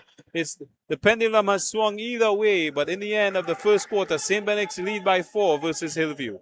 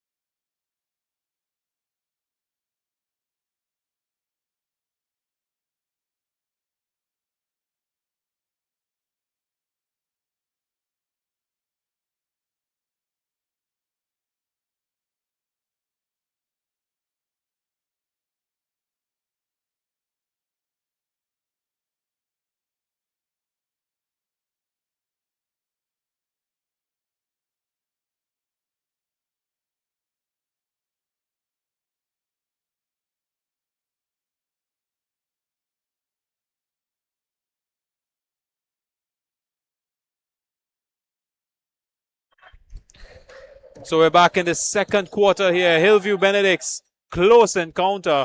Lots of talent on display. With me, Mariri, Louis Gonzalez. Well, here's a breakaway from St. Benedict's. It's going to be 2 easy points.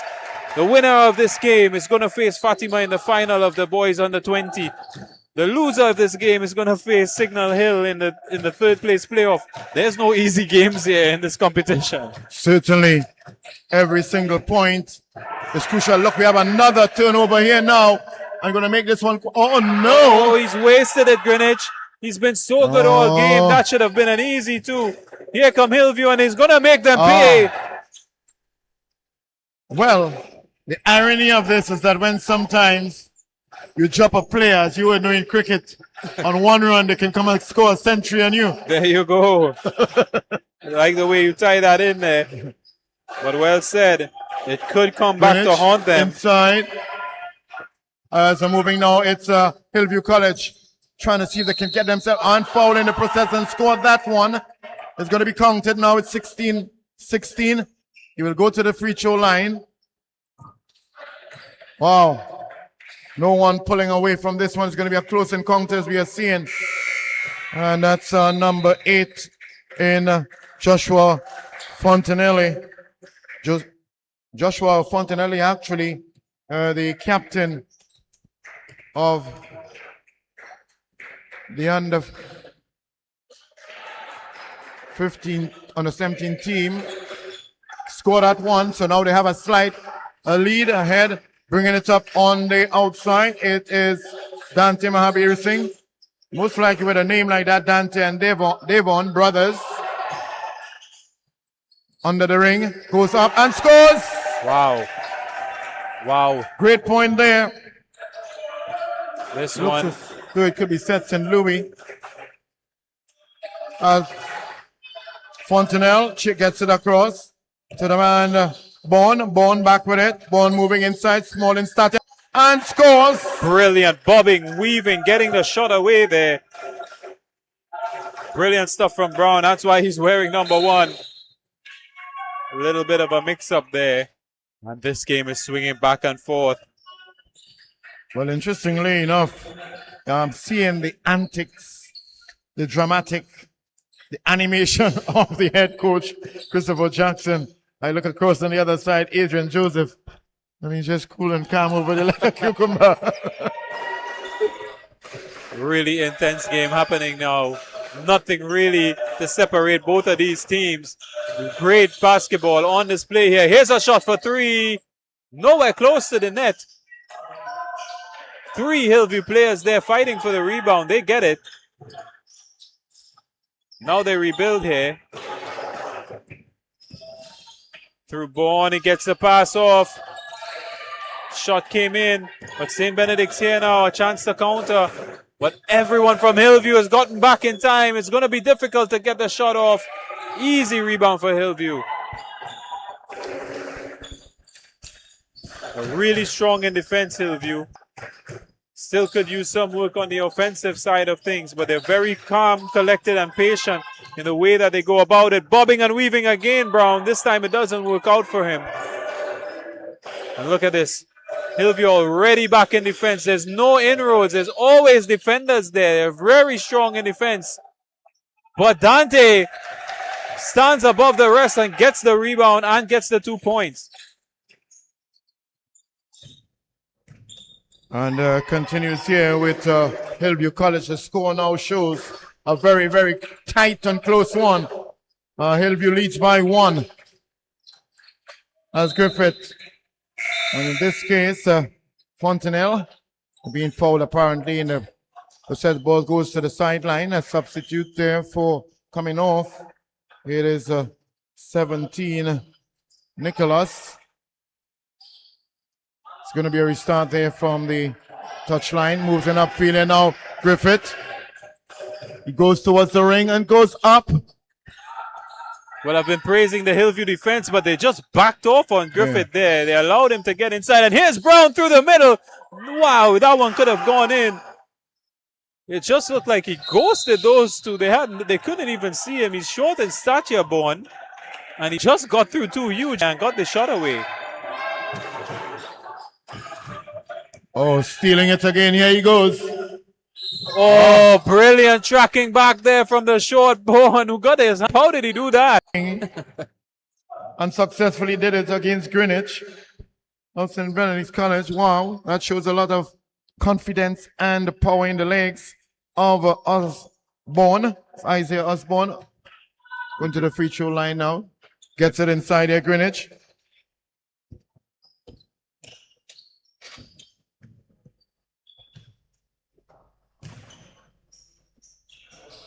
Leader in this one. It remains a tight affair. St. Benedict's on 22, Hillview on 19. The East Zone winners of the 2026 season, Hillview College, up against the South Central winners in St. Benedict's. Referee Robinson and Watkins handling this one. Both of them great teams in their own right, but they're fighting here to see who's the best in the country in this division. Oh, brilliant play there from Hillview. This one, Bourne, he's really a live wire.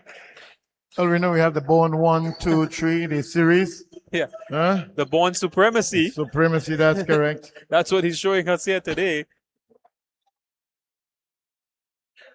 And he scored and actually fouled in the process as he goes to the free throw line now. Isaiah Bond. Yeah, just get that one. Dante gets it to Greenwich. Greenwich and Bourne, what a matchup we're seeing with both of them. Oh, the defender gets his hand to it, blocks him. Here's Bourne to take on Greenwich, easily gets past him. Actually, Greenwich got a hand to it. Here's Mack now, looking for the pass, but St. Benedict's block him off. Number 12, Davon, passes to Greenwich. Greenwich trying to cut in through the right-hand side. Gets the shot away, but not the way that he would have liked. Here's Edwards, passes off to Bourne, but Devon did enough to throw him off.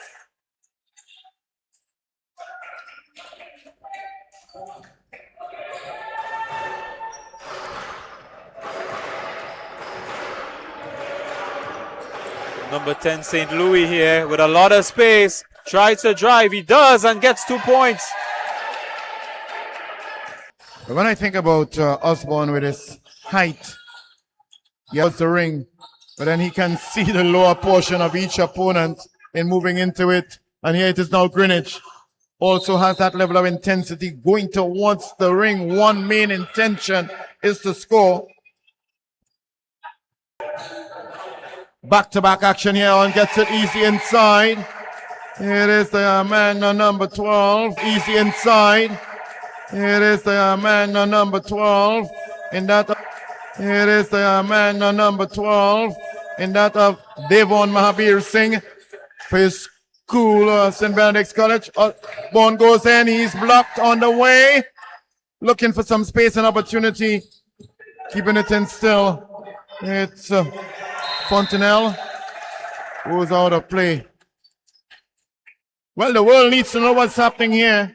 It's being streamed on the Facebook, on the YouTube page, live and direct. And at the end of the second period, is it the second? Second period, it's shows a 26-23. Still very, very, very close. Anyone's call at this point in time. So let us know.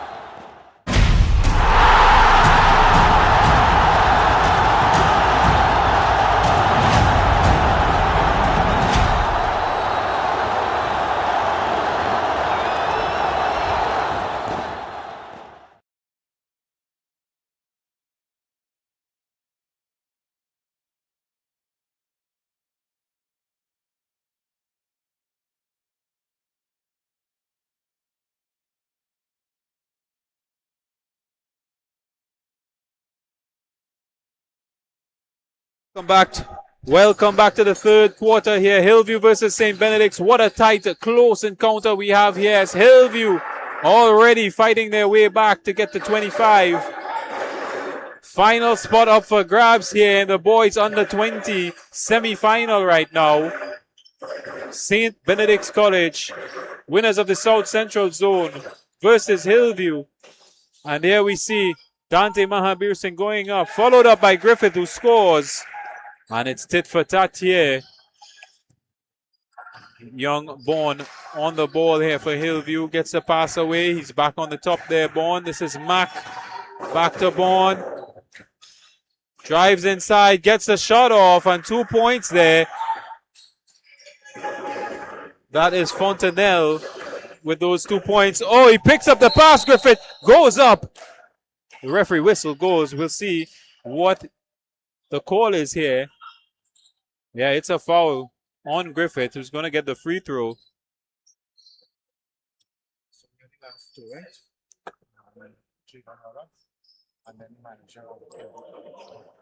So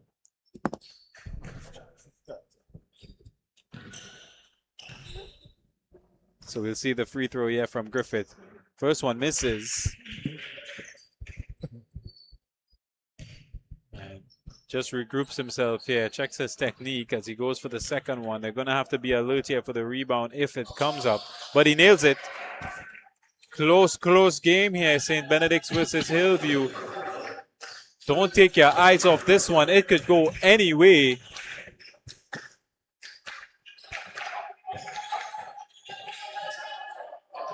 Intense stuff.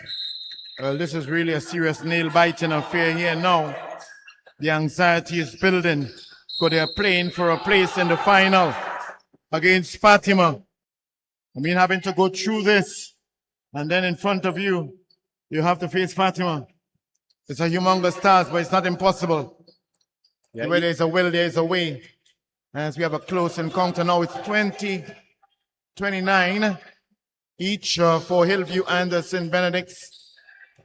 Could be anybody's call.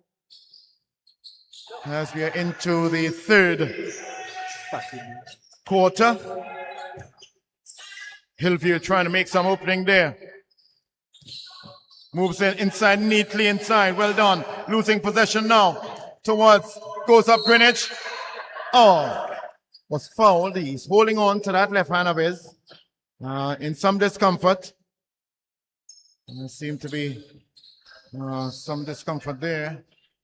There you see on the screen, the Fatima team there who have booked a place in the final. They're watching this one keenly. They've stayed back to see who their opponents are going to be.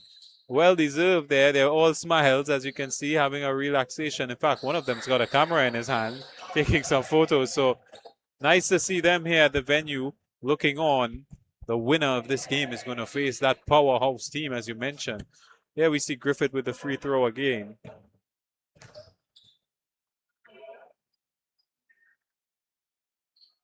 Bounces up and out.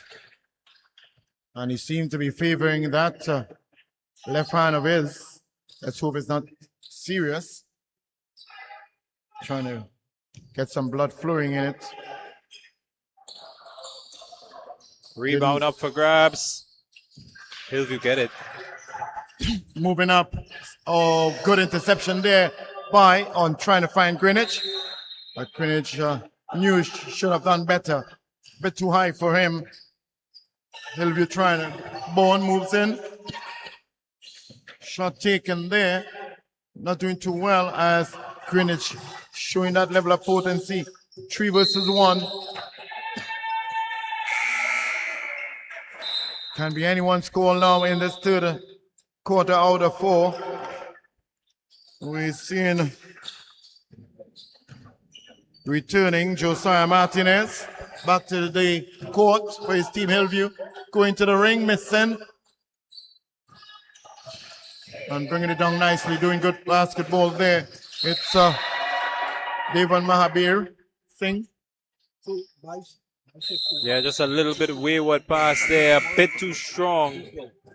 And St. Louis couldn't get his hand to it. A strong pass there from Devan Mahabir Singh. So quick little timeout session here now. Just bear in mind that the sixth game on today will be the boys under 15 bronze medal game, St. Benedict's College versus Signal Hill. That's a game where we have incentives to be given out and rewards and awards in the context of the bronze medal and trophy. Who will take it away? Will it be St. Benedict's or Signal Hill? And the very last game on today will be the third place playoff in the girls' open division. Faizabad Anglican versus the very well Signal Hill. That was defeated earlier on this morning by St. Joseph Convent.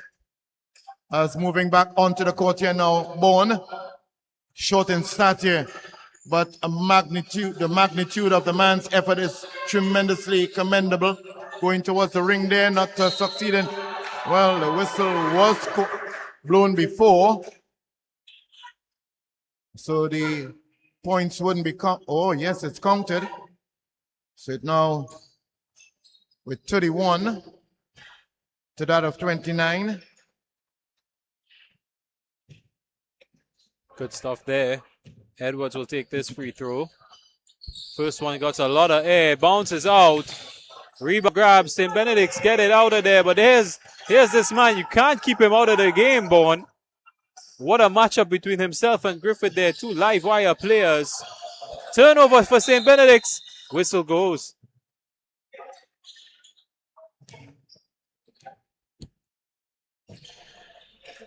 Well, whether or not we had a player having the opportunity to dunk or not in this game, we haven't seen it as yet. But we did see a semblance of it in the first match with Fatima player Francis. Not once, not twice, but 3 times successfully. Yeah, he made it look easy as well. Did well to get the shot away there, Dante. Big turnover there from Benedict. 1v1. Griffith goes up and nails it. 2 points. That's the man they got to stop right now. Very well supported by the Mahabir Singh brothers. But Griffith is the driving force right now for his team, St. Benedict's College. Fontenelle with a quick pass to Martinez. The shot is wayward. The defenders did a great job there. Here's Griffith again. Bobbing, weaving, turning, driving from the right-hand side. Gets the shot up and in. What a dynamic move there from Griffith. A one-man army took it out of his own half into the net. Not inches, not yards, but miles. Miles Griffith.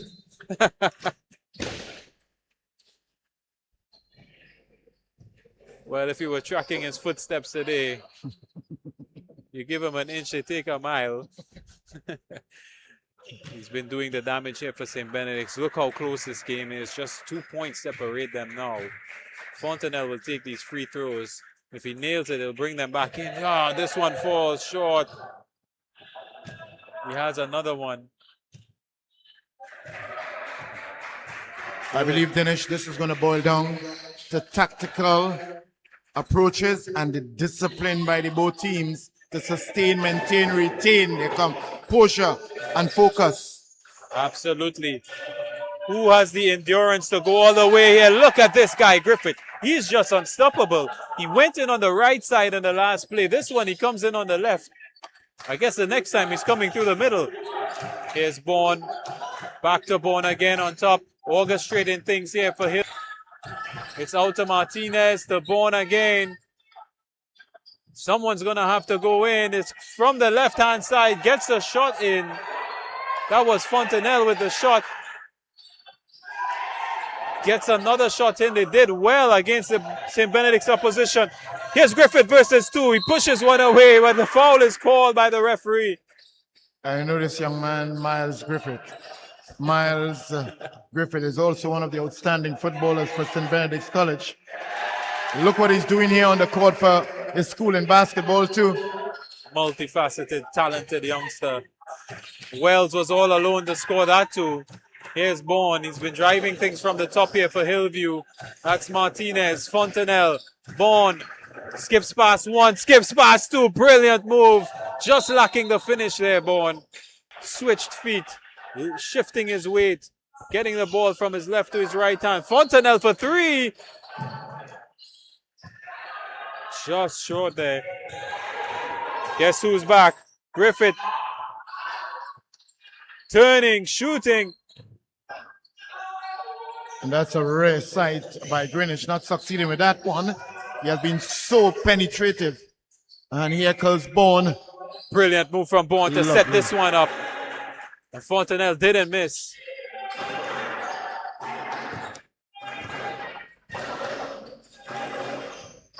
No distinct and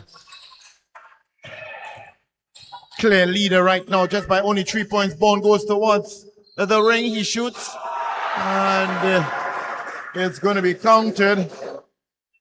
That's what they needed. 37-36, and the time is ticking away on the clock to complete the third quarter. Well, to the Hillview, St. Benedict's and other fans watching along, tell us, who do you pick for this one? Because we can't separate them. The scoreline is struggling to separate them. And that's the end of the third quarter. Nothing to separate these teams. 37-37. 1 quarter left to go. Join us for the final quarter and some interviews to follow as well in the second boys semi-final right here on 360 TV.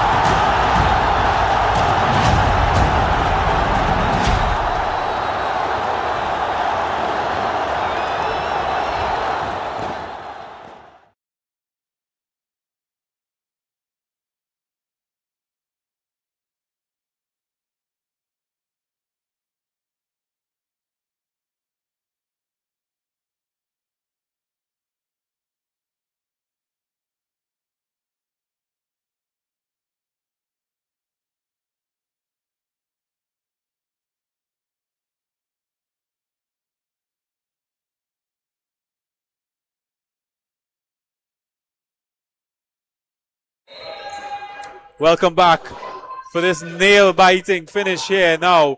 The fourth quarter of this boys under 20 semi-final number 2. The winner will face Fatima in the final. The loser will face Signal Hill for the third place medal.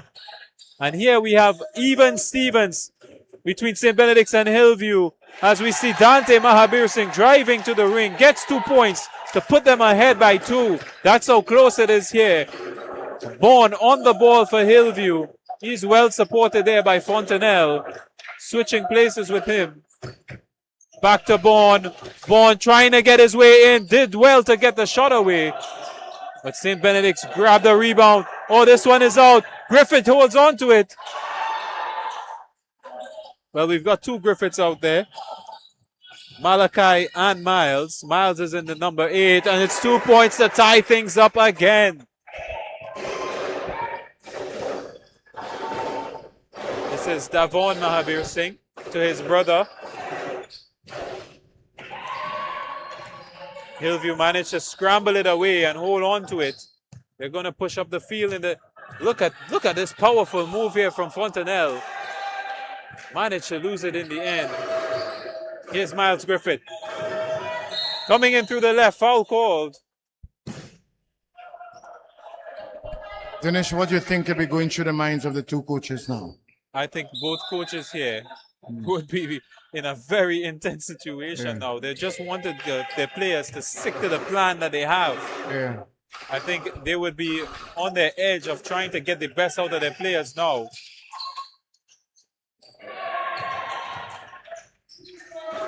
Well, we had Mahabir Singh trying to go up there, but it was blocked in the process. as they still have control of the ball. That is, Devon Mahabir Singh gets it. Oh, rebounding off the ring menacingly. That's actually Wells for St. Benedict's. Brilliant As a size as Mahabir Singh. You can see the intensity level going up a notch. Every player strong on the ball. Here's Devon, and oh, it slips out of his fingers under pressure there. Mack will be coming in here as a substitute. And off comes Fontenelle. It's been really good on the right-hand side, Fontenelle. And then we have a timeout there requested by Hillview College. 7 minutes and 31, my goodness, 39. Who is it going to go to? In the meantime, we are reminding the bronze medal game, teams involved. In the girls under 15, we are asking for, actually the boys, sorry, the boys under 15 bronze medal games in Benedict's College and Signal Hill will be on standby. You're up next. And the final game on today's fixtures will be the girls open a bronze medal game with Faizabad Anderkan secondary versus Signal Hill secondary. Still a lot of basketball to come here today. All of the semifinals on this penultimate day of the championships. All of the action to come tomorrow. Everything to play for. There's a lot of trophies up for grabs there. But right now, Hillview, they go up and they get two. That is Samuel Edwards. Here comes Devon Mahabir Singh out to Miles Griffith, driving in through the right-hand side. Pushes it back down to Devon. Gets it to Wells, but Wells fumbles. It's picked up by Hillview. Edwards has it. Out to Bourne. Skips past his man. Skips past two. Gets it outside. Oh, and just a misstep there. So Eman coming in now and Wells coming off for St. Benedict's. Griffith and Devon have been linking up really well here. So has Dante, who's on the ball now. Looking for a way in here, St. Benedict's. They've been very patient at times and it pays off, but this one hits the rim and out. Hillview with a chance to counter here, but St. Benedict's already got bodies back. Here's Edwards trying to drive. Twice he's blocked in the process.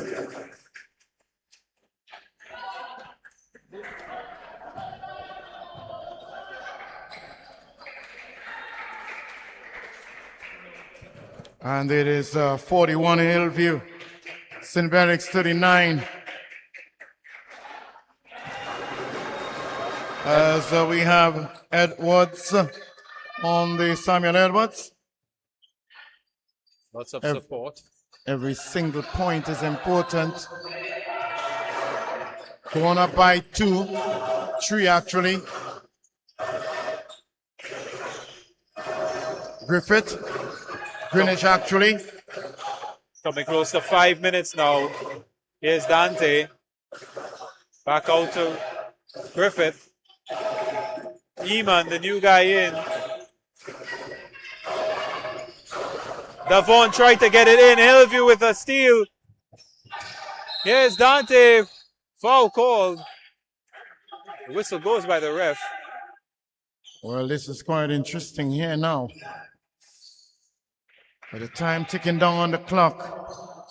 And a 3-point difference for both teams. With Hillview in the lead by 3. Edwards to Bourne. Across. Fouled.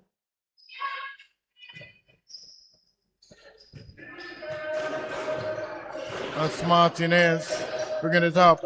Devon to St. Louis. St. Louis holding on. Out to Richards. Richards trying to drive forward, but Bourne is on to him like glue there. It's been an intense battle between those two, Bourne and Griffith, all day during this game. Even right now, you can't separate them. Just like you can't separate the scoreline. But as it is, Hillview have that slim lead that they're trying to hold on to. It's Edwards driving forward. He's going to go up and all the way. Rebound by Hillview twice. Unable to get it in. St. Benedict's with a counter. 1v1 here. Eman passes it off to Davon. Gets the shot. Wrestled away. Look at the intensity there. Wrestled away from Hillview into their grasp, and they're going to hold on to it. It's going to be a throw in. Martinez has it. Out to Bourne now. Hillview pressing forward. When Bourne gets going, it just seems like you can't stop him. Bobs, weaves, passes, gets the shot off on 2 crucial points there. That was a big play there from Bourne. And Teron James, who just comes in, scored that one. Dante did well to get that shot away for St. Benedict's. And it just seems like it's slowly slipping away from them now with the 5-point lead for Hillview. Here's the substitution. Wells is coming back on for St. Benedict's. And he's immediately involved with the throw-in. Bounces it to Dante. Dante turns. He shoots. He misses. And here's the counter-attack on. Oh, Fontenelle grabs it. And he gets 2 points. Really important. 7-point lead here now. St. Benedict's are being boxed out of it. Hillview taking a lead here that could be unassailable. Here's a fumble. Bourne's going to pick it up. 3 men with him. He's going to go by himself. He scores it. 9 points ahead. This could be it here for Hillview.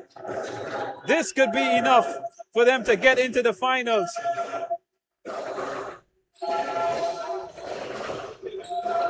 Oh, another steal here from Hillview. Passes to Fontenelle, but he can't score. He's gotten it back, Fontenelle. Gets it out, Martinez. Edwards. Bourne. Beating 1. Passing it off. A shot for 3. Off the rim. Fontenelle grabs the rebound. Dribbles around. Dante with the steal. It's 1v3. He's going to wait for a backup. And in the end, the ref whistles, goes, and that's going to be a timeout. A crucial timeout with 1 minute and 24 seconds left on the clock. 48-39. Hillview peeled away in this final quarter. Kudos to them for separating themselves from St. Benedict's. And it seems like they have done enough to make a lead that St. Benedict's are unable to catch up to. With only 1 minute and 24 seconds, it's going to take a huge effort from St. Benedict's. At this point, Hillview could defend for the rest of the time on the clock. But they've done a great job here, Hillview, neck and neck with St. Benedict's throughout this semi-final. For the 3 quarters, in fact, the last quarter ended at 37 apiece. St. Benedict's have only managed 2 points in the last 9 minutes, whereas Hillview's got 11. And that could very well be the story of this match. Unless St. Benedict's could come up with a few incredible plays here. It looks like Hillview College are going to take on Fatima in the finals. So the clock is ticking again as we get underway. Fontenelle to Bourne. Bourne orchestrating things. They're taking their time now, Hillview. No need to rush things. Fontenelle back out to Martinez. Bourne with a shot for 3. Rolls off the rim. Hillview get the rebound and it's wrestled to the ground by the St. Benedict's team. Here's Davon trying his best to get away from him, and the referee blows his whistle for that contact. 45 seconds on the clock. 47.6 seconds left. Wells for 3. He needs this and he nails it. 3 crucial points there for St. Benedict's. Another whistle goes here. The clock is stopped again at 42.3. St. Benedict's College 42. Hillview lead by 6. It's going to be a throw in.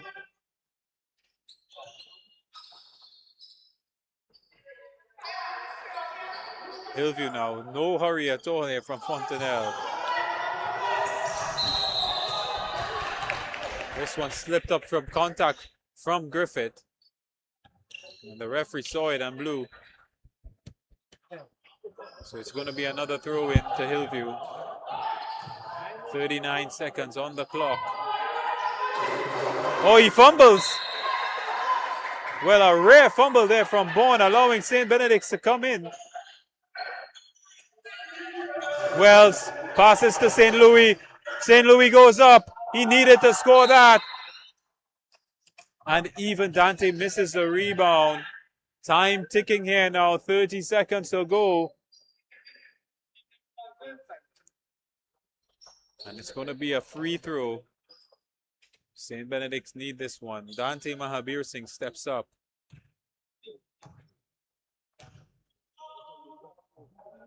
It's up. And he scores it.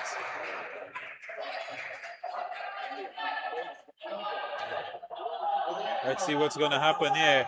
Maybe he might hit it off the backboard and go for two. Look at the scramble here. And in the end, Hillview trying to show the ref that they got the ball. We'll wait to see what the decision is. 26.9 seconds remaining in this quarter. And Hillview College, they lead by 5, but St. Benedict's have the throw in here. Here's Davon for 3. Off the backboard. Missed the net completely. St. Louis grabs it. He goes up and he scores it. St. Benedict's keeping themselves with a chance here. It's been all St. Benedict's in the last few phases of play here as Bourne goes flying, spinning. And good. Well, he's okay, thankfully. He was brought down into the ground. So now the gap is 3 points with 14.6 seconds on the clock. And guess what?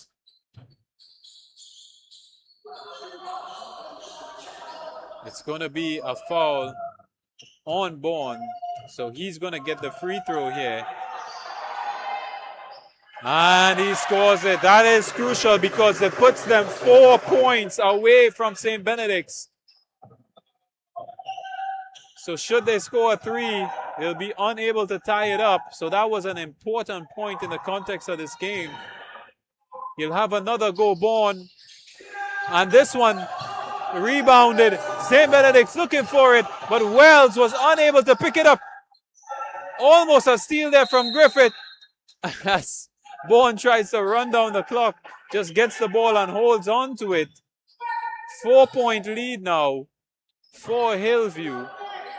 And this one really coming down to the wire. 5.5 seconds left. And it's going to be a foul on Bourne, leading to another free throw. Can he put the game to bed here, Bourne? Oh, he can. 5-point lead now. That takes them to 50. If he makes it 6, that's going to put Hillview in the finals. I imagine he doesn't. And another call from the referee here. St. Benedict's are going to have a throw-in with 5 seconds left. They're going to have to make this count. Here comes Miles Griffith. Skips past all of the defenders. Shoots. Scores. And that is the game. Hillview College, they beat St. Benedict's College by a whisker. Under 20 semifinal number 2 completed. Hillview College will meet Fatima College in the finals of the under 20. What an intense game we saw here today. St. Benedict's College will play Signal Hill of Tobago in the 3rd place match. And an incredible scenes here. Intense rivalry. Great matchup. And in the end, brilliant entertainment. So we will go now to Mariri Louis Gonzalez, who's got a couple Lovely, of thank you very much, lined up. Dennis. As we have here, Bidesi the teacher and manager of the Hillview College.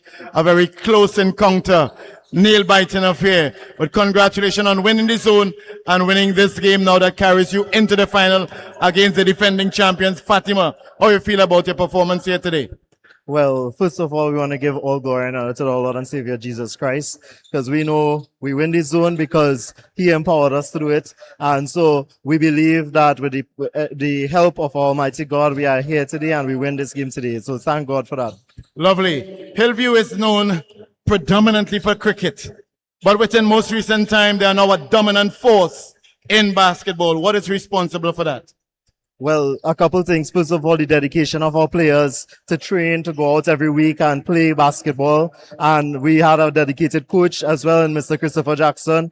He does an excellent job with all of our players. And well, we are homegrown. Most of our players are in Hillview College from Form 1 to 6. And we want to make sure that those players achieve the best that they could. So we just throw all the support we could behind them and everything. Win or lose, we're there to support them. It is well said. Thank you very much, and all the best against Fatima College in the final. Well done once again. The one in the top?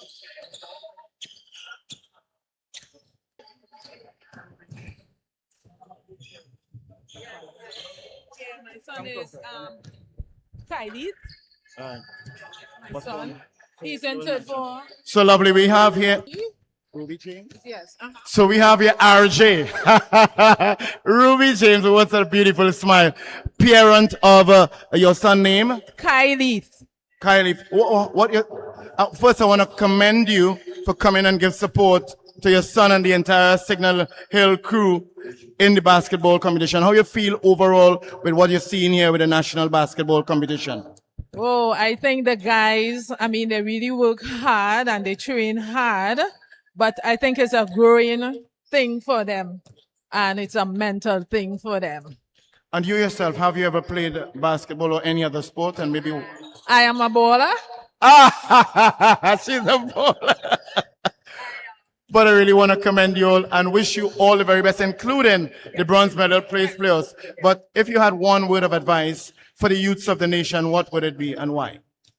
Anything you want to do, once you put God before it, you can accomplish anything. Thank you very much. Well said, Miss James. All the very best to you once again.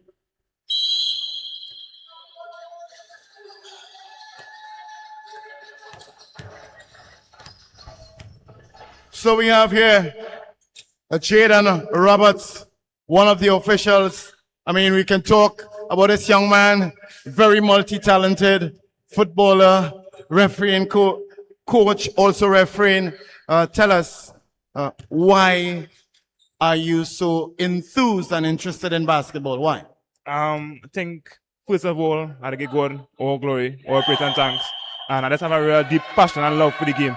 So I think that is really one of the main things why, you know what I mean? And as an official, refereeing basketball, which part or which call to you may be most challenging and maybe why? I guess not seeing something and having to make a call based off just seeing the game. Lovely. I want to thank you very much on behalf of the officials. Jaden Roberts, thank you very much. As we get in a state of readiness for the bronze medal, it's a Signal Hill versus St. Benedict's College. Well done. Thank you very much, Jaden Roberts, Miss James, and Mr. Bedesi. Yeah, let's go.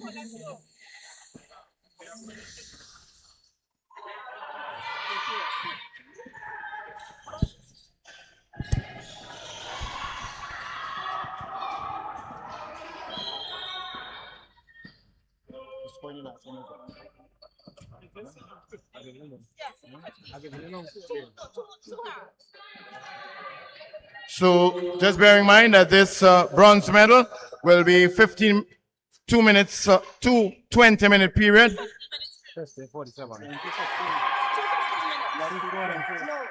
So 2 15-minute period will be played.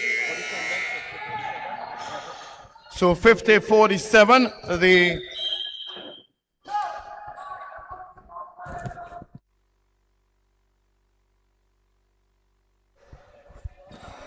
50-47, the last game ended there in semifinal number 2. As we welcome, we appreciate the fact of Dinesh Mahabir, my co-announcer, doing a fantastic job, but he has very important matters to deal at this point in time. We thank him very much, and we look forward for continued blessings from him. So 2 15-minute period in this, the boys bronze medal between Signal Hill and the St. Benedict's College. Already Signal Hill has a 4-point lead thus far. Alison, let's give me the 2 team lists for So it's the bronze medal here. They're playing for the trophy and the medals.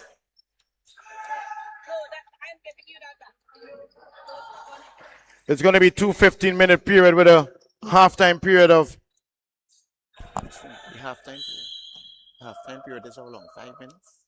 Halftime period. 3.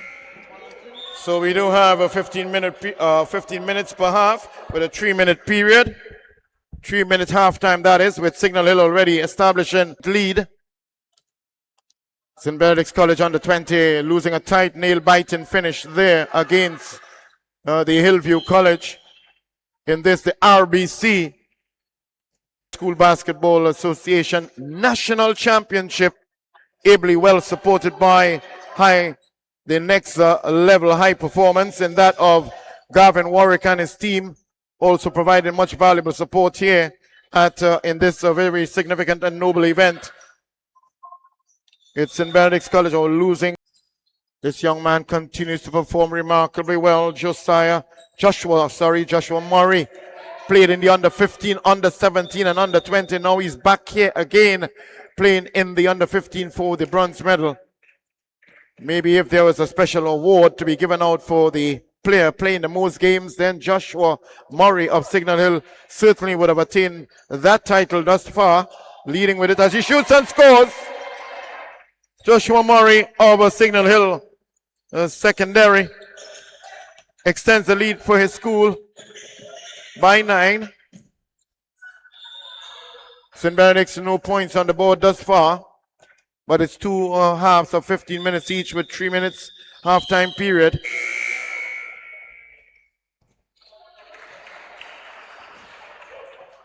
So it's Nyron Ali once again continuing as the head coach there for Signal Hill, ably supported there by Vince Taylor and teacher manager Bronson Roberts. For the St. Benedict's College, head coach in that of Adrian Joseph. Captain is Liam Osborne. Teacher manager Michael A. Mark.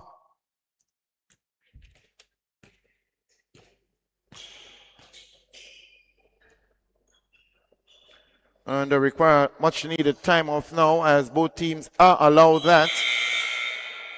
Just bringing to your attention that the 7th and final game on today will be the bronze medal game between Faizabad Anglican Secondary and Signal Hill Secondary. So Signal Hill featuring a lot of games today.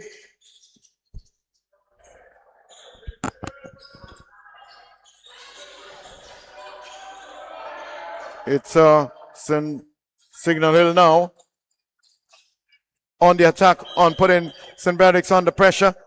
Tries to get inside there, didn't score with that one, that attempt.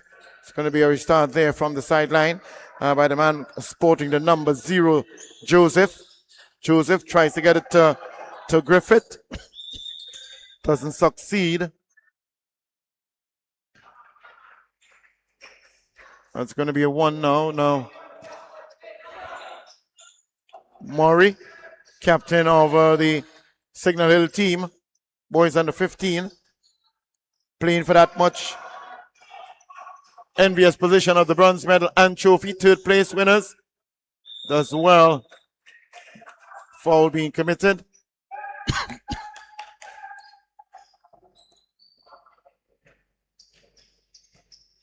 Some instructions now being given there by Nyron Ali and Vince Taylor for their Signal Hill charges as they're lining up for the free throw.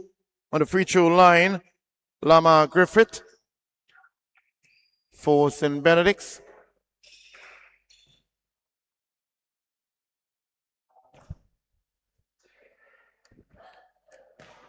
has 1 out of 2.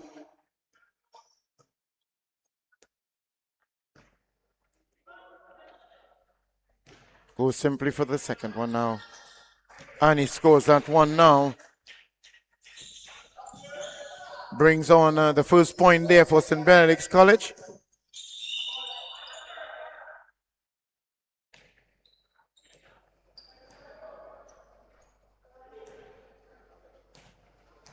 So it's referees Martin and St. Louis, Declan St. Louis for this encounter.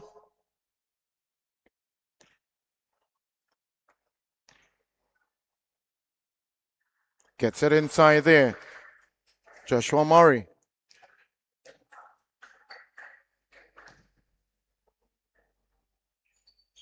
Easily another one there for Joshua Murray. Representing the Signal Hill in the role as captain also. Played in all the divisions. Under 17 as well as under 20. What an exceptionally talented and fit player he is.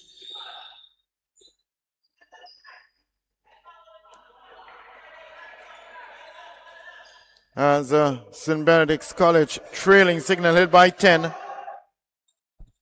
in this bronze medal playoff in the boys under 15. This is the RBC, Trinidad and Tobago School Basketball Association National Championship, of which the next level high performance led by Gavin Warwick, the other very important sponsor on board.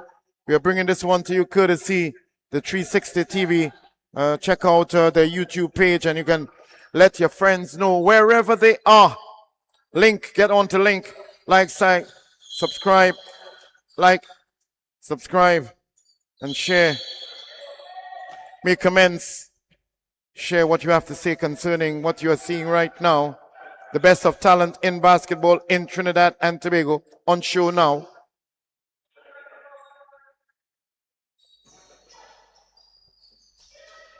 Credit once again to the fantastic and awesome. It's Joshua Murray. Moving from the left to the right, both hands. Gets it, goes at it. Gets the rebound actually. Still the ball goes to him. Maybe he has magnetic quality. And he didn't give up until he eventually got a point. Additional points for Signal Hill. Goes up to 13.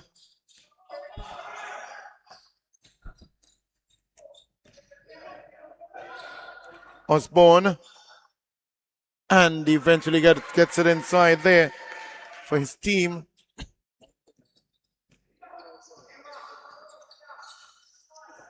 St. Benedict's College.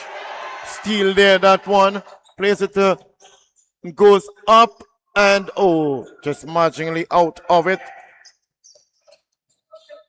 Joshua goes to the ring, being fouled in the process.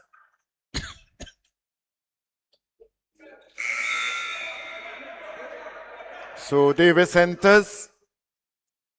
And out is Joseph for St. Benedict's College.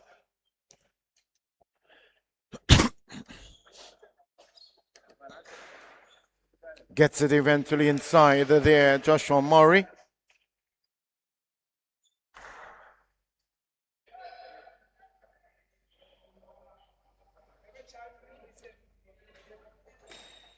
Still more free shots to be taken by Murray. Gets the other one easily. As we have entering, that is number 10, Azariah Bacchus. Not feeling too well. He comes off there. It's going to be attended to.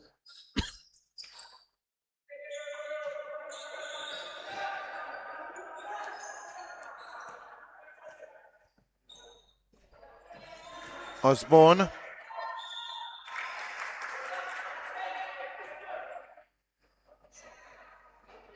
It's now a 15 to 5 lead by Signal Hill.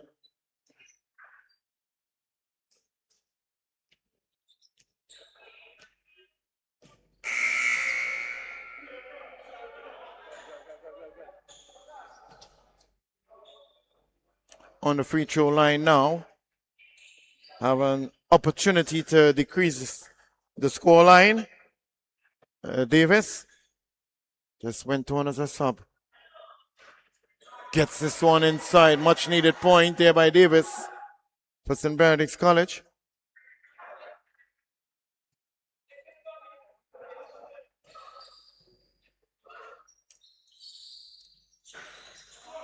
Misses that one, but right under the bar it would have been. In this case, Wellington not succeeding with that one. As Joshua is Murray looking to Wellington being fouled in the process, going towards the ring.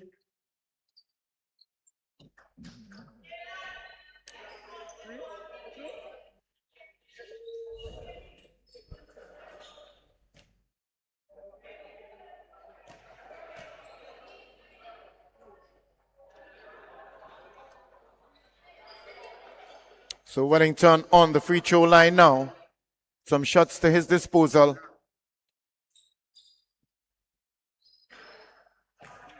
Doesn't succeed with the first one. Gets some support from his colleagues now. In this third place playoff in the boys under 15. Doesn't succeed neither with the second one.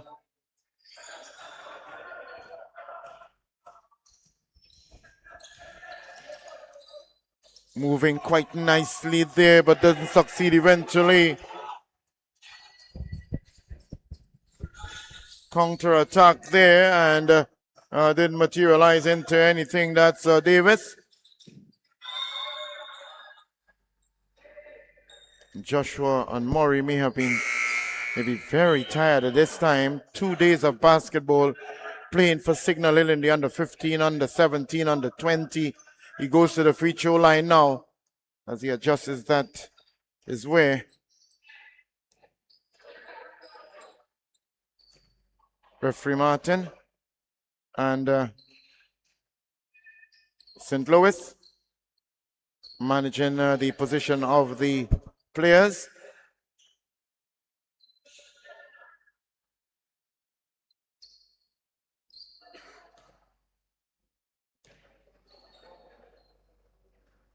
Gets it easily.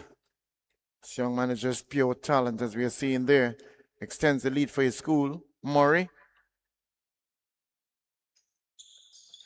makes it look so easy. Joshua Murray over Signal Hill scored those two quite easily. As they lead now with 17-6. As a countdown to complete the first half of 15 minutes. This being the boys' bronze medal being played now. Smallest man on the court. And that of number 2 in the person of Jonathan Roman. And that's the signal to indicate an end to the very first half of this 15-minute half, 30 minutes in total. We'll be back with you very soon.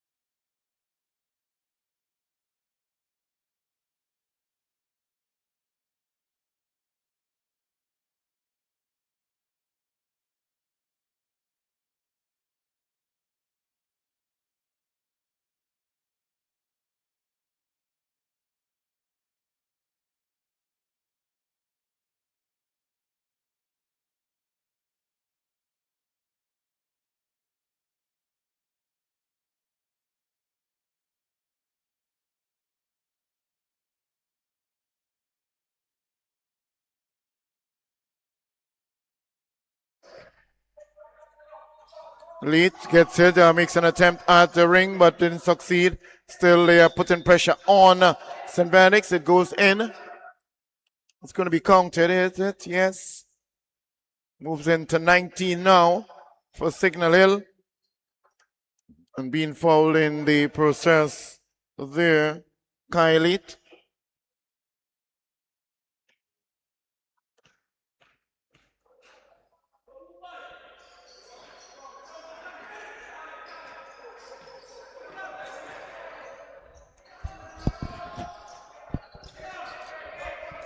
Battling for it on the ground. Who will succeed? The whistle is blown by Martin.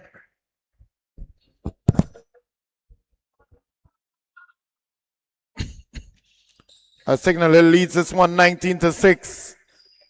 The Tobago Zone winners up against the South Central winners in this, the third place playoff. The final game on today will be the girls Open Division third place playoff with Fyzabad Anglican versus Signal Hill, and we are asking those two teams to get themselves in a gear and a state of readiness for their final match, or their match that will be played, the final match on today. Eventually gets it inside. Signal Hill putting more pressure on St. Benedict's College. 21-6 now. Driving towards the ring. Didn't succeed this time around.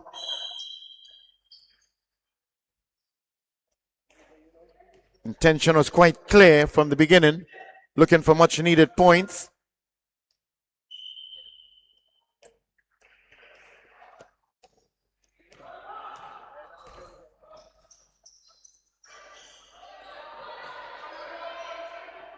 Gets it in easily there now. Racking up the numbers.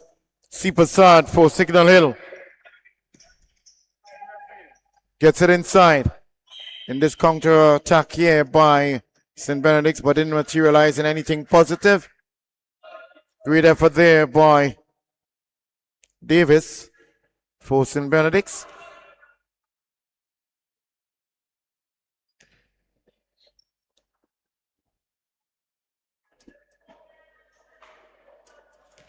From the free throw line, Wellington.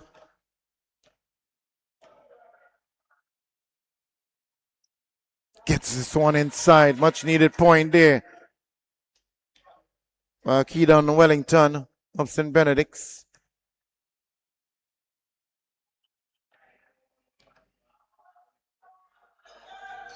And gets another one inside.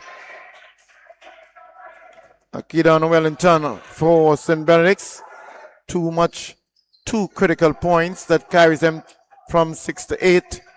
Still, Signal Hill with Murray on the ball right now, leads to 23 points. Shot taken there by Kai. Late.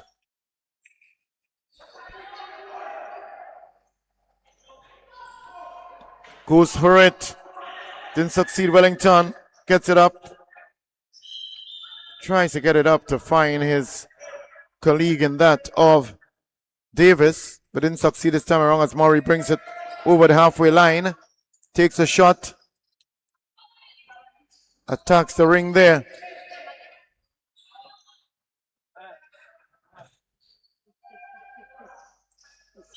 Gonna have some substitutes very soon for Signal Hill as well as for St. Benedict's College.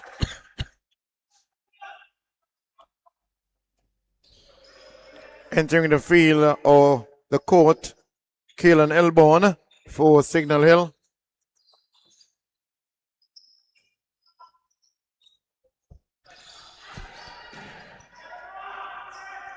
New numbers on the court there for St. Benedict's. Goes up to 23 and 10 now for St. Benedict's.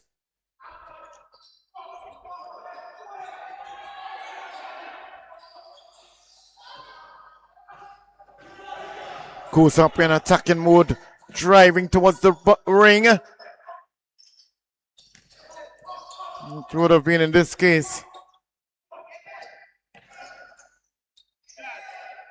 Osborne goes out of play here now, right in front of the technical area of a Signal Hill as number 5, Emmanuel McKenna. Goes on and he replaces number 7 in that of C. Prasad. Shot taken off the backboard, not successful this time around. As Murray now see a space and he's going towards the ring. Goes up, didn't succeed this time. Then with the rebound, then he gets it and accomplished the mission there. Murray, another 2 for himself and his team.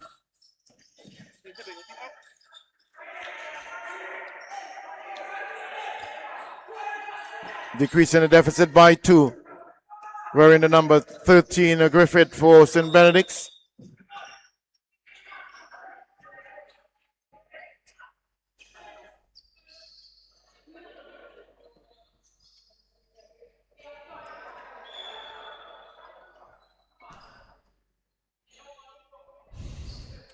Gets it inside there quickly with a fast one by Davis. Wellington gets it inside eventually. Right under the ring. Still, Signal Hill leads by 11.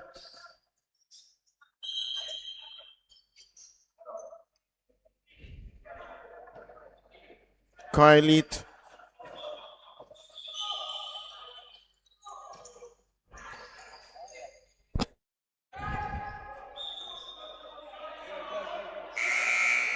Gets it inside now. Number 4 goes on. Antonio O'Connor. As a matter of fact, it's number 4.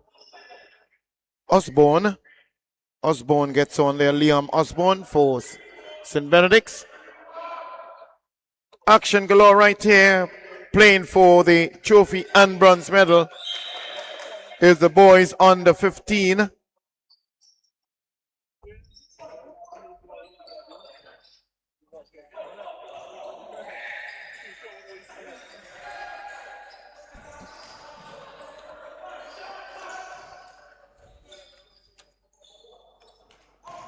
As we have CIC winning one leg of it and Arima North, they will be playing for the gold medals. And that's Arima North, winner of the East Zone, and CIC being winners of the North Zone. Oh, misses that one. Much needed point needed there. Didn't succeed in that one there. Tumbled down awkwardly. The sub that entered Osborne.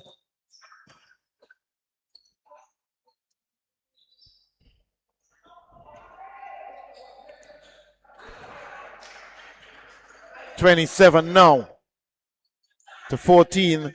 Signal Hill leads. It's Signal Hill in their predominantly green, yellow, and black up against the heavily colored yellow with a splash of black and green. Same colors actually, one more dominant than the other one. St. Benedict's more yellow. Signal Hill more green. The battle is on.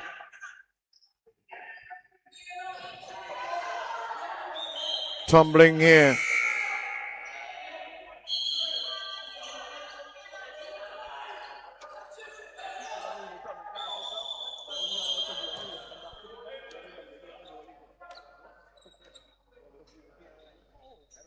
So the countdown on the clock shows 5 minutes and 53 seconds.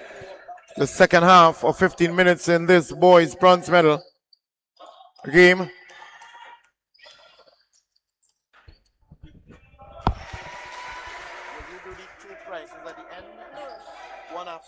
No, because this we not finish the age group because tomorrow has.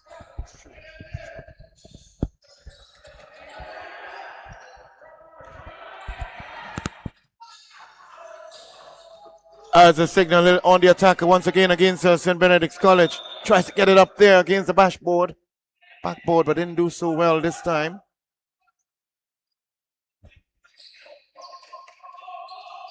Putting in another attack there is St. Benedict's. Trying to get himself inside. Didn't succeed this time. Wrong. Davis has The new man on the block, he slips and falls. Gideon Medard. As Murray, short in size, tries with a lot of ambition by him. Goes up. That's McKenna. Going down through quite easily is Davis. But loses possession. Still it goes back. Has it now. Shot taken.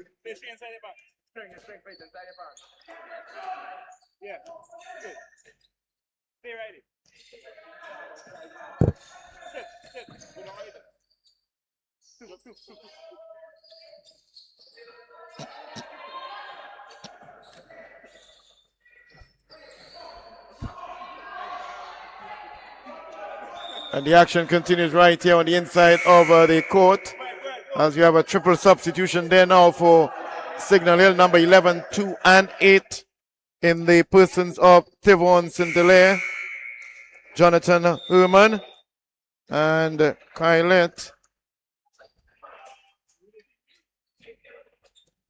As a timeout now requested. It's going to be taken there by the St. Benedict's College.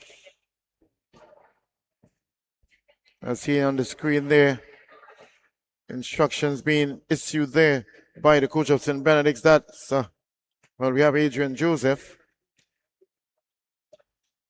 and the Michael A. Mark, teacher manager, with the captain Leybourne Osborne.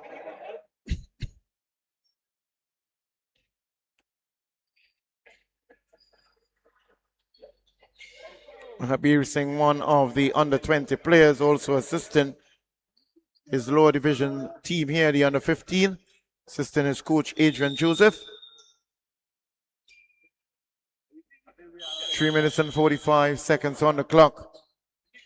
Signal Hill leads 27-16 in this bronze medal playoff. So all presentation, all additional awards within the award ceremony will be held at the completion of the date 3, tomorrow, God's willing, right here at the indoor court of the Pleasantville Sporting Arena. On the free throw line, literally got that one continuously successful. It is Murray. Doesn't actually always succeed at this point with the free throws. Didn't get this one actually, surprisingly.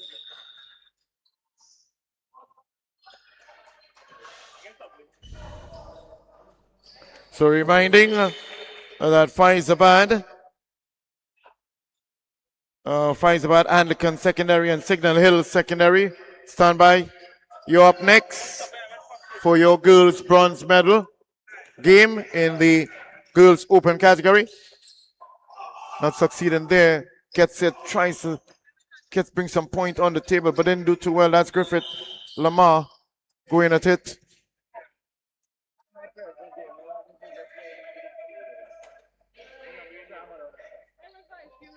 Gets it up now, finds. So it's 2, one of the smallest man on the court here now. Herman losing possession. With the left hand, good attempt. Wellington does the rest.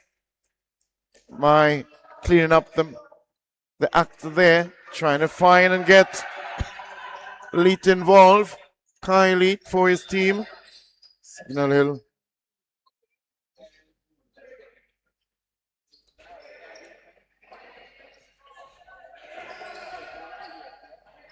Leet losing possession to Wellington. 2 towering figures here in the boys under 15 bronze medal playoff, as the spectators taking in all the action from the stands. In this, the RBC T&T SBA National Championship. Recognizing also the valuable input of next level performance, led by Gavin Warwick and his team. Little messy affair right now around the center of the court.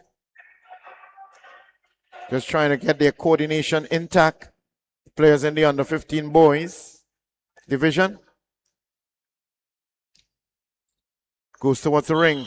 He's fouled in the process. Goes floor, skating on the ground. That's Gabriel Joseph. With 1 minute and 35 seconds on the clock. A triple substitution with 7, 14, and 16. In that of Brandon Marshall, Lamar Griffith, and Amari Straker.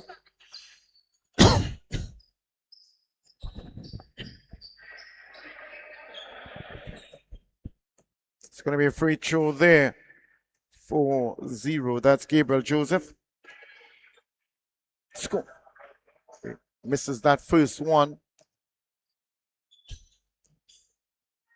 As one more.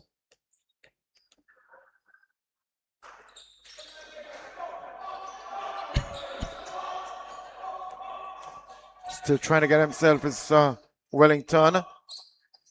Trying to bring some more points for St. Benedict's College. Keeps it inside. With the attempt to go at the ring. And in this case, it would have been Griffith. Bringing it up now. Kai to Maury.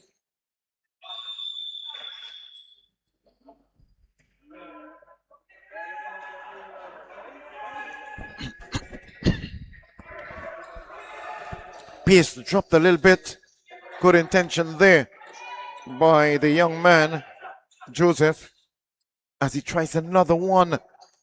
Didn't succeed this time around. That's Gabriel Joseph for St. Benedict's. Gets it upfield of the court, that is, coming from the blind side.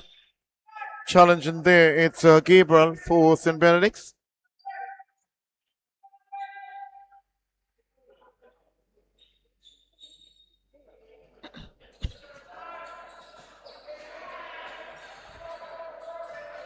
Battle is on there on the court now as the final seconds are counted down on the clock there.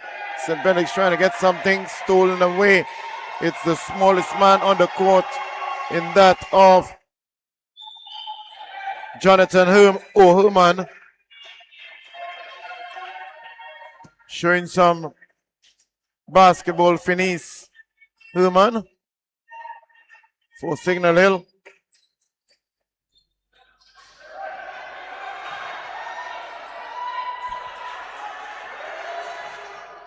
Trying to get a best of it there.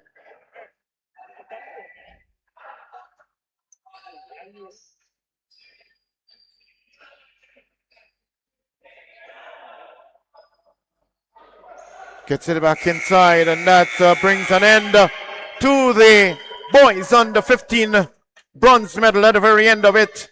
Winning this one, Signal Hill 28 to that of St. Benedict's 18. So with that result, Signal Hill has been declared as the official third place and bronze medal winners of the Trinidad and Tobago School Basketball Association National Championship Day 2. As the both teams there acknowledging each other, which is good sportsmanship. We'll be back very soon with you for the final game on today's fixture. It will be the bronze medal game, Girls Open, Fyzabad Anglican Secondary up against Signal Hill Secondary. Stick and stay with us. Don't go anywhere. We'll be back very soon with you.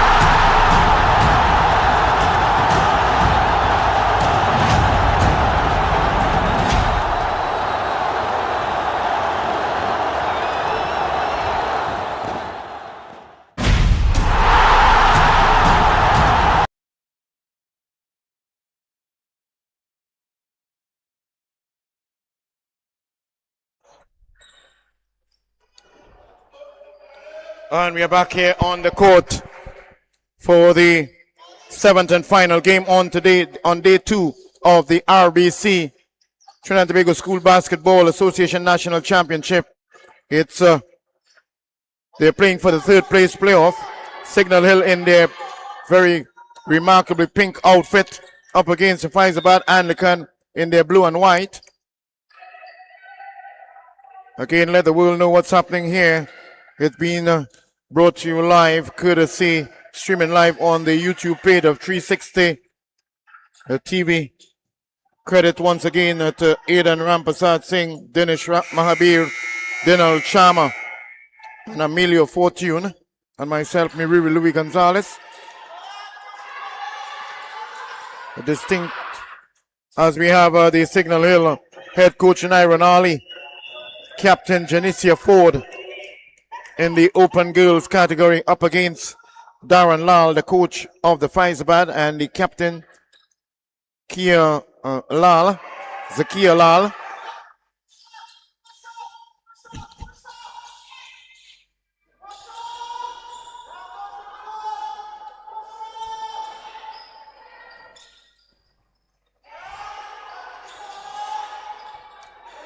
And I've gotten it on the scoreboard there now, Signal Hill.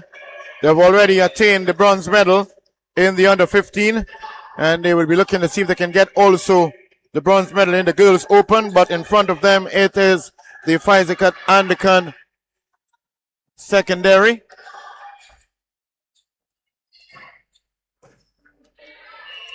Goes down on the ground there, sporting the number 13, Janicia Ford, the captain of Signal Hill.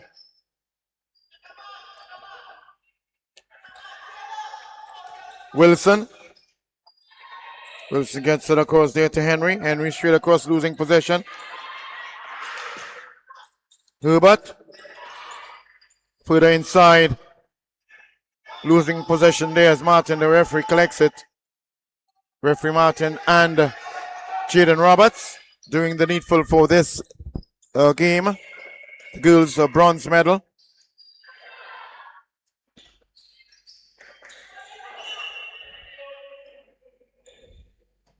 Right in front of, as we've seen Lal on the screen. That's Darren Lal, coach of the Faizabad secondary, Anglican secondary. Holding on, whistle blows.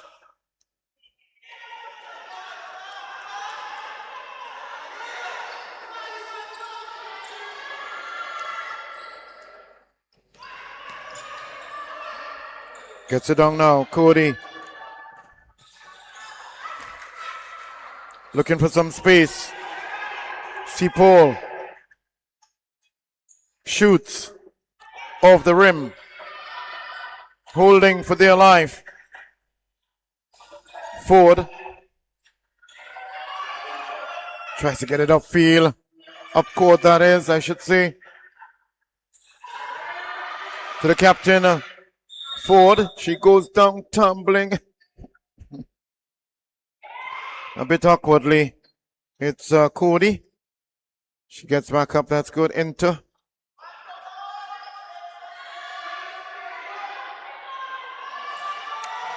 So it's Faizabad. With Lal, the captain. Straight across to Seapole. Sprawls off on the floor.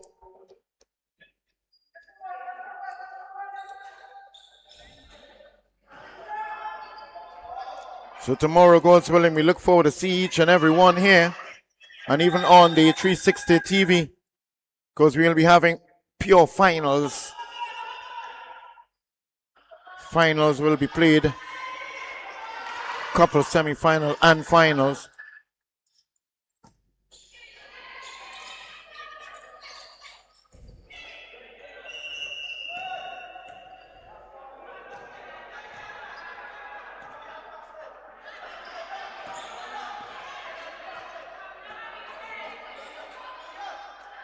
Seat's going to be taken now. Quick one taken.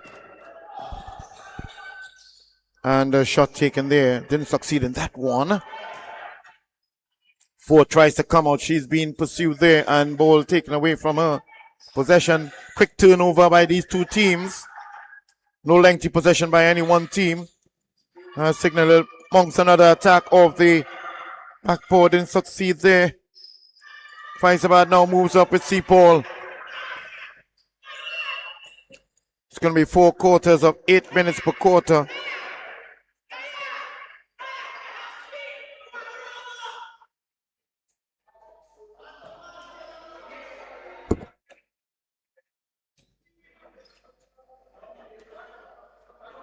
As we have now from the free throw line, it's going to be number 1 Paul. Ashley Paul. Doesn't get through with the first one.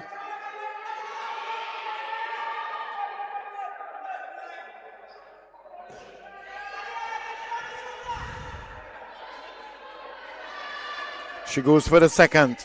This time around, gets it on the button.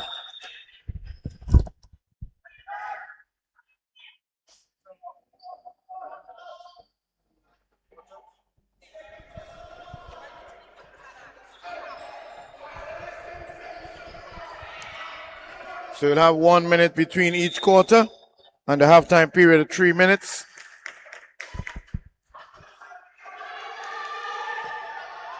As Martin indicates the way it's supposed to be taken, as getting it back onto, it's Lal, daughter of the coach, Darren Lal, sporting that number 10, Zakia Lal, and also captain.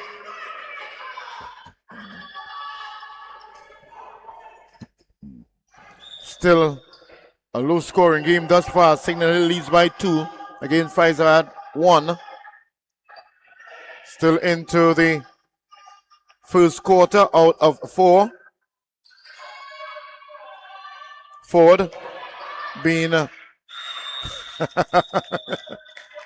just gotta see these young ladies and them hold on to the ball. A lot of passion and excitement and emotion goes into it. It's mine. Don't want to let go of it. Oh my goodness.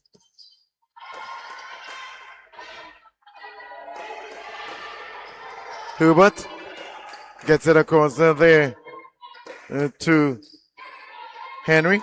Henry back inside. Just love the commitment and dedication by these female athletes.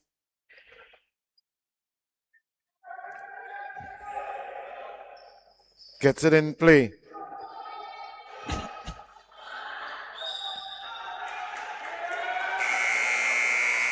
And brings an end to the first quarter. It's going to be a 1 minute between each quarter and 3 minutes after halftime period. So again, we bring to your attention the results played thus far today. The very first game in the under 17. So Trinity College East defeated Signal Hill 50-30. The second one, Fatima literally ripped apart Chaguanas North 73-14. And then we had the girls open semifinal number 2, where St. Joseph defeated Signal Hill 27-13. We shifted the boys under 20, and in the first semifinal, Fatima 72-30 winners over Signal Hill. The other semifinal in the boys under 20 saw a victory there, a close marginal victory by Hillview over St. Benedict's. In the boys under 15, bronze medal, a close encounter with Signal Hill defeating St. Benedict's 28-18. And now in our 7th and final game.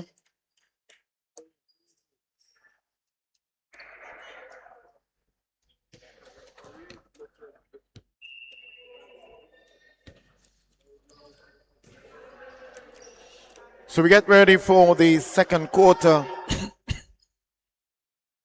Again, recognizing RBC and the next level performance. This is being streamed to you live by the 360 TV on the YouTube page. Share the likes. encouraged to commence. Let everyone know what you think about this national basketball. Oh, what a great point it is. And she's tremendously overjoyed. Janicia Ford. And why not captain of the Signal Hill team?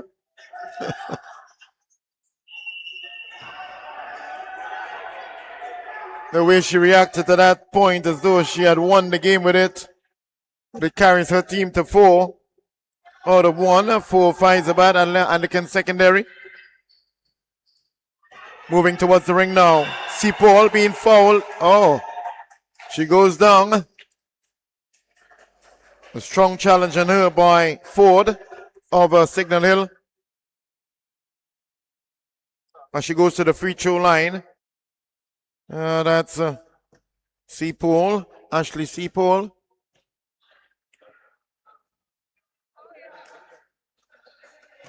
Misses the very first one.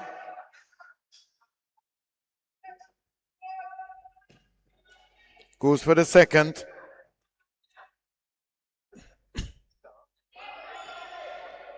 Didn't get that one neither. Ford collects.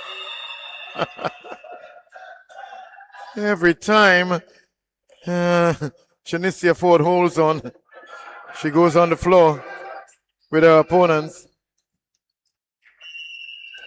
And when I say hold on to the ball, I'm referring to trying to get possession of it. The deep passion and emotion running high here with the females in particular. This close encounter for the bronze medal. Signal Hill leading narrow, slim lead by 4-1. Some much needed points are required now, but C. Paul getting some advice there from Zalea Cody.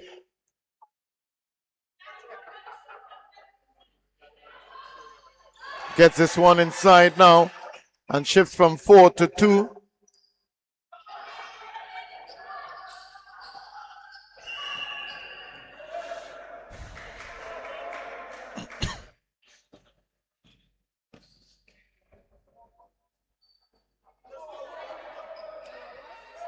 Gets it across now. It's another attack building there by Signal Hill. Pursues the ball. Tries to keep it in play. But it goes out to Faizabad. C. Paul gets it up court. Shot taken. Ford moving from offense to defense. Transitioning quite well. Tries to get it up there. Trying to find. C. Paul doesn't succeed.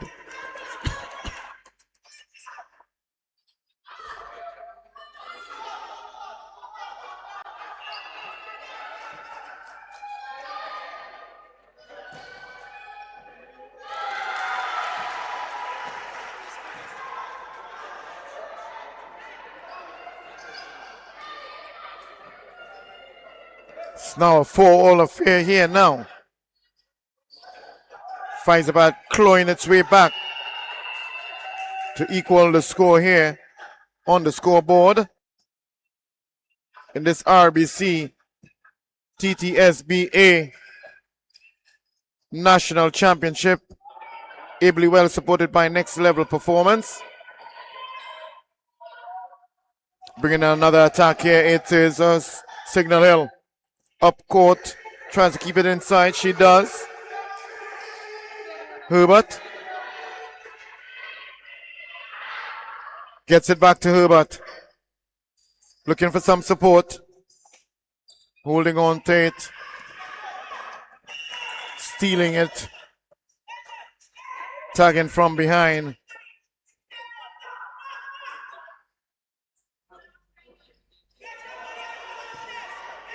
So it's going to be restarted now from the halfway line, further up, I should say.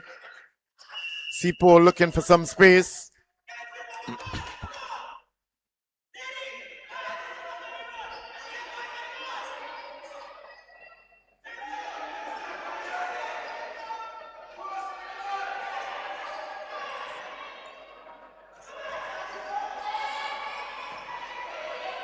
And the battle is on now, 4 for each team in this, the second quarter out of 4.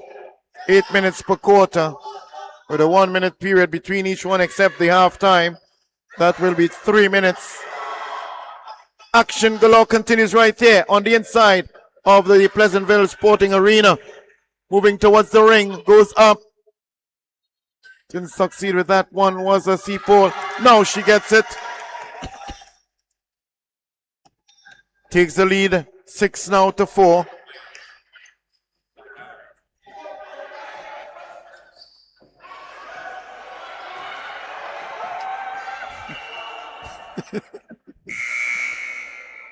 Hey.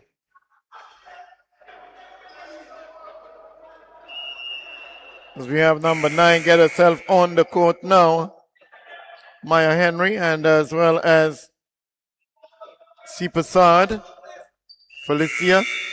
As a timeout requested now by Faizabad. That's Darren Lal.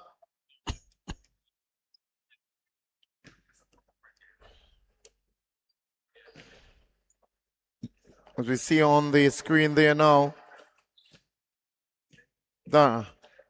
Nyron Ali and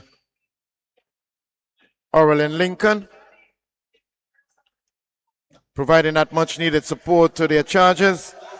Signal Hill Secondary School in their tremendously impressive pink.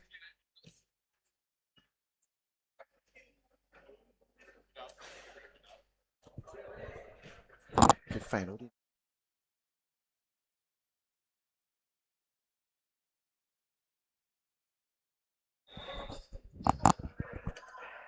And that's the sound for the resumption of the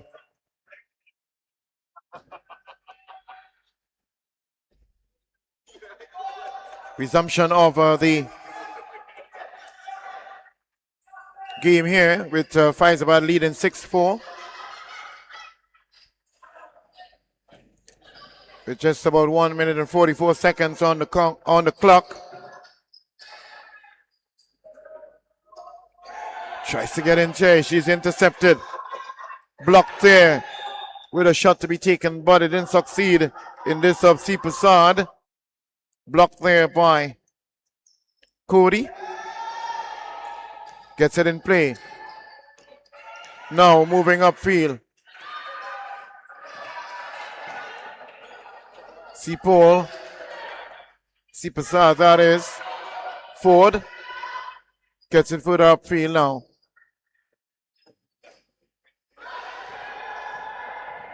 Lal. Moves in one, moves past two, shoots. And misses.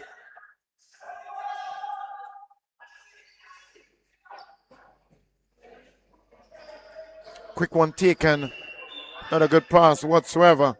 Intercepted there very smartly and sharply by Taylor for Faizabad Anglican. Gets it upfield now, trying to find Ford. Sipasad brings it up. Trying to bring in her colleague in that of Taylor. Taylor stretching towards it but didn't keep it in play. Way upfield trying to find Ford. Ford stretches, she goes down. A little bit uncomfortable there. I think it's weak legs now. Fitness taking a greater factor of these athletes. The mind is strong, but that brings us to the end of the second quarter of the girls open category in this bronze medal game. And at the very, it's Faizabad have a slim 6-4 lead over the Signal Hill team. We'll be back very soon with you for the second half or the next two quarters to bring down the curtain on this seventh and final game. And in the meantime, selector all the way. Song effects and the music. Doom. Bounce with it, man.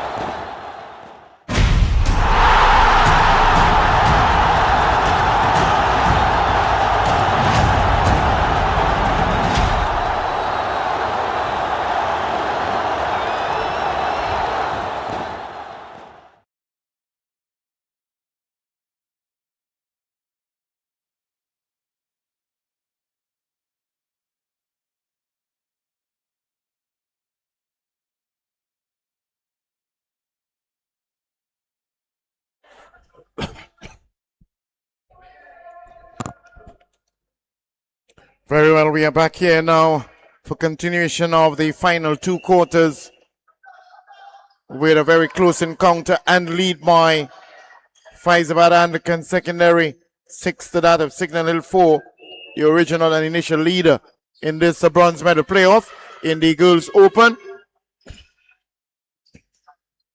Again, this being brought to you live by the 360 TV on their YouTube page. Share and like as we have a foul being committed there. Going to the free throw line now. It is Seapole.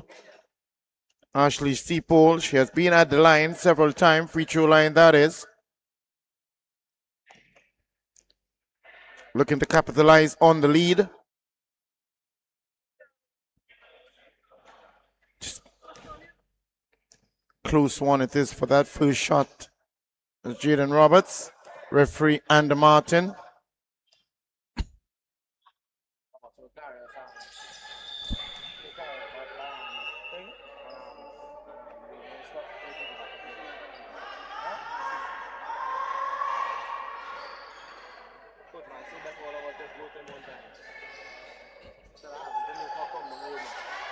Trying to make it upfield here now. Up court. Using that hand heavily, Henry. The right hand that is. Ford takes it well. Shoots a bit hurriedly. Not a control shot. Rebounding awkwardly off the backboard. Misses this time around too.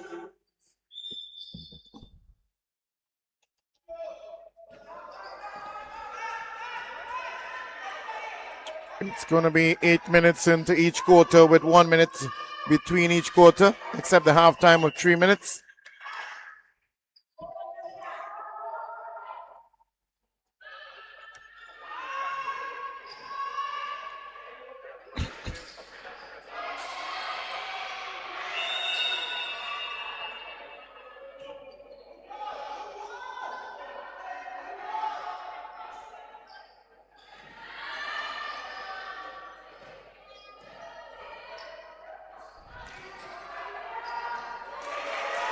Gets it inside. It's going to be counted.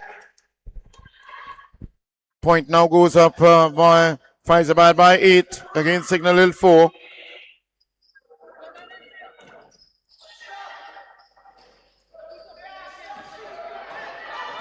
So tomorrow we will be having finals and third place playoff. 4 finals and 2 third place playoff. Then the award ceremony.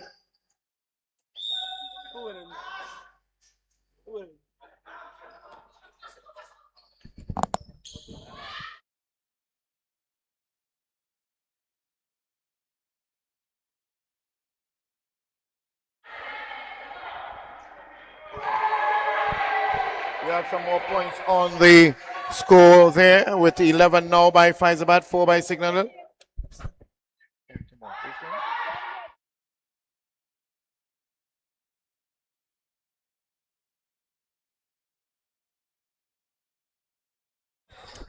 You are reminded, all of the basketballers, to be here for the 9 o'clock period.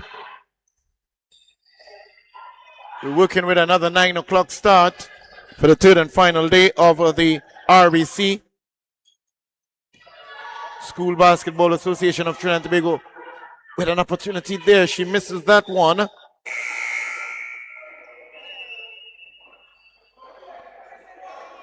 Very close one. It was there. Didn't succeed in that one. It's Henry for Signal Hill.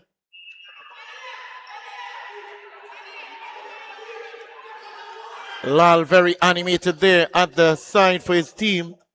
That's Darren Lal, the head coach of Faizabad Anglican Secondary, along with Comisia, Earlyn Lincoln, and Nyron Ali, coaches for the Signal Hill team, ably well supported by their medic, Linnell Winchester.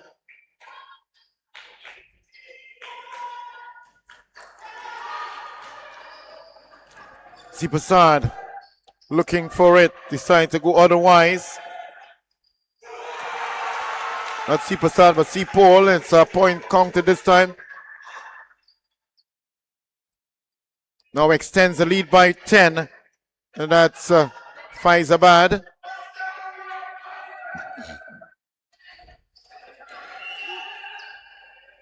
Foul being committed there most likely by C Paul.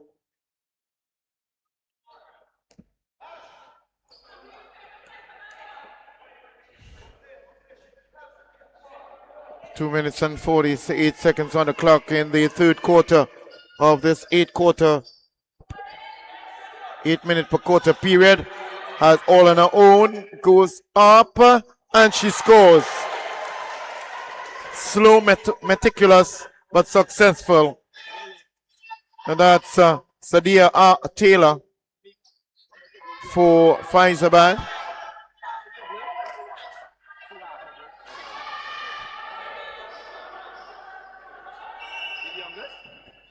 Struggling for it, both of them. Battling for it, I should say. But at the very end, the whistle of Roberts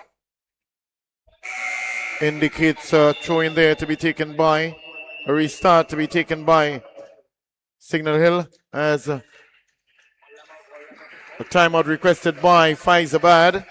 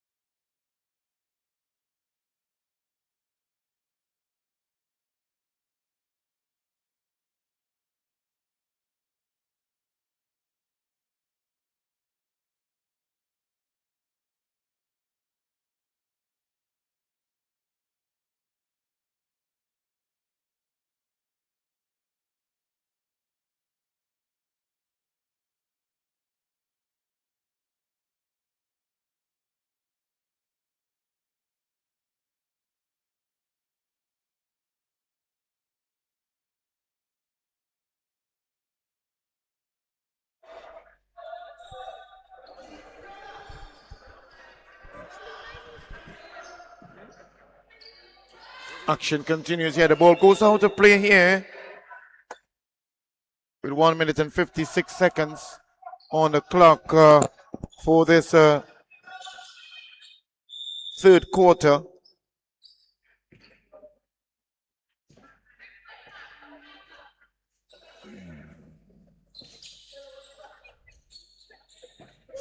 Has taken a remarkable 16 points on the board. Faizabad Anglican,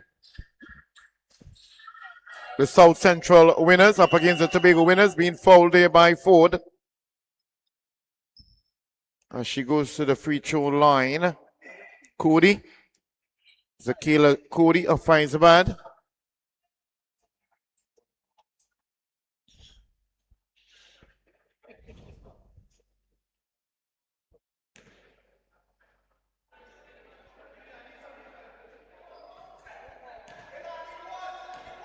Is trying to flew that ball into the ring in front of her. A little more flight on the ball this time. Rebounds off the ring. Trying to get it upfield now to Ford. Ford has it. Looking for support. Loses possession. Scores with it quite there. And that's the captain Lal. Zakia Lal.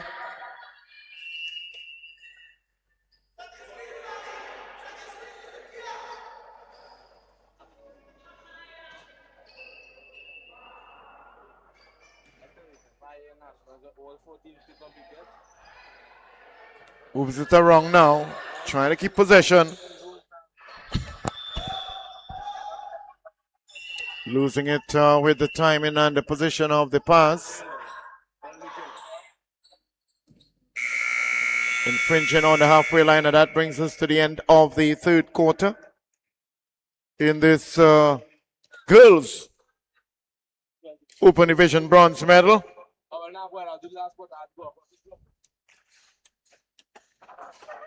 We'll continue in the next couple of seconds, that is.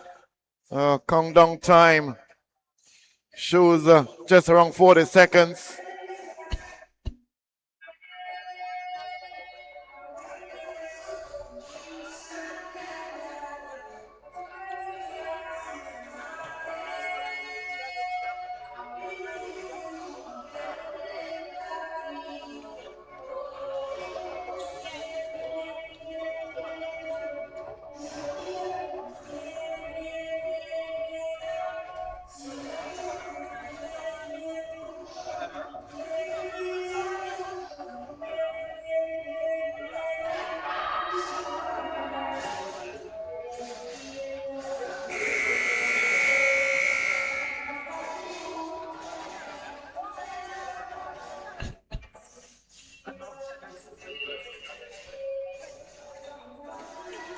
As we have the countdown now, as we shift into the very fourth and final quarter of this girls' open division bronze medal playoff game between Signal Hill that trails Faizabad Andakan 4 to 18 points.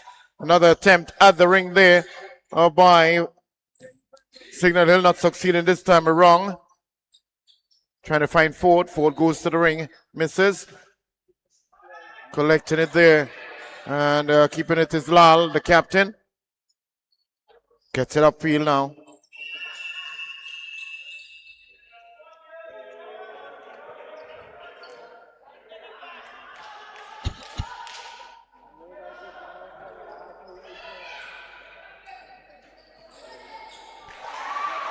Gets it inside here now. Still remain with that 18-4. Brings it up. Lal. Zakia Lal, the captain of the Faizabad team.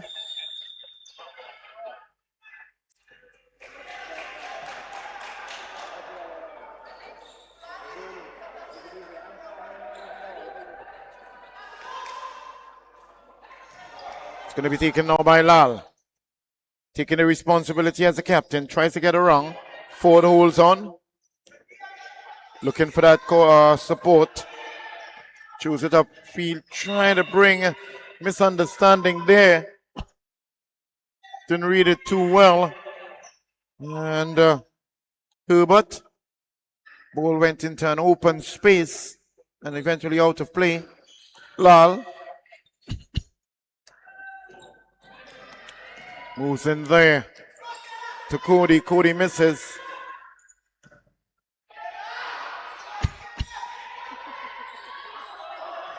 Being challenged there. Trying to bring it upfield. Another attempt there by Signal Hill. With Ford. Skips one, skips two. Shoots, misses. In that of Wilson. Ford. Ford. Shoots, misses. Lal brings it up. Skips two. Eludes one. And two shoots. And hits off the rim. Does well, pushes it, tries to control it. She does, gets it over. Shot taken. Loses possession. Quick turnover here by both teams.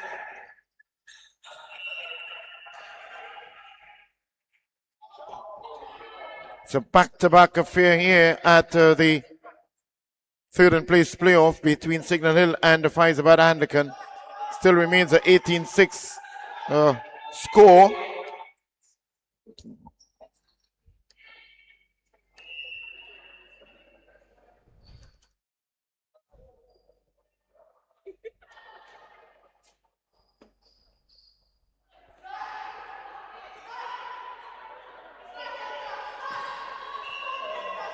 So it's going to be taken from the touchline. It comes into play now. Shot taken and scored with it. Lal.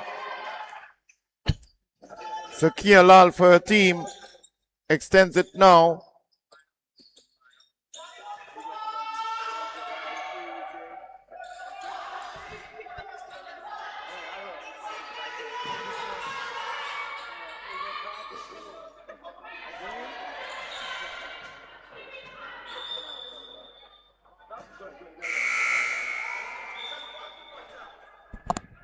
They just scored two in shoot, yeah.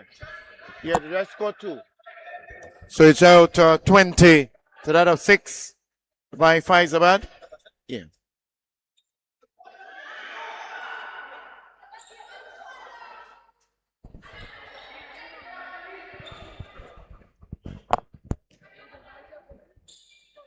As we're going to have another substitution very soon by Signal Hill. That's Tandy Balfour. She'll be up next very soon. Another shot taken there. Close one. Still just flirting with the rim of the ring. Wilson moves in. Shot taken there. That shot was taken by Herbert as Balfour makes her way onto the court now.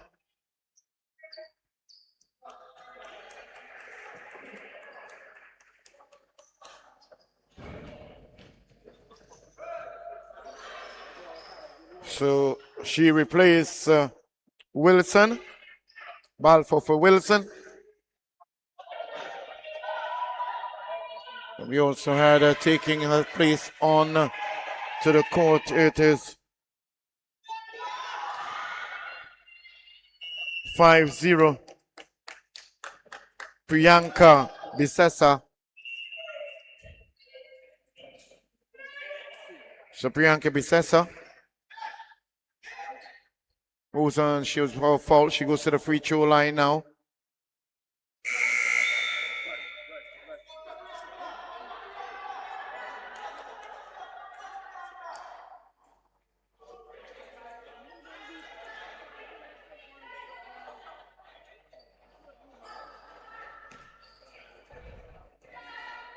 Entering the field of play with Daniel Tressel.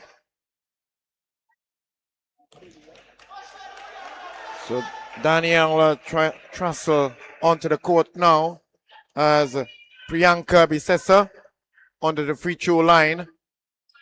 Gets one. Does well with that one. Bisesa.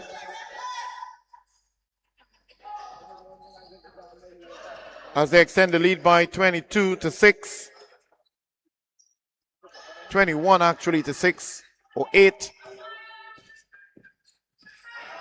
21 Faizabad, 8 Signal Hill.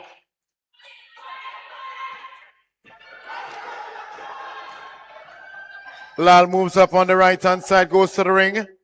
A bit too much on it. Trying to find Ford. Intercepted there. It was Cody for her team. Closely monitored there. Lal takes it away. Shoots. Rebound off for the ring. As Taylor. Another attempt at it. Ford into the mix.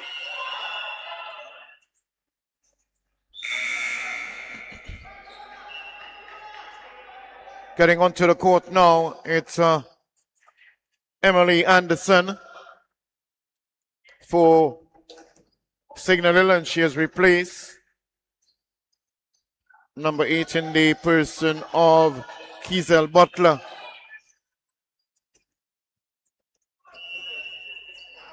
As Wickham stands by. And Wickham enters now. Trinaya Wickham for Signal Hill. Replaces Ford, the captain.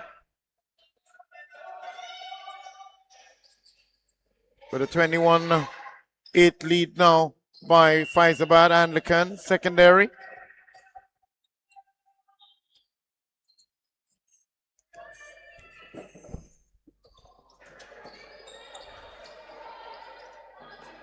And scores for it this time around. Sporting the number 7. Oh, there, Taylor for Faizabad. Carries it up to 23. Just around 27 seconds on the clock.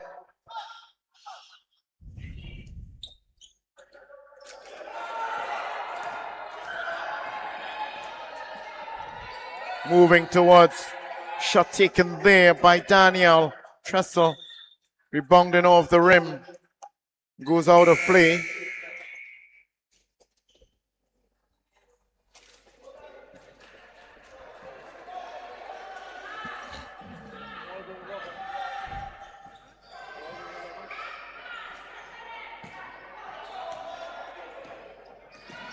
There she goes now. Looks in, looking for some opportunity and space. 3 versus 1. Holding on for dear life. Battling with it. It's Cody for Faizabad.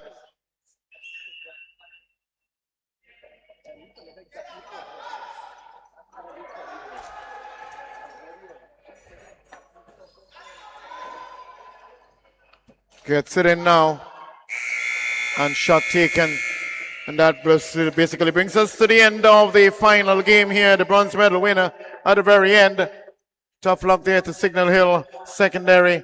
Congratulations to the Faizabad Anglican Secondary. They won this one 23 points to 8.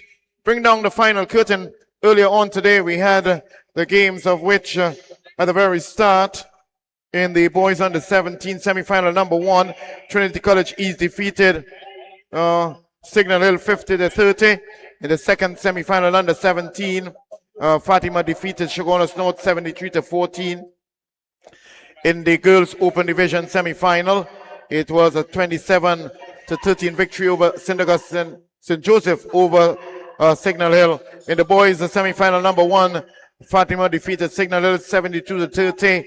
Boys semi-final 2, it was a win by Hillview College over St. Benedict's College, and they're losing the bronze medals. Boys under 15, a 28-18 victory by Signal Hill over St. Benedict's, and the very final third place game here played in open category. We saw Faizabad defeated Signal Hill 25-8. So we do thank you very much for being here. Those certainly on the inside and those on online looking on, supporting 360 TV on the YouTube page. It has been a tremendously impactful, purposeful, enjoyable 7 days of competition of the day 2. Credit once again to the RBC and the Next Level Performance coming together to ensure support of the Trinidad and Tobago School Basketball Association. We look forward to seeing you tomorrow, please God. So on behalf of the team of the 360 TV, in the person of Aidan Rampasad Singh, Dinesh Mahabir, Dylan Charma, Amelia Fortune, and myself, Miriri Louis Gonzalez, we look forward to seeing you, all the persons, back here tomorrow. We're going to have pure action here with finals and third place playoff. Looking forward for third and final day to bring down the curtain on the Trinidad and Tobago School Basketball Association National Championship 20